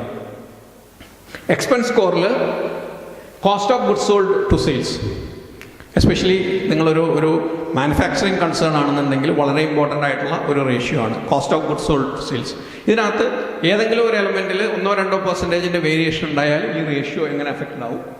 കോൺട്രിബ്യൂഷൻ പെർ യൂണിറ്റ്, നിങ്ങൾ ഒരു യൂണിറ്റ് അഡീഷണൽ വിൽക്കുമ്പോൾ നിങ്ങളുടെ ഫിക്സഡ് കോസ്റ്റിൻ്റെ മുകളിലേക്ക് നിങ്ങൾക്ക് എന്ത് കിട്ടുന്നു? അതായത് 1000 രൂപയ്ക്ക് ഒരു സാധനം വിറ്റാൽ അതിനകത്തുനിന്ന് 500 രൂപ ഫിക്സഡ് കോസ്റ്റും 500 രൂപ വേരിയബിൾ കോസ്റ്റും ആണെന്നുണ്ടെങ്കിൽ നിങ്ങൾക്ക് എന്തുമാത്രം സെയിൽ കൂട്ടാൻ പറ്റുന്നോ അത്രയും കണ്ട് നിങ്ങളുടെ പ്രോഫിറ്റ്സ് കൂടും. അപ്പോൾ ആ കോൺട്രിബ്യൂഷൻ എത്രയാണ്, അല്ലെങ്കിൽ നിങ്ങളുടെ കോൺട്രിബ്യൂഷൻ കൂടുതലാണെന്നുണ്ടെങ്കിൽ പെർ യൂണിറ്റ് കോൺട്രിബ്യൂഷൻ കൂടുതലാണെന്നുണ്ടെങ്കിൽ സെയിൽസ് കൂട്ടുമ്പോൾ നോർമലി നിങ്ങളുടെ പ്രോഫിറ്റ്സ് കൂടും. Operating expenses to sales, extravagance വല്ലതും ഓർഗനൈസേഷനിലുണ്ടോ, അല്ലെങ്കിൽ നിങ്ങൾക്ക് പ്രോഫിറ്റ്സ് കുറവാണെന്നുണ്ടെങ്കിൽ കോസ്റ്റ് കട്ട് ചെയ്യാൻ, കോസ്റ്റ് റിഡ്യൂസ് ചെയ്യാനായിട്ടുള്ള ഓപ്ഷൻസ് എവിടെയൊക്കെയാണ് എന്ന് നിങ്ങൾ ക്രിട്ടിക്കലി അനലൈസ് ചെയ്ത് നോക്കുമ്പോൾ ആദ്യം നോക്കുന്ന ഒരു റേഷ്യോ ആയിരിക്കും ഈ പറയുന്ന ഓപ്പറേറ്റിംഗ് എക്സ്പെൻസസ് ടു സെയിൽസ്. കാരണം ഒരു മാനുഫാക്ചറിങ് കൺസേൺ ആണെങ്കിൽ നിങ്ങൾക്ക് നാച്ചുറലി മാനുഫാക്ചറിങ്ങിൽ കോസ്റ്റ് ഓഫ് ഗുഡ്സ് ഒന്നും അധികം നിങ്ങൾക്ക് കൺട്രോൾ ഉണ്ടാവില്ല. റോ മെറ്റീരിയൽ പ്രൈസിൽ പർച്ചേസസിൽ എന്തെങ്കിലുമൊക്കെ ചെറിയ ടിംഗ്ലിംഗ് ഒക്കെ നടത്തിയിട്ട് ചെറിയ വേരിയേഷൻസ് വരും. പക്ഷേ ഏറ്റവും ഇമ്പോർട്ടൻ്റ് ആയിട്ട് നിങ്ങൾക്ക് ഈ പറയുന്ന ഓപ്പറേറ്റിംഗ് എക്സ്പെൻസസിൽ എവിടെയെങ്കിലുമൊക്കെ ചിലപ്പോൾ നിങ്ങൾക്ക് കുറയ്ക്കാൻ പറ്റുന്നത്. റിസീവബിൾ സ്കോറിൽ ആവറേജ് ഏജ്, ഞാൻ നേരത്തെ പറഞ്ഞ മാതിരി നിങ്ങളുടെ എത്ര മാസത്തെ സെയിൽസാണ് മാർക്കറ്റിൽ കിടക്കുന്നത്, 2 മാസത്തെയാണോ 3 മാസത്തെയാണോ, എമൗണ്ട് ഔട്ട്സ്റ്റാൻഡിങ് എത്രയാണ്. കൂടുതൽ എമൗണ്ട് ആണെങ്കിൽ നാച്ചുറലി നിങ്ങളുടെ സ്കോർ കുറഞ്ഞിരിക്കും. ഏജ് ഓഫ് ഔട്ട്സ്റ്റാൻഡിങ് കൂടുതലാണെങ്കിൽ, ഏജ് എന്ന് പറഞ്ഞു കഴിഞ്ഞാൽ ചിലപ്പോൾ ചില ഡെറ്റ്സ് 6 മാസം ഉണ്ടാവും, ചില ഡെറ്റ്സ് 9 മാസം ഉണ്ടാവും, ചില ഡെറ്റ്സ് 3 മാസം ഉണ്ടാവും. ഇതെല്ലാം കൂടെ കൂട്ടി വരുമ്പോൾ ചിലപ്പോൾ നിങ്ങളുടെ ആവറേജ് ഏജ് ഓഫ് ഔട്ട്സ്റ്റാൻഡിങ് എന്ന് പറയുന്നത് 5 മാസമായിരിക്കും. അത് ആവറേജ് ഏജ് എത്രയും കൂടുന്നോ അത്രയും നിങ്ങളുടെ സ്കോർ കുറഞ്ഞിരിക്കും. എത്രയോ മാസത്തെ, 1 മാസത്തെ സെയിലാണ് ഔട്ട്സ്റ്റാൻഡിംഗ് എങ്കിൽ നല്ലത്. 2 മാസത്തെ ആയാലും 3 മാസത്തെ ആയാലും 4 മാസത്തെ ആയാലും കൂടുന്നോറും നിങ്ങളുടെ സ്കോർ വീണ്ടും കുറഞ്ഞു വരും. ഇൻവെൻട്രി സ്കോർ, ആവറേജ് ഇൻവെൻട്രി, എത്ര നാളത്തെ അല്ലെങ്കിൽ നിങ്ങളുടെ കടയിൽ എന്ത് സ്റ്റോക്ക് ഉണ്ട്. നമുക്ക് പ്രത്യേകിച്ച് കേരളത്തിൽ നോക്കിയാൽ ഒരു പ്രത്യേകതയുണ്ട്. നമ്മളുടെ ഒരു കൺസെപ്റ്റിൽ കട എന്ന് പറഞ്ഞു കഴിഞ്ഞാൽ ഒരു 3000 സ്ക്വയർ ഫീറ്റ് വേണം. അത് 5000 ആയാൽ നമുക്ക് സന്തോഷം കൂടി, 10000 ആയാൽ കൂടുതൽ സന്തോഷമായി. 10000 സ്ക്വയർ ഫീറ്റിൻ്റെ കട നമുക്ക് വെക്കണതിന് കുഴപ്പമില്ല. പക്ഷെ 10000 സ്ക്വയർ ഫീറ്റിൻ്റെ ഒരു കട എടുത്താൽ അതിൽ വെക്കേണ്ട ഇൻവെൻട്രി എന്ന് പറയുന്നത് നമുക്ക് ഒറിജിനലി വേണ്ടതിൻ്റെ 3 ഇരട്ടിയോ 4 ഇരട്ടിയോ ആയിരിക്കും. അപ്പോൾ ഇൻവെൻട്രി അത്രയും വേണമെന്നുണ്ടെങ്കിൽ അതനുസരിച്ചിട്ട് നമ്മളുടെ സ്റ്റോക്കിൻ്റെ അല്ലെങ്കിൽ ബാങ്കിൽ നിന്ന് എടുക്കേണ്ട ഓവർ ഡ്രാഫ്റ്റിൻ്റെ എമൗണ്ട് കൂടും, നമ്മളുടെ ഡെഡ് മണി അവിടെ കൂടി. അപ്പോൾ എന്തുമാത്രം ഫ്രീക്വൻ്റ് ആയിട്ട് നിങ്ങൾക്ക് ഇൻവെൻട്രി ടേൺ ചെയ്യാൻ പറ്റുമോ, എത്ര കുറച്ച് ഇൻവെൻട്രി വെക്കാൻ പറ്റുന്നോ, എത്ര ഫ്രീക്വൻ്റ് ആയിട്ട് നിങ്ങൾക്ക് ഇൻവെൻട്രി ചേൺ ചെയ്യാൻ പറ്റുന്നോ അതനുസരിച്ചിട്ട് നിങ്ങളുടെ ആ നമ്പേഴ്സ് ഇമ്പ്രൂവ് ചെയ്യും, പ്രോഫിറ്റ്സ് ഇമ്പ്രൂവ് ചെയ്യും. ഇത് വളരെ ഇമ്പോർട്ടൻ്റ് ആയിട്ടുള്ളൊരു സാധനമാണ്. പണ്ട് പല സാധനങ്ങളും നിങ്ങൾക്കറിയാം, ഓർഡർ ചെയ്ത് 1 മാസമൊക്കെ കഴിഞ്ഞാലാണ് സാധനം കിട്ടുക. ഇപ്പോൾ ഒട്ടുമുക്കാലും സാധനങ്ങൾ നിങ്ങൾ നോക്കിയാൽ ഓർഡർ ചെയ്ത്, ഇപ്പോൾ GST കൂടെ വന്നു കഴിഞ്ഞപ്പോൾ ഓർഡർ ചെയ്തിട്ട് നിങ്ങൾക്ക് 3-ാം ദിവസം അല്ലെങ്കിൽ 7-ാം ദിവസം, ഇന്ത്യയിൽ നിന്നുള്ള എവിടെ നിന്നുള്ള സാധനമാണെങ്കിൽ 7-ാം ദിവസം നിങ്ങളുടെ കടയിൽ എത്തിയിരിക്കും. അങ്ങനെ വരുമ്പോൾ പല കടകളുടെയും സ്റ്റോക്ക് നിങ്ങൾ നോക്കുമ്പോൾ അവിടെ ഇരിക്കുന്ന സ്റ്റോക്ക് എന്ന് പറയുന്നത് ഒരു 6 മാസത്തേക്ക് വേണ്ട സാധനമാണ്. 7 മുതൽ 10 ദിവസം കൊണ്ട് മാനുഫാക്ചറിങ് യൂണിറ്റ് ആണെങ്കിലും ട്രേഡിംഗ് യൂണിറ്റ് ആണെങ്കിലും റോ മെറ്റീരിയൽസ് അല്ലെങ്കിൽ ട്രേഡിങ്ങിൻ്റെ മെറ്റീരിയൽ നിങ്ങൾക്ക് എത്തിക്കാനുള്ള പോസിബിലിറ്റി ഉണ്ടെന്നുണ്ടെങ്കിൽ എന്തിന് 3, 4, 5 മാസത്തെ സ്റ്റോക്ക് നിങ്ങൾ ഹോൾഡ് ചെയ്യണം. ഇത് ഹോൾഡ് ചെയ്യുന്നതനുസരിച്ചിട്ട് നിങ്ങളുടെ പ്രോഫിറ്റ്സ്, അത് ഞാൻ അടുത്തൊരു എക്സാമ്പിൾ കാണിക്കുമ്പോൾ കുറച്ചും കൂടെ നിങ്ങൾക്ക് കൃത്യമായിട്ട് മനസ്സിലാവും. ലിക്വിഡിറ്റി സ്കോറിൽ ക്യാഷ് ഫ്ലോ സ്റ്റേറ്റ്മെൻറ്റ് ഞാൻ നേരത്തെ പറഞ്ഞു എന്താണെന്നുള്ളത്. കറണ്ട് റേഷ്യോ, ക്വിക്ക് റേഷ്യോ, അതായത് current assets by current liabilities, ബാങ്കുകാരെ ഏറ്റവും ഇമ്പോർട്ടൻ്റ് ആയിട്ട്. അതായത് ബേസിക്കലി ഈ ലിക്വിഡിറ്റി സ്കോർ എന്ന് പറഞ്ഞു കഴിഞ്ഞാൽ നേരത്തെ പറഞ്ഞ പോലെ നിങ്ങൾക്ക് ഷോർട്ട് ടേമിൽ നിങ്ങൾക്ക് നിങ്ങളുടെ ഒബ്ലിഗേഷൻസ് പേ ഓഫ് ചെയ്യാനുള്ള കപ്പാസിറ്റി ഉണ്ടോ എന്ന് നോക്കുന്ന റേഷ്യോസ് ആണ്. അടുത്ത 1 മാസം, 3 മാസം, 1 കൊല്ലം, 1 കൊല്ലത്തിനുള്ളിൽ നിങ്ങൾ പേ ഓഫ് ചെയ്യേണ്ട എമൗണ്ട് മുഴുവൻ പേ ഓഫ് ചെയ്യാനുള്ള കപ്പാസിറ്റി നിങ്ങൾക്കുണ്ടോ. അതിനകത്ത് ആ CFO എന്ന് പറയുന്നത് ക്യാഷ് ഫ്ലോ ഫ്രം ഓപ്പറേഷൻസ്. നിങ്ങൾക്ക് നോർമൽ ബിസിനസ് ആക്ടിവിറ്റിയിൽ നിന്ന് നിങ്ങൾക്ക് കിട്ടുന്ന ക്യാഷ് ഫ്ലോ വെച്ചിട്ട് നിങ്ങൾ 1 കൊല്ലം കൊണ്ട് കൊടുത്തു തീർക്കേണ്ട ലയബിലിറ്റീസ് കൊടുത്തു തീർക്കാനുള്ള കപ്പാസിറ്റി ഉണ്ടോ. അതനുസരിച്ചിട്ട് നിങ്ങളുടെ ലിക്വിഡിറ്റി സ്കോർ നന്നാവുകയോ മോശമാവുകയോ ചെയ്യും. സോൾവൻസി സ്കോർ എന്ന് പറയുന്നത് കുറച്ചും കൂടെ ലോങ് ടേം ആണ്. ഞാൻ ഈ പറഞ്ഞ ലിക്വിഡിറ്റി സ്കോർ ഷോർട്ട് ടേം ആണെങ്കിൽ സോൾവൻസി സ്കോർ ലോങ് ടേം ആണ്. അപ്പോൾ ലോങ് ടേമിൽ നാളെ നിങ്ങൾ ബിസിനസ് വൈൻഡപ്പ് ചെയ്യണം എന്ന് തീരുമാനിക്കുകയാണെങ്കിൽ ഈ ബിസിനസ് വൈൻഡപ്പ് ചെയ്യുമ്പോൾ കൊടുത്തു തീർക്കാനുള്ള എല്ലാ കാശും കൊടുത്തു തീർക്കാനുള്ള കപ്പാസിറ്റി നിങ്ങൾക്കുണ്ടോ എന്നുള്ളതാണ് സോൾവൻസി സ്കോർ നോക്കുന്നത്. അപ്പോൾ ഡെറ്റ്സ് ടു അസറ്റ്സ്, അതായത് ഒരു ഫേമിൻ്റെ ടോട്ടൽ ബോറോയിങ്സ് എത്രയാണ്, ആ ഫേമിൻ്റെ അസറ്റ്സ് എത്രയാണ്. അപ്പോൾ ഡെറ്റ്സിനേക്കാൾ കൂടുതൽ അസറ്റ്സ് ഉണ്ടെന്നുണ്ടെങ്കിൽ നാച്ചുറലി നിങ്ങൾക്ക് അസറ്റ്സ് ലിക്വിഡേറ്റ് ചെയ്തിട്ട് ഡെറ്റ്സ് പേ ഓഫ് ചെയ്യാൻ പറ്റും. അപ്പോൾ സോൾവൻസി സ്കോർ അങ്ങനെയുള്ള കേസുകൾ കൂടിയിരിക്കും. ഡെറ്റ് ടു ഇക്വിറ്റി എന്ന് പറയുന്നത് സ്റ്റാൻഡേർഡ് ആയിട്ട് നമ്മൾ പറയാം 2:1 ആണ്. 2 ഡെറ്റിന് 1 ഇക്വിറ്റിയാണ് ഒരു അക്സെപ്റ്റബിൾ റേഷ്യോ ആയിട്ട് പറയുക. ഇത് കൂടി 2ന് പകരം ഡെറ്റ് 3 ആയാൽ നാച്ചുറലി നിങ്ങളുടെ സോൾവൻസി സ്കോർ കുറഞ്ഞിരിക്കും. പ്രോഫിറ്റബിലിറ്റി സ്കോർ നമുക്കറിയാം, എല്ലാ ഫേംസിനും നിങ്ങൾ ആദ്യം എവിടെയെങ്കിലുമൊക്കെ ഫിനാൻഷ്യൽ അനാലിസിസ് പഠിക്കുന്നുണ്ടെങ്കിൽ പഠിക്കുന്ന 2 റേഷ്യോസാണ് gross profit ratio, net profit ratio. ഇത് വളരെ സിമ്പിളായിട്ട് കാൽക്കുലേറ്റ് ചെയ്യാവുന്ന സാധനമാണ്. പക്ഷേ അടുത്ത 2 സാധനം വളരെ ഇമ്പോർട്ടൻ്റ് ആയിട്ടുള്ള സാധനമാണ് റിട്ടേൺ ഓൺ അസറ്റും റിട്ടേൺ ഓൺ ഇക്വിറ്റിയും. ഇത് ഞാൻ നേരത്തെ പറഞ്ഞ മാതിരി നിങ്ങളുടെ റിട്ടേൺ ഓൺ ഇക്വിറ്റി നമ്മൾ നേരത്തെ പറഞ്ഞു, റിട്ടേൺ ഓൺ ക്യാപിറ്റൽ എംപ്ലോയിഡ് എന്ന് പറയുന്ന അതേ സാധനമാണ് ഇക്വിറ്റി. നിങ്ങൾ എന്ത് എമൗണ്ട് ആണ് ക്യാപിറ്റലായിട്ട് ഡിപ്ലോയ് ചെയ്തിരിക്കുന്നത് അതിന് നിങ്ങൾക്ക് എന്ത് റിട്ടേൺ കിട്ടുന്നുണ്ട്. ഞാൻ നേരത്തെ പറഞ്ഞ മാതിരി ബിസിനസ്സിൽ സ്പെൻഡ് ചെയ്യുന്ന എമൗണ്ടിന് റിസ്കിന് കമൻസറേറ്റ് ആയിട്ടുള്ള ഒരു റിട്ടേൺ നമുക്ക് കിട്ടുന്നുണ്ടോ ഇല്ലയോ എന്നുള്ളത് നമ്മൾ നോക്കണം. ഈ 2 സാധനങ്ങളും വളരെ ഇമ്പോർട്ടൻ്റ് ആയിട്ട് നമ്മൾ ട്രാക്ക് ചെയ്തിട്ടുണ്ടാവണം.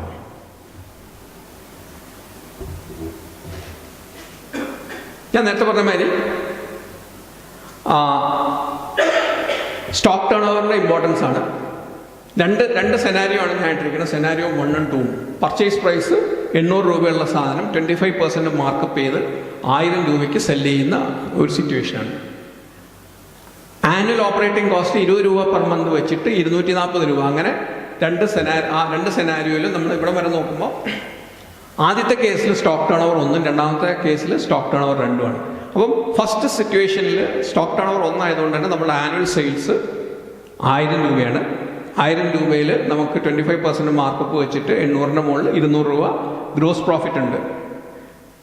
ഓപ്പറേറ്റിംഗ് എക്സ്പെൻസ് 20 രൂപ വെച്ചിട്ട് 240 രൂപ കുറച്ച് കഴിയുമ്പോൾ ഫസ്റ്റ് സിറ്റുവേഷനിൽ നമ്മൾ ലോസിലാണ് പോണത്. സെക്കൻഡ് സിറ്റുവേഷനിൽ നിങ്ങൾ നോക്കുമ്പോൾ സ്റ്റോക്ക് ടേൺ ഓവർ 2 ആണ്. അപ്പോൾ അവിടെ നമുക്ക് ആനുവൽ സെയിൽസ് 2000 ആയിട്ടുണ്ട്.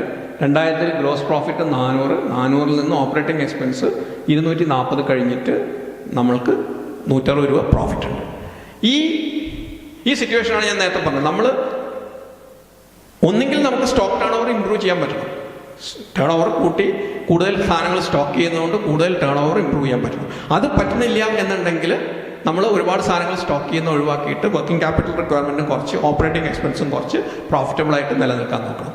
ഇനി നമ്മൾ ആദ്യത്തെ സിറ്റുവേഷനിലാണെങ്കിൽ ആദ്യത്തെ സിറ്റുവേഷനിൽ രണ്ടാമത്തെ സിറ്റുവേഷനിലേക്ക് എങ്ങനെ എത്താം എന്നുള്ളത് നമ്മൾ ആലോചിക്കണം. അപ്പോൾ ഈ രണ്ടാമത്തെ സിറ്റുവേഷനിലേക്ക് എത്തുമ്പോൾ ചിലപ്പോൾ അതിനായിട്ട് ഇൻക്രിമെൻ്റൽ എക്സ്പെൻസ് വേണ്ടി വരും. ഒന്നുള്ള സ്റ്റോക്ക് ടേൺ ഓവർ 2 ആവണമെന്നുണ്ടെങ്കിൽ ചിലപ്പോൾ കുറച്ച് മാർക്കറ്റിംഗ് സ്പെൻഡ് വേണ്ടി വരും, അല്ലെങ്കിൽ ചിലപ്പോൾ മാർക്കറ്റിംഗ് എക്സിക്യൂട്ടീവ്സിനെ വെക്കേണ്ടി വരും, ചിലപ്പോൾ അഡ്വർടൈസ്മെൻറ്റ് വേണ്ടി വരും. അങ്ങനെ ഒരു അഡ്വർടൈസ്മെൻറ്റ് ക്യാമ്പയിൻ നടത്തുന്നുണ്ടെങ്കിൽ അല്ലെങ്കിൽ ഒരു സ്കീംസ് റൺ ചെയ്യുന്നുണ്ടെങ്കിൽ ആ സ്കീംസ് റൺ ചെയ്യുന്നതിൻ്റെ പ്രോഫിറ്റബിലിറ്റി എന്താണെന്നുള്ളത് നമ്മൾ അനലൈസ് ചെയ്യും. അത് മനസ്സിലാക്കിയിട്ട് നമ്മൾ സ്കീം റൺ ചെയ്ത് പ്രോഫിറ്റബിളായിട്ട് ബിസിനസ് കൊണ്ടുനടക്കാനായിട്ട് ശ്രമിക്കണം. ഇപ്പോൾ ഒരു കേസ് ഞാൻ എൻ്റെ ഒരു ക്ലയൻറ്റായിട്ട് സംസാരിച്ചപ്പോൾ ആൾ പറഞ്ഞാണ്, അവരെല്ലാ കൊല്ലവും സ്കീം റൺ ചെയ്യാറുണ്ട്, സ്കീമിന് വേണ്ടിയിട്ട് 10-30 ലക്ഷം രൂപ സ്പെൻഡ് ചെയ്യാറുണ്ട്. പക്ഷേ സ്കീമിൽ നിന്ന് ഡിസൈഡ് റിസൾട്ട് കിട്ടണില്ല എന്നുള്ളൊരു ഫീലിംഗ് ഉണ്ടായിട്ട് ആ സ്കീമിൻ്റെ ഇതൊന്ന് സ്റ്റഡി ചെയ്യാനായിട്ടാണ് എന്നെ അപ്രോച്ച് ചെയ്തത്. അങ്ങനെ സ്കീം സ്റ്റഡി ചെയ്ത് നോക്കിക്കഴിഞ്ഞപ്പോൾ കണ്ടൊരു ഫാക്ട് എന്താണെന്ന് വെച്ച് കഴിഞ്ഞാൽ സ്കീം ഉണ്ടെങ്കിലും സ്കീമില്ലെങ്കിലും, അതായത് സ്കീമുള്ളപ്പോൾ 100 യൂണിറ്റ് വിൽക്കണമെങ്കിൽ സ്കീമില്ലാത്തപ്പോൾ 80-85 യൂണിറ്റ് വിൽക്കേണ്ടത്. അതായത് ഒരു 15 to 20% ആണ് സ്കീം കാരണം അഡീഷണൽ ആയിട്ട് സെയിൽസ് ഇൻക്രീസ് ചെയ്യുന്നത്. ആ 15-20% ഇൻക്രീസ് സെയിൽസിൽ നിന്ന് കിട്ടുന്ന റവന്യൂവും അതിന് സ്പെൻഡ് ചെയ്യുന്ന എമൗണ്ടുമായിട്ട് നോക്കുമ്പോൾ ആ scheme was running at a huge loss. ഒരു 10-20-25 ലക്ഷം രൂപ സ്കീമിന് വേണ്ടിയിട്ട് സ്പെൻഡ് ചെയ്യുന്നുണ്ട്. ഒരു 20-22 ലക്ഷം രൂപയോളം സ്കീമിൻ്റെ കെയർ ഓഫിൽ ലോസ് ആയി. അപ്പോൾ ഈ സെയിൽസ് ടേൺ ഓവർ ഞാൻ നേരത്തെ പറഞ്ഞു, അതായത് ടേൺ ഓവർ കൂട്ടുക എന്നുള്ളത് മാത്രമായിരിക്കും നമ്മുടെ ഉദ്ദേശം. പക്ഷേ പ്രോഫിറ്റബിൾ ആയിട്ട് ടേൺ ഓവർ കൂട്ടുക എന്നുള്ളതാണ്. അപ്പോൾ സ്റ്റോക്ക് ടേൺ ഓവർ ഇമ്പ്രൂവ് ചെയ്യുക എന്നുള്ളത് നമ്മുടെ ആവശ്യമാണ്. പക്ഷേ ആവശ്യമില്ലാത്ത സ്റ്റോക്ക് ഹോൾഡ് ചെയ്യാണ്ടിരിക്കാൻ ശ്രദ്ധിക്കണം. സ്റ്റോക്ക് ടേൺ ഓവർ കൂട്ടാനായിട്ട് സ്പെൻഡ് ചെയ്യുന്ന അഡീഷണൽ സ്പെൻഡ് അതിനേക്കാളും കൂടുതൽ റവന്യൂ ജനറേറ്റ് ചെയ്യുന്നുണ്ടെന്നുള്ളത് നമ്മൾ എൻഷുർ ചെയ്യണം. ഇത് നേരത്തെ പറഞ്ഞ രണ്ടാമത്തെ പോയിന്റ് ഡെറ്റേഴ്സിൻ്റെ കേസാണ്. ഞാൻ പറഞ്ഞല്ലോ, സെയിൽസ് ഇൻക്രീസ് ചെയ്യാനുള്ള വ്യഗ്രതയിൽ പലപ്പോഴും ക്രെഡിറ്റിന് നമ്മൾ സാധനങ്ങൾ വിൽക്കാറുണ്ട്. ക്രെഡിറ്റിന് വിൽക്കുമ്പോൾ ആ ക്രെഡിറ്റിൻ്റെ കോസ്റ്റ് എന്താണെന്നുള്ളത് കറക്റ്റായിട്ട് അസസ് ചെയ്ത്, പല കേസുകളിലും നിങ്ങൾ നോക്കിയാൽ ക്രെഡിറ്റിന് വിൽക്കുന്നതും ക്യാഷിന് വിൽക്കുന്നതുമായിട്ട് പ്രൈസിൽ ഡിഫറൻസ് ഉണ്ടാവാറില്ല. ചിലപ്പോൾ ക്യാഷിന് വിൽക്കുമ്പോൾ നമ്മൾ ചെറിയൊരു ഡിസ്കൗണ്ട് കൊടുത്തു വരും. ഒന്ന്. ഇനി ക്രെഡിറ്റിന് കൊടുത്താൽ സാധാരണ നമ്മൾ പറയും 10 ദിവസം അല്ലെങ്കിൽ 30 ഡേയ്സ് ക്രെഡിറ്റ് എന്ന് പറയും. ഇത് 30 ഡേയ്സ് കഴിഞ്ഞ് 60 ഡേയ്സ് ആയാലും 90 ഡേയ്സ് ആയാലും 180 ഡേയ്സ് ആയാലും അഡീഷണൽ ഇൻട്രസ്റ്റ് പലപ്പോഴും കളക്ട് ചെയ്യാറില്ല. അങ്ങനെ വരുന്ന സെയിൽസിൻ്റെ ഒരു ഇമ്പാക്റ്റാണ് ഞാനിവിടെ കാണിച്ചിരിക്കുന്നത്. 3 സെനാരിയോ ആണ്. 3ലും സെല്ലിംഗ് പ്രൈസ് സെയിം ആണ്, 1000 രൂപ. കോസ്റ്റ് ഓഫ് പ്രൊഡക്ഷൻ 800 രൂപ. അങ്ങനെ ഗ്രോസ് പ്രോഫിറ്റ് 200 രൂപ. അതിൽ നിന്ന് ഓപ്പറേറ്റിംഗ് എക്സ്പെൻസ് 150 രൂപ. ഇൻട്രസ്റ്റ് ഒഴികെയുള്ള ഓപ്പറേറ്റിംഗ് എക്സ്പെൻസാണ് ഇട്ടിരിക്കുന്നത്. അത് 150 രൂപ 3ൽ നിന്ന് കുറച്ച് കഴിഞ്ഞാൽ ആദ്യത്തെ സെനാരിയോയിൽ 200 രൂപ ഗ്രോസ് പ്രോഫിറ്റ് ഉണ്ട്. 200 രൂപ ഗ്രോസ് പ്രോഫിറ്റിൽ നിന്ന് 150 രൂപ ഓപ്പറേറ്റിംഗ് എക്സ്പെൻസ് കുറച്ചു. നമ്മൾ 50 രൂപ പ്രോഫിറ്റ് എന്നുള്ള അസംഷനിലാണ് ഇരിക്കുന്നത്. പക്ഷേ 2 മാസത്തെ ക്രെഡിറ്റിനാണ് നമ്മൾ കൊടുത്തിരിക്കുന്നത്. ബാങ്ക് ഇൻട്രസ്റ്റ് 12% ആണെന്നുണ്ടെങ്കിൽ 800 രൂപയുടെ മുകളിൽ 2 മാസത്തേക്ക് 12% ഇൻട്രസ്റ്റ് കാൽക്കുലേറ്റ് ചെയ്താൽ 16 രൂപ വരും. അത് 50 രൂപ പ്രോഫിറ്റിൽ നിന്ന് 16 രൂപ കുറച്ചാൽ നമുക്ക് കിട്ടുന്ന നെറ്റ് പ്രോഫിറ്റ് എന്ന് പറയുന്നത് 34 രൂപയാണ്. അത് നമ്മൾ വിൽക്കുമ്പോൾ നമ്മുടെ മനസ്സിൽ നമ്മൾ 800 രൂപയുടെ സാധനം 1000 രൂപയ്ക്ക് കൊടുത്തു, 200 രൂപ പ്രോഫിറ്റ് ഉണ്ടെന്നുള്ളൊരു കൺസെപ്റ്റ് ഉണ്ട്. Well and good. ആ 200 രൂപേനെ കുറച്ചും കൂടെ നമ്മൾ ഫിനാൻഷ്യലി അനലൈസ് ചെയ്ത് നോക്കിയിട്ട് 150 രൂപ നമ്മൾ ഓപ്പറേറ്റിംഗ് എക്സ്പെൻസ് ഉണ്ടെന്ന് കൂട്ടി അതും കുറച്ച് 50 രൂപ പ്രോഫിറ്റ് ഉണ്ട്. അപ്പോഴും വലിയ കുഴപ്പമില്ല. അവിടെ നിന്ന് നമ്മൾ ബാങ്കിൻ്റെ ഇൻട്രസ്റ്റും കൂടെ അതിൽ നിന്ന് ഡിഡക്റ്റ് ചെയ്യുമ്പോൾ 2 മാസത്തെ ബാങ്ക് ഇൻട്രസ്റ്റ് കൂടെ കഴിയുമ്പോൾ 34 രൂപ. എന്നാലും ഓക്കെ. രണ്ടാമത്തെ സിറ്റുവേഷനിലേക്ക് നിങ്ങൾ വരികയാണ്. 2 മാസം ക്രെഡിറ്റ് എന്നുള്ളത് 4 മാസം ക്രെഡിറ്റിലേക്ക് പോയി. 4 മാസം ക്രെഡിറ്റിലേക്ക് പോകുമ്പോൾ നാച്ചുറലി 16 രൂപ ഇൻട്രസ്റ്റ് എന്നുള്ളത് 32 രൂപ ഇൻട്രസ്റ്റായി. പ്രോഫിറ്റ് 34 എന്നുള്ളത് 18ആയി. അത് നമുക്ക് ചെറിയൊരു കൺസേൺ ആയി. പക്ഷെ പലപ്പോഴും ക്രെഡിറ്റിൽ കൊടുക്കുമ്പോൾ 4 മാസം കൊണ്ട് പോലും ഇപ്പോൾ ക്യാഷ് കിട്ടാറില്ല. മൂന്നാമത്തെ സിറ്റുവേഷനിൽ 6 മാസത്തേക്ക് പോകുമ്പോൾ ഇൻട്രസ്റ്റ് എന്ന് പറയുന്നത് 48 രൂപയായി. നിങ്ങളുടെ പ്രോഫിറ്റ് എന്ന് പറയുന്നത് 2 രൂപയായി. ഇതാണ് പല കേസുകളിലും വന്ന് നിൽക്കുന്ന സിറ്റുവേഷൻ. അല്ലെങ്കിൽ ഇതിനേക്കാളും വേഴ്സാണ്. ഇവിടുന്ന് 1 മാസം കൂടി അങ്ങോട്ടേക്ക് പോയാൽ നിങ്ങൾ ഈ കച്ചവടം ചെയ്തുകൊണ്ട് ആക്ച്വലി നിങ്ങൾക്ക് ലോസാണ് ഉണ്ടായത്. അപ്പോൾ ക്രെഡിറ്റിൽ വിൽക്കുമ്പോൾ ആ ക്രെഡിറ്റിൻ്റെ കോസ്റ്റ് എന്താണെന്ന് കൃത്യമായിട്ട് നമ്മൾ മനസ്സിലാക്കി അതനുസരിച്ച് നിങ്ങളുടെ പ്രൈസിങ്ങിൽ അതിനൊരു ഫ്ലെക്സിബിലിറ്റി ബിൽഡ് ചെയ്യാൻ നമുക്ക് പറ്റണം. ഇത് മനസ്സിലാക്കിയിട്ട് തന്നെയാണ് ഇപ്പോൾ നിങ്ങൾക്ക് അറിയാമെന്നറിയില്ല, MSMEക്ക് വേണ്ടിയിട്ട് ഒരു സ്പെഷ്യൽ സ്കീമൊക്കെ ഗവൺമെൻറ് കൊണ്ടുവന്നിട്ടുണ്ട്. MSME യൂണിറ്റ്സ് വേറെ കമ്പനീസിനെ സപ്ലൈ ചെയ്യുകയാണെന്നുണ്ടെങ്കിൽ കമ്പനീസ് കറക്റ്റ് ടൈമിൽ കാശ് തന്നിട്ടില്ല എന്നുണ്ടെങ്കിൽ അവർ ഇൻട്രസ്റ്റ് തരണം എന്നൊക്കെ പറഞ്ഞിട്ടൊരു ക്ലോസ് ഉണ്ട്. ആ ക്ലോസ് ഉണ്ടെങ്കിലും പലരും അത് കൊടുക്കാറില്ല. ചില ആൾക്കാർ അത് കൊടുക്കാറുണ്ടെന്ന് പറയാറുണ്ട്. പക്ഷേ അൾട്ടിമേറ്റ്ലി കസ്റ്റമേഴ്സിന് കിട്ടാറില്ല. പക്ഷേ ഞാൻ പറഞ്ഞു വരുന്നത് നമ്മളുടെ ക്രെഡിറ്റ് സെയിൽസിനെ എങ്ങനെ കൺട്രോൾ ചെയ്യണം. ചിലപ്പോൾ നിങ്ങൾക്ക് ഇതിന് ഒരു അഡീഷണൽ റിസോഴ്സിനെ വെച്ചിട്ട് നിങ്ങളുടെ collection mechanism credit sales totally വേണ്ടാന്ന് നോക്കാൻ നമുക്ക് പറ്റിയെന്ന് വരില്ല. പക്ഷെ അങ്ങനെ വരുമ്പോൾ അതിനൊരു സ്ട്രോങ് ആയിട്ടുള്ള ഒരു കളക്ഷൻ മെക്കാനിസം ബിൽഡ് ചെയ്യാൻ നമുക്ക് പറ്റണം ഒന്നെങ്കിലും. അതല്ലെങ്കിൽ നമുക്ക് ഈ ഡെറ്റേഴ്സിനെ എടുത്തിട്ട് ഇതിനുള്ള വേറൊരു പ്രോബ്ലം കൂടിയുണ്ട്. ഇത് ഈ കാണുന്ന മാതിരി അത്ര സിമ്പിൾ അല്ല. ഇതിൻ്റെ കോസ്റ്റ് ഇതിനേക്കാളും കൂടുതലാണ്. കാരണം ഈ ഫണ്ട് മാർക്കറ്റിൽ നിന്ന് പിരിഞ്ഞ് കിട്ടിയിട്ട് വേണം നിങ്ങൾക്ക് അടുത്ത വർക്കിംഗ് ക്യാപിറ്റൽ സൈക്കിൾ ഉണ്ടാക്കാൻ. ആൻഡ് പല യൂണിറ്റ്സിനും കണ്ടിരിക്കുന്ന ഒരു പ്രോബ്ലം എന്ന് വെച്ച് കഴിഞ്ഞാൽ ബാങ്കിൽ നിന്ന് 1 കോടി രൂപ ലോൺ എടുത്ത് കച്ചവടം തുടങ്ങി. ഇമ്പോർട്ട് ചെയ്ത് മലേഷ്യയിൽ നിന്ന് ഇവിടുന്ന് ഒലിവ് ഓയിലും ഇതൊക്കെ ഇമ്പോർട്ട് ചെയ്തു. 1 കോടി രൂപ ലോൺ എടുത്ത് കച്ചവടം ചെയ്തു. ഈ 1 കോടി രൂപയുടെ സാധനം വന്നു. ഈ 1 കോടി രൂപ മാർക്കറ്റിൽ കൊടുത്തു. മാർക്കറ്റിൽ നിന്ന് കാശ് പിരിഞ്ഞ് കിട്ടിയില്ല. പിന്നെ അടുത്ത ലോട്ട് വരാനുള്ള കാശില്ല. മാർക്കറ്റിൽ നിന്ന് പിരിഞ്ഞ് കിട്ടിയിട്ടുണ്ട്. മാർക്കറ്റിൽ നിന്ന് പിരിഞ്ഞ് കിട്ടാൻ 6 മാസം എടുത്തു. അപ്പോഴേക്കും ബാങ്കിൻ്റെ ഇൻട്രസ്റ്റ് കൂടി. ബാങ്കിൽ ഇൻട്രസ്റ്റ് കൊടുക്കാൻ പറ്റാണ്ട് NPA ആയി. തുടങ്ങിയപ്പോൾ അക്കൗണ്ട് NPA. അപ്പോൾ ഡെറ്റേഴ്സ് കൂടുമ്പോൾ ഇൻട്രസ്റ്റ് കോസ്റ്റ് മാത്രമല്ല, ഞാൻ നേരത്തെ പറഞ്ഞ മാതിരി ആ വർക്കിംഗ് ക്യാപിറ്റൽ സൈക്കിൾ എലോങ്ങേറ്റഡ് ആവുന്ന ഒരു ഇഷ്യൂ കൂടി ഉണ്ടാവും.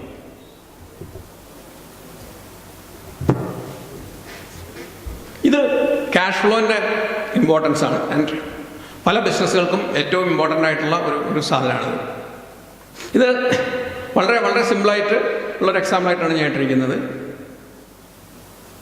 10,000 രൂപയ്ക്ക് മേടിച്ചിട്ടുള്ള സാധനം 20% മാർക്കപ്പ് വെച്ചിട്ട് 12,000 രൂപയ്ക്ക് വിൽക്കുന്ന സിറ്റുവേഷനാണ്. 12,000 രൂപയ്ക്ക് വിൽക്കുന്ന ആ കമ്പനിക്ക് ഓപ്പറേറ്റിംഗ് എക്സ്പെൻസ് 2,200 രൂപയുണ്ട്. ഒരു മാസത്തേക്ക് 100 രൂപ ഇൻട്രസ്റ്റ്, ഓവർ ഡ്രാഫ്റ്റിൻ്റെ ഇൻട്രസ്റ്റ് 100 രൂപ. അത് അക്കൗണ്ടിൽ ഡെബിറ്റ് ചെയ്യുന്നുണ്ട്, പക്ഷേ പേ ചെയ്യുന്നില്ല. ഓക്കെ, അങ്ങനെ വരുമ്പോൾ 10,000 രൂപയ്ക്ക് വിറ്റ് 10,000 രൂപയ്ക്ക് മേടിച്ച സാധനം 12,000 രൂപയ്ക്ക് വിറ്റ് 2,200 രൂപ ഓപ്പറേറ്റിംഗ് എക്സ്പെൻസ് കൂടെ കഴിയുമ്പോൾ കമ്പനിയുടെ കയ്യിലുള്ള ക്യാഷ് ഫ്ലോ എന്ന് പറയുന്നത് 9,800 രൂപയാണ്.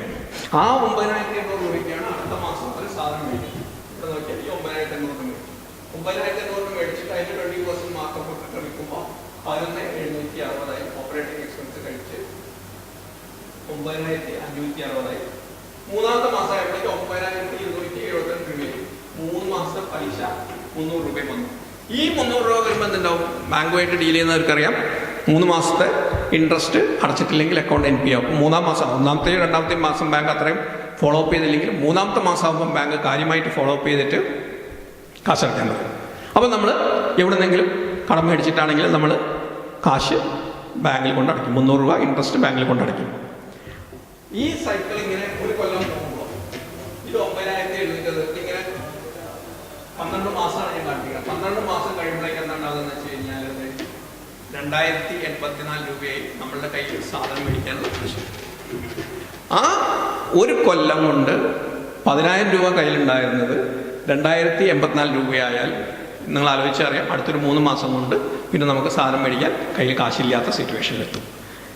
ഇൻ ദ മീൻ ടൈം എന്താ സംഭവിച്ചിരിക്കണേ? ബാങ്കിൽ അടയ്ക്കേണ്ട ഇൻട്രസ്റ്റ് നമ്മൾ സെപ്പറേറ്റ്ലി കൊണ്ടുപോയി അടച്ചിട്ടുമുണ്ട്. ഓരോ പ്രാവശ്യവും ഇത് NPA ആവാണ്ടിരിക്കാനായിട്ട് ബാങ്കിൽ നിന്ന് പ്രഷർ വരുമ്പോൾ 300 രൂപ വീതം 1,200 രൂപ ബാങ്കിൽ കൊണ്ടുപോയിട്ട് അടച്ചിട്ടുണ്ട്. പല ബിസിനസ്സുകളും ഇപ്പോൾ ഉള്ള പല ബിസിനസ്സുകളും. ഇതിൻ്റെ ഇടയിൽ വേറെ സംഭവം കൂടി ഉണ്ട്. നിങ്ങളുടെ കയ്യിലെ സ്റ്റോക്ക് കുറഞ്ഞു, നമ്മൾ എല്ലാ മാസവും സ്റ്റോക്ക് സ്റ്റേറ്റ്മെൻറ്റ് ബാങ്കിൽ കൊടുക്കണം. സ്റ്റോക്ക് സ്റ്റേറ്റ്മെൻറ്റ് കൊടുക്കുമ്പോൾ നമ്മൾ സ്റ്റോക്ക് ഇല്ലെങ്കിലും ഇല്ലാത്ത സ്റ്റോക്ക് സ്റ്റേറ്റ്മെൻറ്റ് ഉണ്ടാക്കി ഫിഗറിൽ കാണിച്ചിട്ടാണ് കൊടുക്കുന്നത്. ഈ ഒരു സിറ്റുവേഷനാണ് ഇന്ന് ഉള്ള ഒരുപാട് ബിസിനസ് എൻ്റർപ്രൈസസിന് ഇപ്പോൾ ഉള്ളത്. സ്മോൾ സ്കെയിൽ ആണെങ്കിലും ശരി, മീഡിയം സ്കെയിൽ ആണെങ്കിലും ശരി, ഈവൺ ലാർജ് സ്കെയിൽ ആണെങ്കിലും. ഇതിനൊരു സൊല്യൂഷൻ വേണമെന്നുണ്ടെങ്കിൽ, ഇതുകൊണ്ടാണ് ഞാൻ നേരത്തെ പറഞ്ഞത്, ഈ എക്സാമ്പിൾ വളരെ ഇമ്പോർട്ടൻ്റ് ആണ്. ഇതുകൊണ്ടാണ് ഞാൻ നേരത്തെ പറഞ്ഞത്, ക്യാഷ് ഫ്ലോ എന്താണ് എന്ന് കറക്റ്റായിട്ട് അസസ് ചെയ്ത് അതിന് ടൈംലി നിങ്ങൾ കറക്റ്റീവ് മെഷേഴ്സ് എടുത്തില്ല എന്നുണ്ടെങ്കിൽ അത് നിങ്ങളുടെ ബിസിനസ്സിൻ്റെ എക്സിസ്റ്റൻസിനെ തന്നെ പിടിച്ചു പിടിക്കും. ഒറ്റ കൊല്ലം കൊണ്ട് ഒരു യൂണിറ്റ് ഇല്ലാണ്ടാവുന്ന ഒരു ആ ഷോർട്ട് ഫോൾ നോക്കിയാൽ വളരെ കുറവാണ്. 200 രൂപയുടെ ഷോർട്ട് ഫോളേ ഉള്ളൂ. ഒരു മാസത്തെ ഇതിൽ 200 രൂപയുടെ ഷോർട്ട് ഫോൾ വന്നാൽ തന്നെ ഒരു കൊല്ലം കൊണ്ട് ഒരു സ്ഥാപനം ഇല്ലാണ്. ഇതിന് ഒരു സൊല്യൂഷൻ ഞാൻ നേരത്തെ പറഞ്ഞ മാതിരി നിങ്ങൾ ക്യാഷ് ഫ്ലോ കറക്റ്റായിട്ട് കറക്റ്റ് ടൈമിൽ നിങ്ങളൊരു റെമഡിയൽ മെഷർ എടുക്കാൻ പറ്റിയാൽ നിങ്ങൾക്ക് അതിനെ ഗ്രോ ചെയ്യാം. സെയിം സിറ്റുവേഷനാണ്. ആദ്യത്തെ 3 മാസം ഒരു മാറ്റവും ഇല്ല. 3 മാസം കഴിയുമ്പോൾ നമ്മൾ എന്താ ചെയ്യുന്നതെന്ന് വെച്ച് കഴിഞ്ഞാൽ 3 മാസം കഴിയുമ്പോൾ നമ്മൾ ബോറോവർക്കും മനസ്സിലാവുകയാണ്, അല്ലെങ്കിൽ കസ്റ്റമർക്കും മനസ്സിലാവുകയാണ് ഇങ്ങനെ പോയാൽ ശരിയാവില്ല എന്ന് മനസ്സിലായിട്ട് ബാങ്കുമായിട്ടൊരു ഓപ്പൺ ഡിസ്കഷൻ നടത്തി കസ്റ്റമർ കുറച്ച് ക്യാഷ് ഇൻഫ്യൂസ് ചെയ്യുകയും ബാങ്കിൻ്റെ ഭാഗത്തുനിന്ന് ഒരു അഡീഷണൽ ക്യാപിറ്റൽ ഇൻഫ്യൂഷൻ അല്ലെങ്കിൽ ഒരു ഫണ്ട് ഇൻഫ്യൂഷൻ വരികയും ചെയ്യണം. അതായത് കസ്റ്റമർ ഒരു 800 രൂപയും ബാങ്ക് ഒരു 2,400 രൂപയും കൂടി കൂട്ടിയിട്ട് ഒരു 3,200 രൂപ അവിടെ ഇൻവെസ്റ്റ് ചെയ്യുകയാണെങ്കിൽ ഉണ്ടാകുന്ന ഒരു സിറ്റുവേഷനാണ് നമ്മളിവിടെ കാണിച്ചിരിക്കുന്നത്. അപ്പം 3 മാസം കഴിഞ്ഞപ്പോൾ നമുക്ക് മനസ്സിലായി ഇങ്ങനെ പോയാൽ ശരിയാവില്ല. അതുകൊണ്ട് നമ്മൾ നേരത്തെ എക്സാമ്പിൾ എന്താ ചെയ്തത്? ഒരു കൊല്ലം കൊണ്ട് 1,200 രൂപ നമ്മൾ ഇൻഫ്യൂസ് ചെയ്തു. ഓരോ 3 മാസം കൂടുമ്പോൾ 300 രൂപ വീതം ഇൻഫ്യൂസ് ചെയ്തു. ഇവിടെ നമ്മൾ ആദ്യത്തെ 300ൻ്റെ കൂടെ ഒരു 500 രൂപയും കൂടെ പെട്ടെന്ന് എവിടെ നിന്നൊക്കെ കടം മേടിച്ച് ഇൻഫ്യൂസ് ചെയ്യും. ബാങ്കിൽ പോയി സംസാരിച്ച് അവരോടും കുറച്ച് കാശ് തരാൻ പറയും. അങ്ങനെ രണ്ടാളും കൂടെ കൂടിയിട്ട് ബാങ്കും കസ്റ്റമറും കൂടെ കൂടിയിട്ട് 3,200 രൂപ ഇൻഫ്യൂസ് ചെയ്താൽ ഒരു കൊല്ലം കൊണ്ടുണ്ടാകുന്ന ചേഞ്ചാണ് നമ്മൾ കാണുന്നത്. നേരത്തെ കണ്ടതിൽ നിന്ന് മാറിയിട്ട് 16,500 രൂപ ഇയർ എൻഡിൽ നമ്മുടെ കയ്യിൽ ക്യാഷ് ഉണ്ട്. ഈ 16,500 നിന്നും നിങ്ങൾ ഈ 3,200 രൂപ എടുക്കുള്ളൂ. 3,200 രൂപ എടുത്തു കഴിഞ്ഞാൽ നമ്മുടെ കയ്യിൽ ഏതാണ്ട് 13,500 രൂപ ബാക്കിയുണ്ട്. 13,500 രൂപ ബാക്കിയുണ്ടെങ്കിൽ അടുത്ത 3 മാസം കൊണ്ട് വീണ്ടും നമ്മൾ ക്യാഷ് സർപ്ലസ് ആവും. അപ്പം ബേസിക്കലി ഞാൻ പറഞ്ഞത് എന്താണെന്ന് വെച്ച് കഴിഞ്ഞാൽ ഡ്രിപ്പ് ഫീഡിങ് നടത്തിയത് കൊണ്ട് പലപ്പോഴും നിങ്ങളുടെ ബിസിനസ്സിൻ്റെ പ്രോബ്ലംസ് സോൾവ് ചെയ്യാൻ പറ്റിയെന്ന് വരില്ല. ബാങ്കുകൾ നിങ്ങളെ വിളിച്ച് പറയുന്നത് ഇൻട്രസ്റ്റ് അടയ്ക്ക്, എങ്ങനെയെങ്കിലും ഇൻട്രസ്റ്റ് അടയ്ക്ക്, ഇൻട്രസ്റ്റ് അടച്ച് കൊണ്ടുപോകൂ എന്നായിരിക്കും. അതുകൊണ്ട് നിങ്ങളൊരു പ്രോബ്ലം സോൾവ് ചെയ്യണില്ല, പ്രോബ്ലം പോസ്റ്റ്പോൺ ചെയ്യണേ ഉള്ളൂ. പ്രോബ്ലം പോസ്റ്റ്പോൺ ചെയ്യുക മാത്രമല്ല, പ്രോബ്ലം കൂടുതൽ ഇൻറ്റൻസിഫൈ ചെയ്തേ ഉള്ളൂ. അപ്പോൾ സർജറി വേണ്ട സമയങ്ങളിൽ സർജറി തന്നെ വേണം. അപ്പോൾ നിങ്ങളുടെ ബിസിനസ്സിൻ്റെ ക്യാഷ് ഫ്ലോ കറക്റ്റായിട്ട് അസസ് ചെയ്ത് എവിടെയാണോ നിങ്ങൾക്ക് ക്യാഷ് ഫ്ലോയ്ക്ക് ഷോർട്ടേജ് ഫീൽ ചെയ്യുന്നത് ആ സമയത്ത് പറ്റാവുന്ന സ്ഥലങ്ങളിൽ നിന്ന് ക്യാഷ് ഇൻഫ്യൂസ് ചെയ്ത് റിവൈവൽ പാത്തിലേക്ക് എത്രയും പെട്ടെന്ന് ബിസിനസ്സിനെ കൊണ്ടുവന്നില്ല എന്നുണ്ടെങ്കിൽ ലോങ് ടേമിൽ, അത് വളരെ ലോങ് ടേമിലല്ല, ഒരു മീഡിയം ടേമിൽ തന്നെ it will create serious problems. ഇപ്പോൾ ഇത് പറയുമ്പോൾ നിങ്ങൾ വിചാരിക്കുന്നുണ്ടാവും ബാങ്ക് തോന്നിയ മാതിരി ഫണ്ട് തരുമോ, അല്ലെങ്കിൽ ബാങ്കിനോട് ചോദിച്ചാൽ ഫണ്ട് കിട്ടുമോ എന്നുള്ള കാര്യങ്ങളൊക്കെ നിങ്ങൾക്ക് തോന്നുന്നുണ്ടാവും. അതിൽ ഞാൻ പറയുക, ഏറ്റവും ഇമ്പോർട്ടൻ്റ് ആയിട്ടുള്ളത് നിങ്ങളും ബാങ്കുമായിട്ടുള്ള റിലേഷൻഷിപ്പാണ്. ഞാൻ നേരത്തെ പറഞ്ഞ ഫിനാൻഷ്യൽ ഡിസിപ്ലിൻ ഒരു വലിയ ആസ്പെക്റ്റാണ്. ബാങ്കിൽ ഇപ്പം ഞാൻ നേരത്തെ പറഞ്ഞില്ലേ 3-4 ടൈപ്പ് ബാലൻസ് ഷീറ്റുള്ള ആൾക്കാരുണ്ട്. GST ഒരു ബാലൻസ് ഷീറ്റ്, ഇൻകം ടാക്സിലേക്ക് ഒരു ബാലൻസ് ഷീറ്റ്, ബാങ്കിന് വേറൊരു ബാലൻസ് ഷീറ്റ്, ഇതൊന്നും അല്ലാണ്ട് പാർട്ട്ണർഷിപ്പിന് വേറൊരു ബാലൻസ് ഷീറ്റ്, അങ്ങനെ 4 ബാലൻസ് ഷീറ്റുള്ളവരുണ്ട്. ഇപ്പം ഇനി അങ്ങോട്ടുള്ള കാലഘട്ടങ്ങളിൽ ഇതെല്ലാം കൂടി സ്ട്രീംലൈൻഡ് ആയി പോയിക്കൊണ്ടിരിക്കുകയാണ്. കാരണം എന്താ വെച്ച് കഴിഞ്ഞാൽ ഇൻഫർമേഷൻസ് GST കൊടുക്കുന്ന ഇൻഫർമേഷൻ ഓട്ടോമാറ്റിക്കലി എല്ലാവർക്കും അവൈലബിൾ ആക്കാനായിട്ടുള്ളൊരു ഇത് വരുന്നുണ്ട്. അപ്പോൾ നിങ്ങൾ GST കൊടുത്ത ഡേറ്റ തന്നെയായിരിക്കും ബാങ്കിലേക്കും ഇൻകം ടാക്സിലേക്കും ഒക്കെ പോകുക. അങ്ങനെ വരുമ്പോൾ നിങ്ങൾ എന്ത് ട്രാൻസ്പെറൻ്റ് ആയിട്ടാണോ ബാങ്കുമായിട്ട് ഡീൽ ചെയ്യുന്നതിനനുസരിച്ചിരിക്കും ബാങ്ക് നിങ്ങൾക്കൊരു പ്രോബ്ലം വരുമ്പോൾ നിങ്ങളെ സപ്പോർട്ട് ചെയ്യുന്നത്. ആ ഒരു ആസ്പെക്റ്റ് വളരെ കൃത്യമായിട്ട് നമ്മൾ മനസ്സിലാക്കുക. ഞാൻ നേരത്തെ പറഞ്ഞ ഈ ബാങ്ക് ഫണ്ട് തരുമെന്നുള്ളത്, അതായത് ഇത്രയും നാളും ബാങ്ക് നിങ്ങൾക്കൊരു അഡീഷണൽ ലോൺ വേണമെന്നോ അല്ലെങ്കിൽ ഒരു റീസ്ട്രക്ചറിങ് വേണമെന്നോ പറഞ്ഞാൽ തരില്ലായിരുന്നു. ഇപ്പോൾ ആ സിറ്റുവേഷൻ മാറി. കാരണം എന്താ വെച്ച് കഴിഞ്ഞാൽ നിങ്ങൾ വായിച്ചിട്ടുണ്ടാവും, കഴിഞ്ഞ ജനുവരി 1 ന്യൂ ഇയർ ഗിഫ്റ്റ് മാതിരി RBI ഒരു സർക്കുലർ കൊണ്ടുവന്നു. MSME യൂണിറ്റ്സിന് ഒരു റീസ്ട്രക്ചറിങ് ഫെസിലിറ്റിയാണ് ആ സ്കീമിൽ അവർ കൊണ്ടുവന്നിട്ടുണ്ടായിരുന്നത്. ആ സ്കീം പ്രകാരം MSME യൂണിറ്റുകൾക്കൊക്കെ ഇതേവരെ ഒരിക്കലും ഒരു ബാങ്ക് നിങ്ങൾ പോയിട്ട് ഒരു പെർഫോമിംഗ് അക്കൗണ്ട് റീസ്ട്രക്ചർ ചെയ്ത് തരണം എന്ന് പറഞ്ഞു കഴിഞ്ഞാൽ അവർ റീസ്ട്രക്ചർ ചെയ്യില്ലായിരുന്നു. കാരണം RBIയുടെ സർക്കുലർ പ്രകാരം റീസ്ട്രക്ചർ ചെയ്താൽ അത് NPA ആണ്. പക്ഷെ ഇപ്പോൾ ഈ ജനുവരി 1 മുതൽ വന്ന റിലാക്സേഷൻ അനുസരിച്ചിട്ട് അത് NPA ആക്കേണ്ട കാര്യമില്ല. ആ സ്കീം കൂടി ഒന്ന് ഡിസ്ക്രൈബ് ചെയ്തിട്ട് വി വിൽ വൈൻഡ് അപ്പ്. അപ്പോൾ MSME സ്കീമിൽ 10 കോടി വരെ പ്ലാന്റ് ആൻഡ് മെഷീനറി, ആർക്കൊക്കെയാണ് എലിജിബിലിറ്റി എന്ന് വെച്ച് കഴിഞ്ഞാൽ 10 കോടി വരെ പ്ലാന്റ് ആൻഡ് മെഷീനറിയിൽ ഇൻവെസ്റ്റ് ചെയ്തിട്ടുള്ള മാനുഫാക്ചറിങ് യൂണിറ്റ്സ്, അല്ലെങ്കിൽ 5 കോടി വരെ എക്യുപ്മെൻറ്റ്സിൽ ഇൻവെസ്റ്റ് ചെയ്തിട്ടുള്ള സർവീസ് പ്രൊവൈഡേഴ്സിന് ഇതുണ്ട്. Total borrowing banking and non banking സിസ്റ്റത്തിൽ നിന്ന്, അതായത് ബാങ്ക്സിൽ നിന്നും NBFCയിൽ നിന്നും കൂടിയുള്ള ടോട്ടൽ ബോറോയിങ്സ് 25 കോടിയിൽ കൂടാൻ പാടില്ല. 25 കോടി എന്ന് പറയുന്നത് fund based and non fund based limit, എല്ലാ ലിമിറ്റുകളും കൂടെ കൂടിയിട്ടാണ്. നിങ്ങൾക്ക് LC ലിമിറ്റ് ഉണ്ടാവാം, ബാങ്ക് ഗ്യാരണ്ടി ലിമിറ്റ് ഉണ്ടാവാം, ഇതെല്ലാം കൂടെ കൂടിയിട്ട് 25 കോടിയിൽ കൂടുതൽ എക്സ്പോഷർ ഉണ്ടാവാൻ പാടില്ല, bank plus NBFC. And benefit is available only for account which is in default but standard. അതായത് ജനുവരി 1 വെച്ചിട്ട് അരിയേഴ്സ് ഉണ്ടാവാം, NPA ആവാൻ പാടില്ല. അരിയേഴ്സ് ഉണ്ടാവാം എന്നല്ല പറഞ്ഞിരിക്കുന്നത്. അതൊരു ശരിക്കൊരു RBIയുടെ ഭാഗത്തു നിന്ന് വന്നിട്ടുള്ളൊരു മിസ്നോമറാണ്.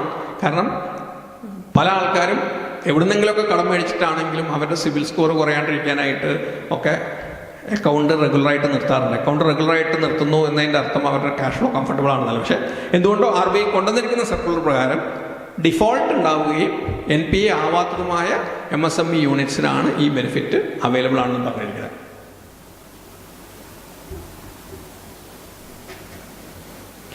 സ്റ്റാൻഡേർഡ് അസറ്റായിട്ട് നിൽക്കുക. അത് ഈ അക്കൗണ്ട് ഈ പ്രോസസ്സിന് ബാക്കിയുള്ള സ്കീമുകളിൽ നിന്ന് വ്യത്യസ്തമായിട്ട് ഈ സ്കീമിനുള്ളൊരു അഡ്വാൻറ്റേജ് എന്താണെന്ന് വെച്ച് കഴിഞ്ഞാൽ ഇത് ഒരു ലോങ് പീരീഡാണ് തന്നിരിക്കുന്നത്. ജനുവരി 1, 2019 തൊട്ട് തുടങ്ങിയിട്ട് റീസ്ട്രക്ചറിങ് മാർച്ച് 2020 എപ്പോൾ വേണമെങ്കിലും കംപ്ലീറ്റ് ചെയ്താൽ മതി. റീസ്ട്രക്ചറിങ് കംപ്ലീറ്റ് ചെയ്യാന്ന് പറഞ്ഞാൽ ഡോക്യുമെൻറ്റേഷൻ ഉൾപ്പെടെ എല്ലാ സാധനങ്ങളും കംപ്ലീറ്റ് ചെയ്യുമ്പോഴാണ് റീസ്ട്രക്ചറിങ് കംപ്ലീറ്റ് ചെയ്യുക. ഇതിനു മുമ്പ് RBI കൊണ്ടുവന്ന സ്കീമുകളിലൊക്കെ RBI പറഞ്ഞിട്ടുണ്ടായിരുന്നത് GST രജിസ്ട്രേഷൻ ഉള്ള യൂണിറ്റ്സിന് മാത്രമേ ഇങ്ങനത്തെ ഫെസിലിറ്റീസ് കൊടുത്തിട്ടുണ്ടായിരുന്നു. പക്ഷേ ഈ ഒരു സ്കീം വന്നപ്പോൾ RBI അതും മാറ്റിയിട്ട് as on date GST registration ഇല്ലെങ്കിലും ഈ പറയുന്ന റീസ്ട്രക്ചറിങ് കംപ്ലീറ്റ് ചെയ്യുമ്പോഴേക്ക് GST രജിസ്ട്രേഷൻ എടുക്കും എന്നുണ്ടെങ്കിൽ ആ യൂണിറ്റുകൾക്കും കൂടെ ഇത് ബെനിഫിറ്റ്. അപ്പോൾ ഞാൻ പറഞ്ഞത് നോക്കിയാൽ ഒരുപാട് MSME യൂണിറ്റ്സിന് അഡ്വാൻറ്റേജസ് ആയിട്ട് വരാവുന്ന ഒരു സ്കീമാണ് ഈ പറയുന്ന റീസ്ട്രക്ചറിങ് സ്കീം. അത് നമ്മൾ ഭംഗിയായിട്ട് വർക്കൗട്ട് ചെയ്താൽ ഞാൻ നേരത്തെ പറഞ്ഞ മാതിരി നിങ്ങളുടെ ക്യാഷ് ഫ്ലോസിനെ ഈസ് ഔട്ട് ചെയ്യാനായിട്ട്. ഇനി റീസ്ട്രക്ചറിങ് എന്താണെന്നുള്ളതാണ്. റീസ്ട്രക്ചറിങ് എന്താണെന്ന് വെച്ച് കഴിഞ്ഞാൽ ഇത് മനസ്സിലാക്കിയാലാണ് എവിടെയാണ് നിങ്ങളുടെ ക്യാഷ് ഫ്ലോസിനെ ഹെൽപ്പ് ഔട്ട് ചെയ്യുക എന്നുള്ളത് മനസ്സിലാവുക.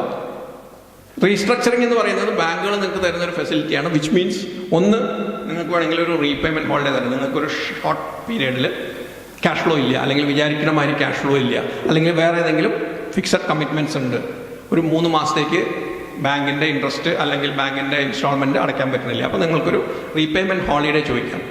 അതല്ലെങ്കിൽ EMI കുറച്ചിട്ട് ലോണിൻ്റെ പീരീഡ് കൂട്ടി ചോദിക്കാം. 5 കൊല്ലം എന്നുള്ളത് 7 കൊല്ലമായിട്ട് കൂട്ടാം. ഇൻസ്റ്റാൾമെൻറ്റിൻ്റെ എമൗണ്ട് കുറയ്ക്കാം, ഇൻട്രസ്റ്റ് റേറ്റ് കുറയ്ക്കാൻ ചോദിക്കാം, അഡീഷണൽ ലിമിറ്റ് ചോദിക്കാം, പുതിയ ലിമിറ്റ് ചോദിക്കാം, എൻഹാൻസ്മെൻറ്റ് ചോദിക്കാം, സെക്യൂരിറ്റി റിലാക്സേഷൻ, അങ്ങനെയുള്ള. അതായത് ബാങ്കുമായിട്ട് നിങ്ങൾ ഇതിന് പറ്റുന്ന പ്രോബ്ലം എന്താണെന്ന് വെച്ച് കഴിഞ്ഞാൽ, ബാങ്കിൽ നിങ്ങൾ ഒരു ലോൺ അപ്ലൈ ചെയ്യുമ്പോൾ പല യൂണിറ്റുകൾക്കും പറ്റുന്ന പ്രോബ്ലം എത്രയാണ് വർക്കിംഗ് ക്യാപിറ്റൽ വേണ്ടതെന്ന് കറക്റ്റായിട്ട് അസസ് ചെയ്യാറില്ല. അപ്പം നിങ്ങളും ആരെങ്കിലുമൊക്കെ ലോൺ എടുത്തിട്ടുണ്ടെങ്കിൽ നിങ്ങൾക്ക് 1 കോടി ലോൺ വേണം എന്ന് മാത്രമേ നമ്മൾ പറയുള്ളൂ. ഈ 1 കോടി ഞാൻ നേരത്തെ പറഞ്ഞ മാതിരി നിങ്ങളുടെ വർക്കിംഗ് ക്യാപിറ്റൽ സൈക്കിൾ വെച്ചിട്ട് അഡിക്വേറ്റ് ആണോ എന്ന് നമ്മൾ നോക്കിയിട്ടില്ല. മാത്രമല്ല, ഈ 1 കോടി ലോൺ വേണമെന്ന് നമ്മൾ പറഞ്ഞിട്ട് ഏതെങ്കിലും ഒരു ചാർട്ടർ അക്കൗണ്ടിൻ്റെ കയ്യിലോ അല്ലെങ്കിൽ ഏതെങ്കിലും ഒരു കൺസൾട്ടൻറ്റിൻ്റെ കയ്യിലോ കൊണ്ടുപോയിട്ട് കള്ളാസ് ഉണ്ടാക്കാൻ പറയണതല്ലാണ്ട് ആ നമ്പേഴ്സുമായിട്ട് പിന്നെ നമുക്ക് യാതൊരു ബന്ധവുമില്ല. അത് വെച്ചിട്ട് നമ്മുടെ ബിസിനസ് റൺ ചെയ്യാൻ പറ്റുമെന്ന് അയാൾക്കും അറിയില്ല, നമുക്കും അറിയില്ല. അങ്ങനെ വരുമ്പോഴാണ് പ്രോബ്ലം ഉണ്ടാവുക. അപ്പോൾ അന്ന് നമ്മൾ കൊടുത്ത പ്രൊജക്ഷൻസ് നിന്നും പല കാര്യങ്ങളും മാറിയിട്ടുണ്ടാവും. നമ്മൾ 5 കോടി സെയിൽ ഉണ്ടാവും എന്ന് വിചാരിച്ചിട്ടുണ്ടാവും, സെയിൽ 5 കോടി ഇല്ല, നമുക്ക് 2 കോടി സെയിലുള്ളൂ. അല്ലെങ്കിൽ എക്സ്പെൻസ് നമ്മൾ 1 കോടി ഉണ്ടാവുള്ളൂ എന്ന് വെച്ചു, ഇപ്പോൾ എക്സ്പെൻസ് 2 കോടിയുള്ളൂ. ഈ പറയുന്ന കാര്യങ്ങളെല്ലാം ഫാക്ടർ ചെയ്തിട്ട് പുതിയൊരു പ്രപ്പോസലാക്കി നമുക്കത് കൊടുത്ത് റീസ്ട്രക്ചർ ചെയ്തെടുക്കാനുള്ള ഒരു ഓപ്പർച്യൂണിറ്റിയാണ് ഈ റീസ്ട്രക്ചറിങ് പാക്കേജിൽ നമുക്ക് അവൈലബിൾ. നിങ്ങളുടെ ബിസിനസ്, നിങ്ങളുടെ ലോണിനെ റീസ്ട്രക്ചർ ചെയ്യണോ എന്ന് അസസ് ചെയ്യാനുള്ള ചില ഫണ്ടമെൻ്റൽ ക്രൈറ്റീരിയാസാണ്. അല്ലെങ്കിൽ ഇങ്ങനത്തെ സിംറ്റംസ് നിങ്ങളുടെ ബിസിനസ്സിലുണ്ടെന്നുണ്ടെങ്കിൽ നിങ്ങളുടെ ലോൺ റീസ്ട്രക്ചർ ചെയ്യണോ വേണ്ടയോ എന്ന് നോക്കുന്നത് നന്നായിരിക്കും. ഒന്ന്, നിങ്ങൾക്ക് മാർജിൻസ് മെയിൻറ്റെയിൻ ചെയ്യാൻ പറ്റുന്നുണ്ടോ എന്നുള്ളത്. അതായത് സ്റ്റോക്കിന് അഗേൻസ്റ്റ് ആണെങ്കിൽ 25% മാർജിൻ വേണമെന്ന് പറയുന്നുണ്ടാവും. ചിലപ്പോൾ നമുക്ക് മാർജിൻ അത്രയ്ക്ക് ഉണ്ടാവില്ല. അതല്ലെങ്കിൽ ഇൻട്രസ്റ്റ് ഡെബിറ്റ് ചെയ്തിട്ട് അത് പേ ചെയ്യാൻ പറ്റാത്ത സിറ്റുവേഷൻ ഉണ്ടാവും. നിങ്ങൾക്ക് ക്രെഡിറ്റേഴ്സിന് പേയ്മെൻറ്റ് കൊടുക്കാൻ പറ്റാത്ത സിറ്റുവേഷൻ ഉണ്ടാവും. ഇൻവെൻട്രി കൂടുതൽ ബിൽഡപ്പ് ചെയ്യുന്ന സിറ്റുവേഷൻ ഉണ്ടാവും. വർക്കിംഗ് ക്യാപിറ്റൽ സൈക്കിൾ ഉണ്ടാവും. ഇങ്ങനെയുള്ള ഒരുപാട് ഇഷ്യൂസ് നിങ്ങൾക്ക് നിങ്ങളുടെ ബിസിനസ്സിൽ കാണാൻ പറ്റുന്നുണ്ടെങ്കിൽ ഇൻകറക്റ്റ് സ്റ്റോക്ക് സ്റ്റേറ്റ്മെൻറ്റ് ഏറ്റവും ഫ്രീക്വൻ്റ് ആയിട്ട് കാണുന്ന ഒരു സാധനമാണ്. നിങ്ങളുടെ കടയിൽ 50 ലക്ഷത്തിൻ്റെ സ്റ്റോക്ക് ഉണ്ടാവും, പക്ഷേ നിങ്ങൾക്ക് ലോൺ 1 കോടി ഉണ്ടാവും. അപ്പോൾ നമ്മൾ സ്റ്റോക്ക് സ്റ്റേറ്റ്മെൻറ്റ് കൊടുക്കുമ്പോൾ 1 കോടിയുടെ മുകളിലുള്ളൊരു സംഖ്യ ഇട്ട് കൊടുക്കണം. അങ്ങനെയുള്ള ഒരുപാട് ഫാക്ടേഴ്സ് നമ്മൾ അനലൈസ് ചെയ്ത് നോക്കിക്കഴിഞ്ഞാൽ ഈ പറയുന്ന ടേബിളിലുള്ള ഫാക്ടേഴ്സിൽ ഏതെങ്കിലുമൊക്കെ നിങ്ങളുടെ ബിസിനസ്സിന് അപ്ലിക്കബിൾ ആണ് എന്നുണ്ടെങ്കിൽ നാച്ചുറലി നിങ്ങളുടെ ലോൺ ഒരു റീസ്ട്രക്ചറിങ്ങിന് ഒരു എന്താ പറയുക, ഒരു ഫിറ്റ് കേസാണ് എന്നാണ് ഞാൻ പറയുക. അതിൽ എന്ത് ലിവറേജ് കൊണ്ടുവരാം, എന്തുമാത്രം ഫ്ലെക്സിബിലിറ്റി കൊണ്ടുവരാം എന്നുള്ളത് കേസ് ടു കേസ് ബേസിസിൽ നിങ്ങൾ ഡിസ്കസ് ചെയ്ത് അവസാനിക്കും.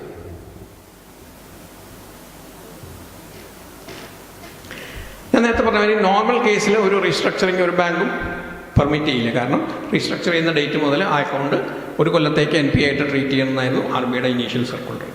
ഇപ്പോൾ അത് മാറ്റിയിട്ട് ഒരു സ്പെഷ്യൽ ഡിസ്പെൻസേഷൻ തന്നിട്ടുള്ളതാണ്. അതുകൊണ്ട് തന്നെ ആ ഓപ്പർച്യൂണിറ്റി മാക്സിമം യൂസ് ചെയ്യുക. പക്ഷേ അത് യൂസ് ചെയ്യുമ്പോൾ നിങ്ങളുടെ ഫിനാൻഷ്യൽസ് പ്രോപ്പർലി അസസ് ചെയ്ത് നിങ്ങളുടെ ഫിനാൻഷ്യൽസ്, ഞാൻ നേരത്തെ പറഞ്ഞ മാതിരി നിങ്ങളുടെ ആ ഒരു ബിസിനസ് പ്ലാൻ എന്തുമാത്രം റിയലിസ്റ്റിക് ആണ്, ബാങ്കിന് നേരത്തെ കൊടുത്ത ബിസിനസ് പ്ലാനിൽ നിന്ന് മാറിയിട്ട് ഒരു റിയലിസ്റ്റിക് ആയിട്ടുള്ളൊരു ബിസിനസ് പ്ലാൻ ഉണ്ടാക്കി അതനുസരിച്ച് എന്ത് ലോൺ വേണം, എന്ത് പ്രോഫിറ്റ്സ് ഉണ്ടാവും, എന്ത് ബിസിനസ് ജനറേറ്റ് ചെയ്യാൻ പറ്റും, എന്ത് ഇൻട്രസ്റ്റ് റീപേ ചെയ്യാനുള്ള കപ്പാസിറ്റി ഉണ്ടാവും, അത് വർക്കൗട്ട് ചെയ്ത് ബാങ്കുമായിട്ടൊരു ഓപ്പൺ ഡിസ്കഷൻ ഉണ്ടായാൽ നിങ്ങൾക്ക് ഈ പറയുന്ന രീതിയിൽ അതിനെ ഒരു റീസ്ട്രക്ചർ ചെയ്തെടുക്കാൻ പറ്റും.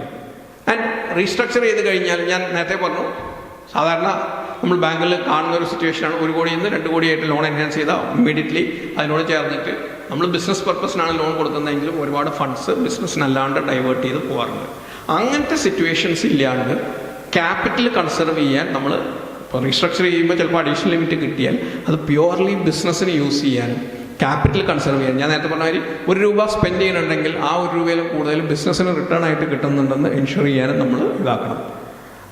പിന്നെ ഒരു ഇമ്പോർട്ടൻ്റ് ആയിട്ടുള്ള സാധനം അൺറിലേറ്റഡ് ഡൈവേഴ്സിഫിക്കേഷനാണ്. നമ്മളൊരു ബിസിനസ് സ്ഥാപനം തുടങ്ങി ഇമ്മീഡിയറ്റ്ലി തന്നെ 2, 3, 4 ആയിട്ട് വേറെ ബന്ധമില്ലാത്ത ബിസിനസ് എൻ്റർപ്രൈസസ് സ്റ്റാർട്ട് ചെയ്യാനായിട്ടുള്ള ഒരു വ്യഗ്രത പല കേസുകളിലും ഉണ്ടാവാറുണ്ട്. അറിയാത്ത മേഖലകളിലേക്ക് പോകുമ്പോൾ നാച്ചുറലി റിസ്ക് കൂടുതലായിരിക്കും. അപ്പോൾ അങ്ങനെയുള്ള അൺറിലേറ്റഡ് ഡൈവേഴ്സിഫിക്കേഷൻസ് കുറയ്ക്കുക. മോർ ഇമ്പോർട്ടൻ്റ്ലി, ആൻഡ് ഞാൻ നേരത്തെ പറഞ്ഞു, നിങ്ങളുടെ യൂണിറ്റിൻ്റെ ഫിനാൻഷ്യൽ ഹെൽത്ത് എന്ന് പറയുന്നതിൻ്റെ ഏറ്റവും വലിയൊരു പാരാമീറ്റർ നിങ്ങൾക്ക് ഫണ്ട് റേസ് ചെയ്യാനുള്ള കപ്പാസിറ്റി ഉണ്ടോ എന്നുള്ളതാണ്. ഫണ്ട് റേസ് ചെയ്യാനുള്ള കപ്പാസിറ്റി ഉണ്ടാവണമെന്നുണ്ടെങ്കിൽ നാച്ചുറലി ലെൻഡേഴ്സുമായിട്ട് അല്ലെങ്കിൽ ബാങ്ക്സുമായിട്ടുള്ള നിങ്ങളുടെ റിലേഷൻ ഒരു വലിയ ഫാക്ടറാണ്. അതിൽ ഏറ്റവും വലിയ സാധനമാണ് നിങ്ങൾ എന്ത് ട്രാൻസ്പെറൻ്റ് ആയിട്ട് ബാങ്കുമായിട്ട് ഡീൽ ചെയ്യുന്നു. ആ ഒരു ആസ്പെക്റ്റ് നിങ്ങളുടെ ബിസിനസ്സിനൊരു പ്രോബ്ലം ഉണ്ടെങ്കിൽ പല കേസുകളിലും നമ്മൾ ഒരു ഇഷ്യൂ ഉള്ളപ്പം ബാങ്കുകാരോട് പറയാറില്ല. അത് മറിച്ച് എങ്ങനെ പോയി വേറൊരു നിവൃത്തിയില്ലാണ്ട് വരുമ്പോൾ ചിലപ്പോൾ പറയുകയോ അല്ലെങ്കിൽ പറയാണ്ട് തന്നെ അക്കൗണ്ട് NP ആവുകയോ ചെയ്യും. അറ്റ്ലീസ്റ്റ് നമ്മൾ ആദ്യമേ ഒരു സ്റ്റേജിൽ പറഞ്ഞാൽ ഒരു പക്ഷേ ഒരു സൊല്യൂഷൻ വർക്കൗട്ട് ചെയ്യാൻ പറ്റിയത് വരും. അപ്പോൾ ആ ഒരു ഏരിയയിലും കൂടി നിങ്ങൾ ശ്രദ്ധിച്ചാൽ ഫിനാൻഷ്യൽ ഹെൽത്തിൻ്റെ സൈഡിൽ അല്ലെങ്കിൽ ഒരു അവൈലബിൾ ക്രെഡിറ്റ് ലിമിറ്റിൻ്റെ സൈഡിൽ that would be helpful. So I think that we are reaching the end. എന്തെങ്കിലും ടോപ്പിക്സിൽ അഡീഷണൽ ഡീറ്റെയിൽസ് അല്ലെങ്കിൽ എന്തെങ്കിലും ക്വസ്റ്റ്യൻസ് ഉണ്ടെന്നുണ്ടെങ്കിൽ I'm open.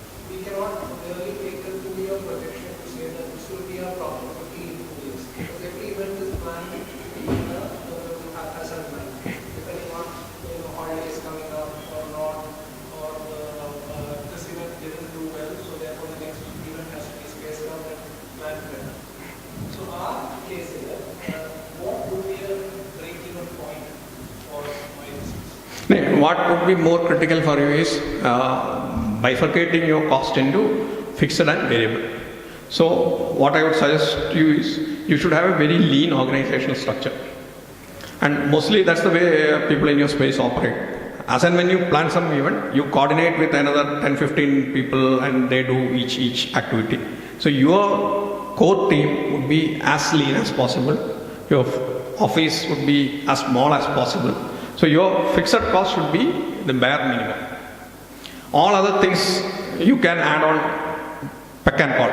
You require travel arrangement, you call somebody, he will do the travel. You require hall, you tie up with somebody. All other things come as a tie-up. So you know at what price each of this comes. And when you try to price the event, you have to add a markup and price it. So for you, there would be no break-even point, but the fixed cost should be the barest minimum.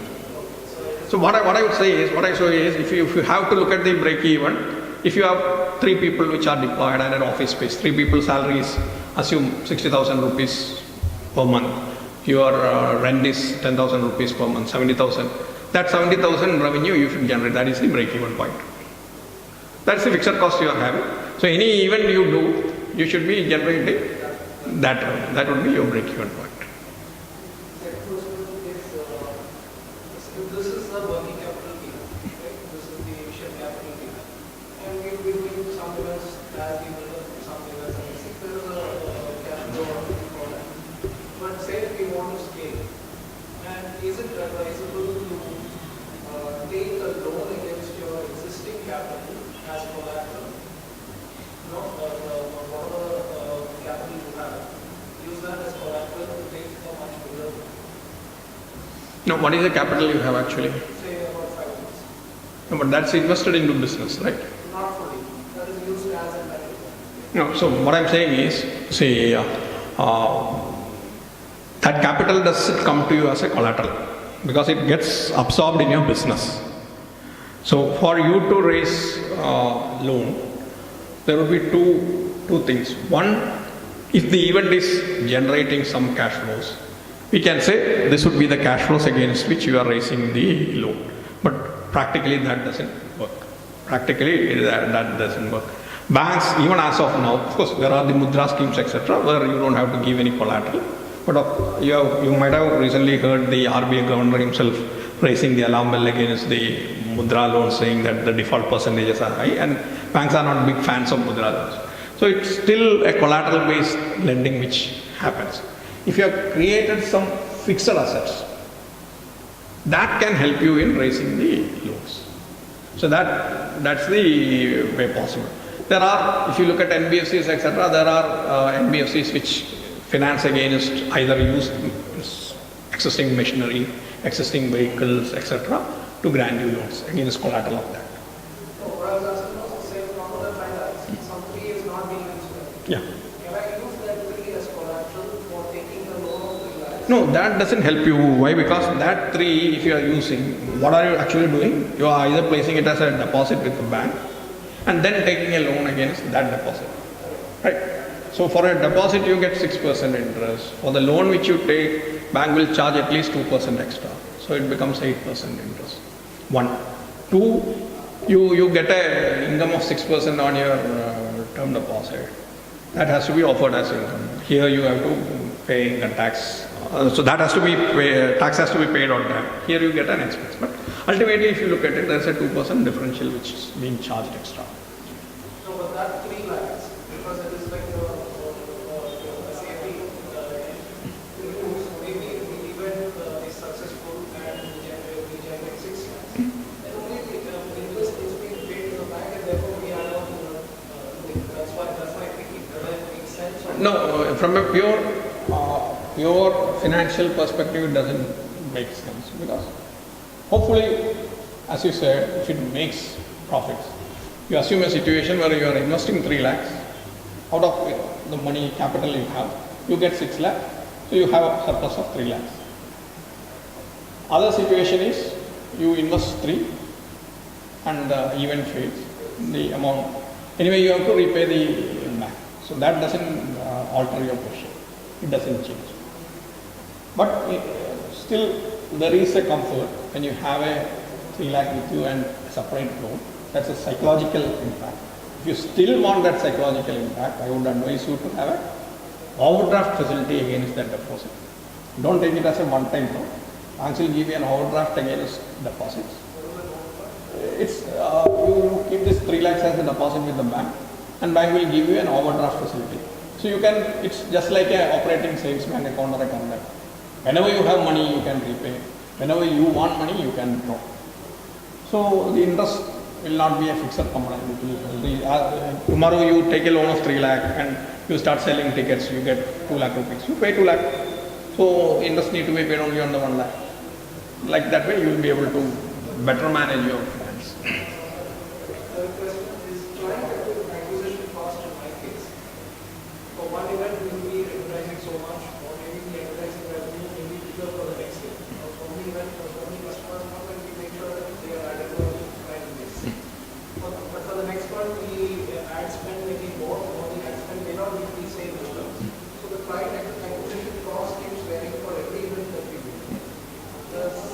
There are two things which are important. One is there's a brand building exercise. Okay, so there are event specific ads and there is a brand building exercise. The brand building exercise has to be allocated among the total yearly clients that have been acquired, or it could even be an amortization that is there. So a portion of that will be a portion. See, once you build the brand, you might expect to get a revenue in the next 2 to 3 years. So that gets amortized into 2 to 3 years. Event specific, if you are having one specific event, that will be a portion for that. So that means, say, for the same brand, the first event of that brand, so many customers, and we have spent so much, so many customers. Next time we spend the same amount, but only half the customers. So we take an average of the total for both events. No. See, how do you acquire your clients? You are doing an event, okay, and that event, whoever client comes for that event is particular for that activity. So you have spent 1 lakh rupees for an event as advertised. And that person comes there. Yeah. We take the person details so that person may come again. Okay, I agree. So whatever we spend for the client for one activity or even for one event, you take it as the cost of that event. Separately, second time you get it, that's another.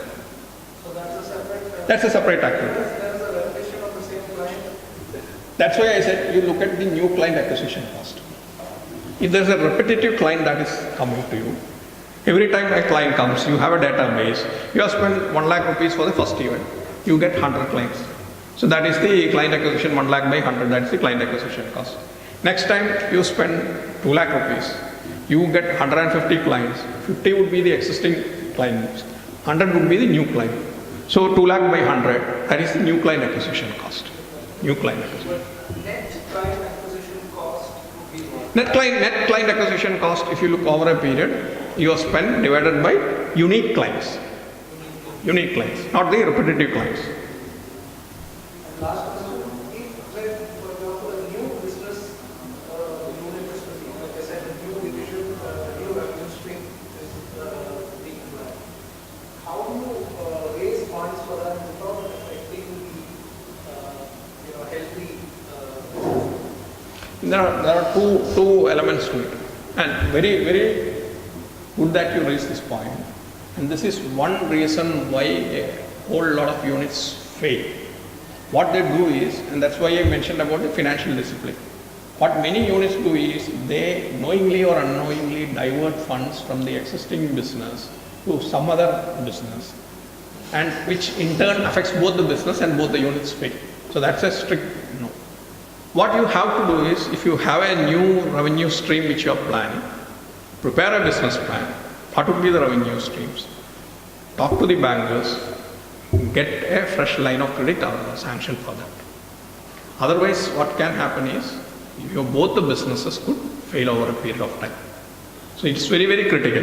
Don't divert funds from one business to other. That could affect the viability of both. But as I mentioned, even as of now, the bankers rely more on the collaterals rather than on the strength of your proposal, viability of the proposal. One. The reason of it partly is, as I mentioned, in many cases, the business owners don't have a grip of the numbers.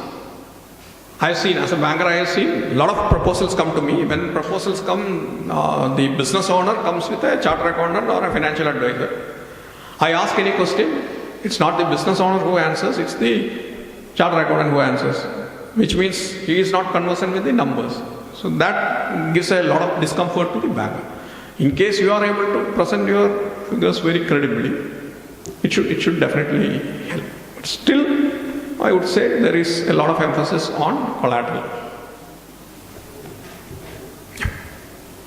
Any other questions?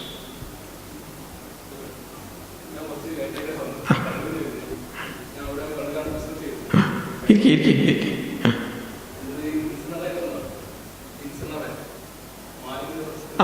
Incinerator okay okay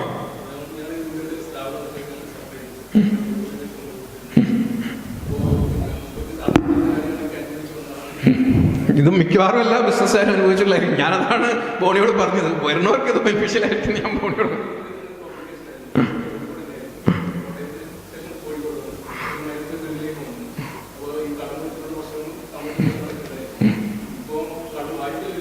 കൊടുക്കില്ല, നന്നായി.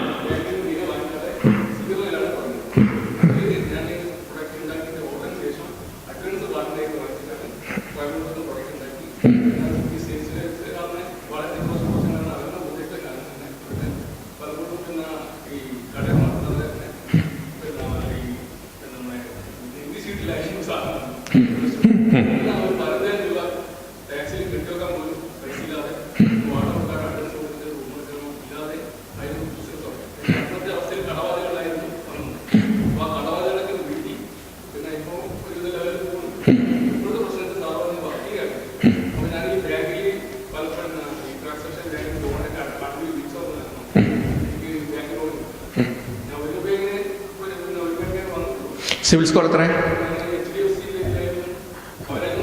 Civil score എത്രയാണ് നിങ്ങളുടെ civil score? Okay.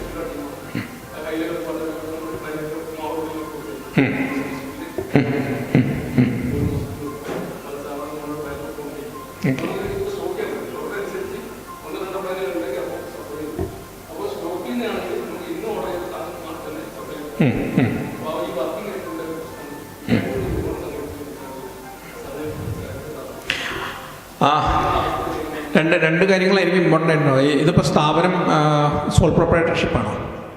നിങ്ങളുടെ പേരിലുള്ള സ്ഥാപനമാണ്? നിങ്ങളുടെ പേരിലുള്ള സ്ഥാപനമാണല്ലേ? അതിൽ ഒന്ന് ഏറ്റവും ഇമ്പോർട്ടൻ്റ് ആയിട്ട് വരുന്നുണ്ടാവുക നിങ്ങളുടെ സിബിൽ സ്കോർ ആയിരിക്കും. അപ്പോൾ ആ സിബിൽ സ്കോർ ഒന്ന് ചെക്ക് ചെയ്ത് നോക്കൂ. 600-ന്റെ മുകളിലാണെന്നുണ്ടെങ്കിൽ ഏതെങ്കിലും ബാങ്കുകാർ എടുക്കാൻ വഴിയുള്ളൂ. ഒന്ന്. രണ്ട്, ഇപ്പോൾ ഈ യൂണിറ്റ് തുടങ്ങിയിട്ട് എത്ര നാളായി? 7 വർഷം. 7 വർഷമായിട്ട് ബാലൻസ് ഷീറ്റ് ഉണ്ടോ അതോ ടാക്സ് അടയ്ക്കണ്ടോ? അല്ല, ടാക്സ് അടയ്ക്കണ്ട. അപ്പോൾ അതിനനുസരിച്ച് എന്തെങ്കിലും ഒരു ബാലൻസ് ഷീറ്റ് ഉണ്ടാവും. അപ്പോൾ ഒരു പ്രോഫിറ്റബിൾ ആയിട്ടുള്ള ബാലൻസ് ഷീറ്റ് ഉണ്ടാവും. അല്ല, അതാ ഞാൻ പറഞ്ഞത്. നമുക്ക് 3-4 ബാലൻസ് ഷീറ്റ് ഉണ്ടാവും ഞാൻ പറഞ്ഞതുകൊണ്ടാണ്. നമുക്കൊരു ബാലൻസ് ഷീറ്റ് ഇൻകം ടാക്സ് അങ്ങനെ 3-4 ബാലൻസ് എന്നാലും അല്ല അതുണ്ട്. പക്ഷേ അൾട്ടിമേറ്റ്ലി നിങ്ങൾക്ക് ഇപ്പോൾ ഒരു ടാക്സ് അടച്ചിട്ടുള്ളതുകൊണ്ട് അത് പ്രകാരമുള്ള ബാലൻസ് ഷീറ്റ് ഉണ്ടാവും. അത് പ്രകാരം എന്തെങ്കിലും ഉണ്ടാവും. ഇൻകം ടാക്സിൽ കൊടുത്തത് വെച്ചിട്ട് അല്ല. അപ്പം സിബിൽ സ്കോർ മാത്രമാണ് ഇഷ്യൂ എന്നുണ്ടെങ്കിൽ കൊളാറ്ററൽ വല്ലതും കൊടുക്കാനുണ്ടാവും. അല്ല, കൊളാറ്ററൽ കൊടുക്കാനുണ്ടാവും. എന്നാലും സിബിൽ സ്കോർ എത്രയും നോക്കൂ. വളരെ താഴെയല്ല എന്നുണ്ടെങ്കിൽ ഒരു 3 കൊല്ലത്തെ ഹിസ്റ്ററി കൊടുക്കാനുണ്ടെന്നുണ്ടെങ്കിൽ ഒരു ലിമിറ്റ് കിട്ടാൻ ചാൻസ് ഉണ്ട്. സ്ട്രിക്റ്റ് നോ അല്ല, അത് പേഴ്സണൽ ലോൺസിനാണ് സ്ട്രിക്റ്റ് നോ ആയിട്ട് വരുന്നത്. സെക്യൂരിറ്റി ഓഫർ ചെയ്യാന്നുണ്ടെങ്കിൽ ലോണിനുള്ള ചാൻസ് കുറേ കൂടെ കൂടുതലാണ്. അതിന് കൊടുക്കുന്ന കൂട്ടത്തിൽ നിങ്ങൾ ഇതേവരെ കൊടുത്തിട്ടുള്ള വർക്ക് ഇൻസ്റ്റലേഷൻസ് ഉണ്ടല്ലോ, എവിടെയൊക്കെ കൊടുത്തു എന്നുള്ളതിൻ്റെ ഒരു ലിസ്റ്റും അവരുടെ കയ്യിൽ നിന്നുള്ള ഒരു ഫീഡ്ബാക്കുകൾ, അതായത് സാധനങ്ങൾ വെച്ചിട്ടുണ്ട് നല്ല. അതായത് ഞാൻ ബേസിക്കലി പറഞ്ഞു വരുന്നത് വെച്ച് കഴിഞ്ഞാൽ നിങ്ങളുടെ ബിസിനസ് പ്രോഫിറ്റബിൾ ആണെന്നും നിങ്ങൾ കൊടുക്കുന്ന മെറ്റീരിയൽസ് നല്ലതാണെന്നും. ഇപ്പം ഒരാൾ ഒരു ബിസിനസ് തുടങ്ങിയിട്ട് ഒരിക്കൽ പരാജയപ്പെട്ടു വിചാരിച്ചിട്ട് എപ്പോഴും പരാജയപ്പെട്ടോന്നില്ല. അപ്പോൾ നമ്മൾ ഇതിനു മുമ്പുള്ളതിൽ നിന്ന് ഇപ്പോഴുള്ള നിങ്ങളുടെ ബിസിനസ്സിനെ സെഗ്രിഗേറ്റ് ചെയ്ത് പുതിയ സ്ട്രീം ഓഫ് ആക്ടിവിറ്റിയിൽ നിങ്ങൾ സക്സസ്ഫുൾ ആണെന്ന് ബാങ്കിന് എസ്റ്റാബ്ലിഷ് ചെയ്ത് കഴിഞ്ഞാൽ ലോൺ കിട്ടും. അപ്പോൾ അതിന് വേണ്ട പ്രൂഫ് എന്ന് പറയുന്നത് ഒരു 7 കൊല്ലമായിട്ടുള്ളതിൽ കഴിഞ്ഞ 3 കൊല്ലത്തെങ്കിലും നിങ്ങൾക്ക് ടാക്സ് അടച്ച് പ്രോഫിറ്റ് കാണിച്ചതിൻ്റെ ഫിഗേഴ്സ്, പിന്നെ സപ്ലൈ ചെയ്യുന്ന മേജർ ഇൻസ്റ്റിറ്റ്യൂഷൻസിൻ്റെ ലിസ്റ്റ്, അവിടെ നിന്നുള്ളൊരു ഫീഡ്ബാക്ക്, ഇതെല്ലാം കൂടെ വെച്ചിട്ടൊരു അപ്ലിക്കേഷൻ കൊടുത്തു കഴിഞ്ഞാൽ സിവിൽ സ്കോർ ഇത്തിരി കുറവാണെങ്കിലും കിട്ടും. അത് വേണമെന്നുണ്ടെങ്കിൽ ഒരു കൊളാറ്ററലോ അല്ലെങ്കിൽ ഒരു ഗ്യാരണ്ടിയോ, ഒരു നല്ല സിവിൽ സ്കോറുള്ള ഒരാളുടെ ഗ്യാരണ്ടിയോ കൊടുത്താൽ അത് കിട്ടുന്നതാണ്. പിന്നെ ഈ വർക്കിംഗ് ക്യാപിറ്റൽ റിക്വയർമെൻറ്റ് എന്താണെന്നുള്ളത് കൃത്യമായിട്ട് അവർക്ക് പറഞ്ഞു കൊടുക്കുക. ശരിക്ക് എനിക്ക് നിങ്ങളുണ്ടായിരുന്നെന്ന് അറിയില്ല, ഞാൻ നേരത്തെ ഒരു എക്സാമ്പിൾ പറഞ്ഞപ്പോൾ ഒരു പക്ഷേ നിങ്ങൾക്ക് വർക്കിംഗ് ക്യാപിറ്റൽ റിക്വയർമെൻറ്റ് ഉണ്ടാവില്ല. കാരണം ഞാൻ നേരത്തെ പറഞ്ഞൊരു എക്സാമ്പിൾ, ഇതേമാതിരിയുള്ള വർക്ക് ചെയ്യുന്ന ഒരാളാണ്, ഒരു ഇൻറ്റീരിയർ ഫർണിഷിങ് ചെയ്യുന്ന ഒരാൾ. അയാൾക്ക് 45 ദിവസം ക്രെഡിറ്റ് കിട്ടും. വർക്ക് ചെയ്യാൻ 3 ആഴ്ച ടൈം മതി. വർക്ക് കംപ്ലീറ്റ് ചെയ്താൽ 2 ആഴ്ച കൊണ്ട് പേയ്മെൻറ്റ് കിട്ടും. അപ്പം 21, 14, 35 ദിവസം കൊണ്ട് പേയ്മെൻറ്റ് കിട്ടും. 45 ദിവസം കൊണ്ട് കൊടുത്താൽ മതി. അപ്പോൾ 10 ദിവസം കുഷ്യനുണ്ട്. നിങ്ങളുടെ ഇതും ഏതാണ്ട് അതേപോലെയൊക്കെ പോകും.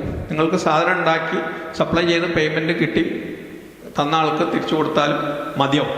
അതുണ്ടാവും എന്നുണ്ടെങ്കിൽ അത് തന്നെ ലിവറേജ് ചെയ്യാൻ നോക്കും. അതല്ലെങ്കിൽ ഒരു ലൈൻ ഓഫ് ക്രെഡിറ്റ് സാങ്ഷൻ ആക്കി വെച്ചോളൂ. പക്ഷേ യൂസ് ചെയ്യുന്നത് വളരെ ഡിസ്ക്രീറ്റ് ആയിട്ട് മാത്രം യൂസ് ചെയ്യാം.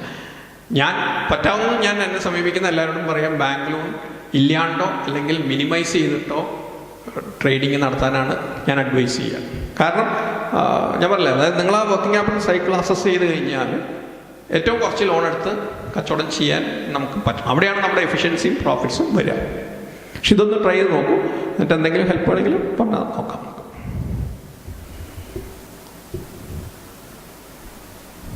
വേറെ എന്തെങ്കിലും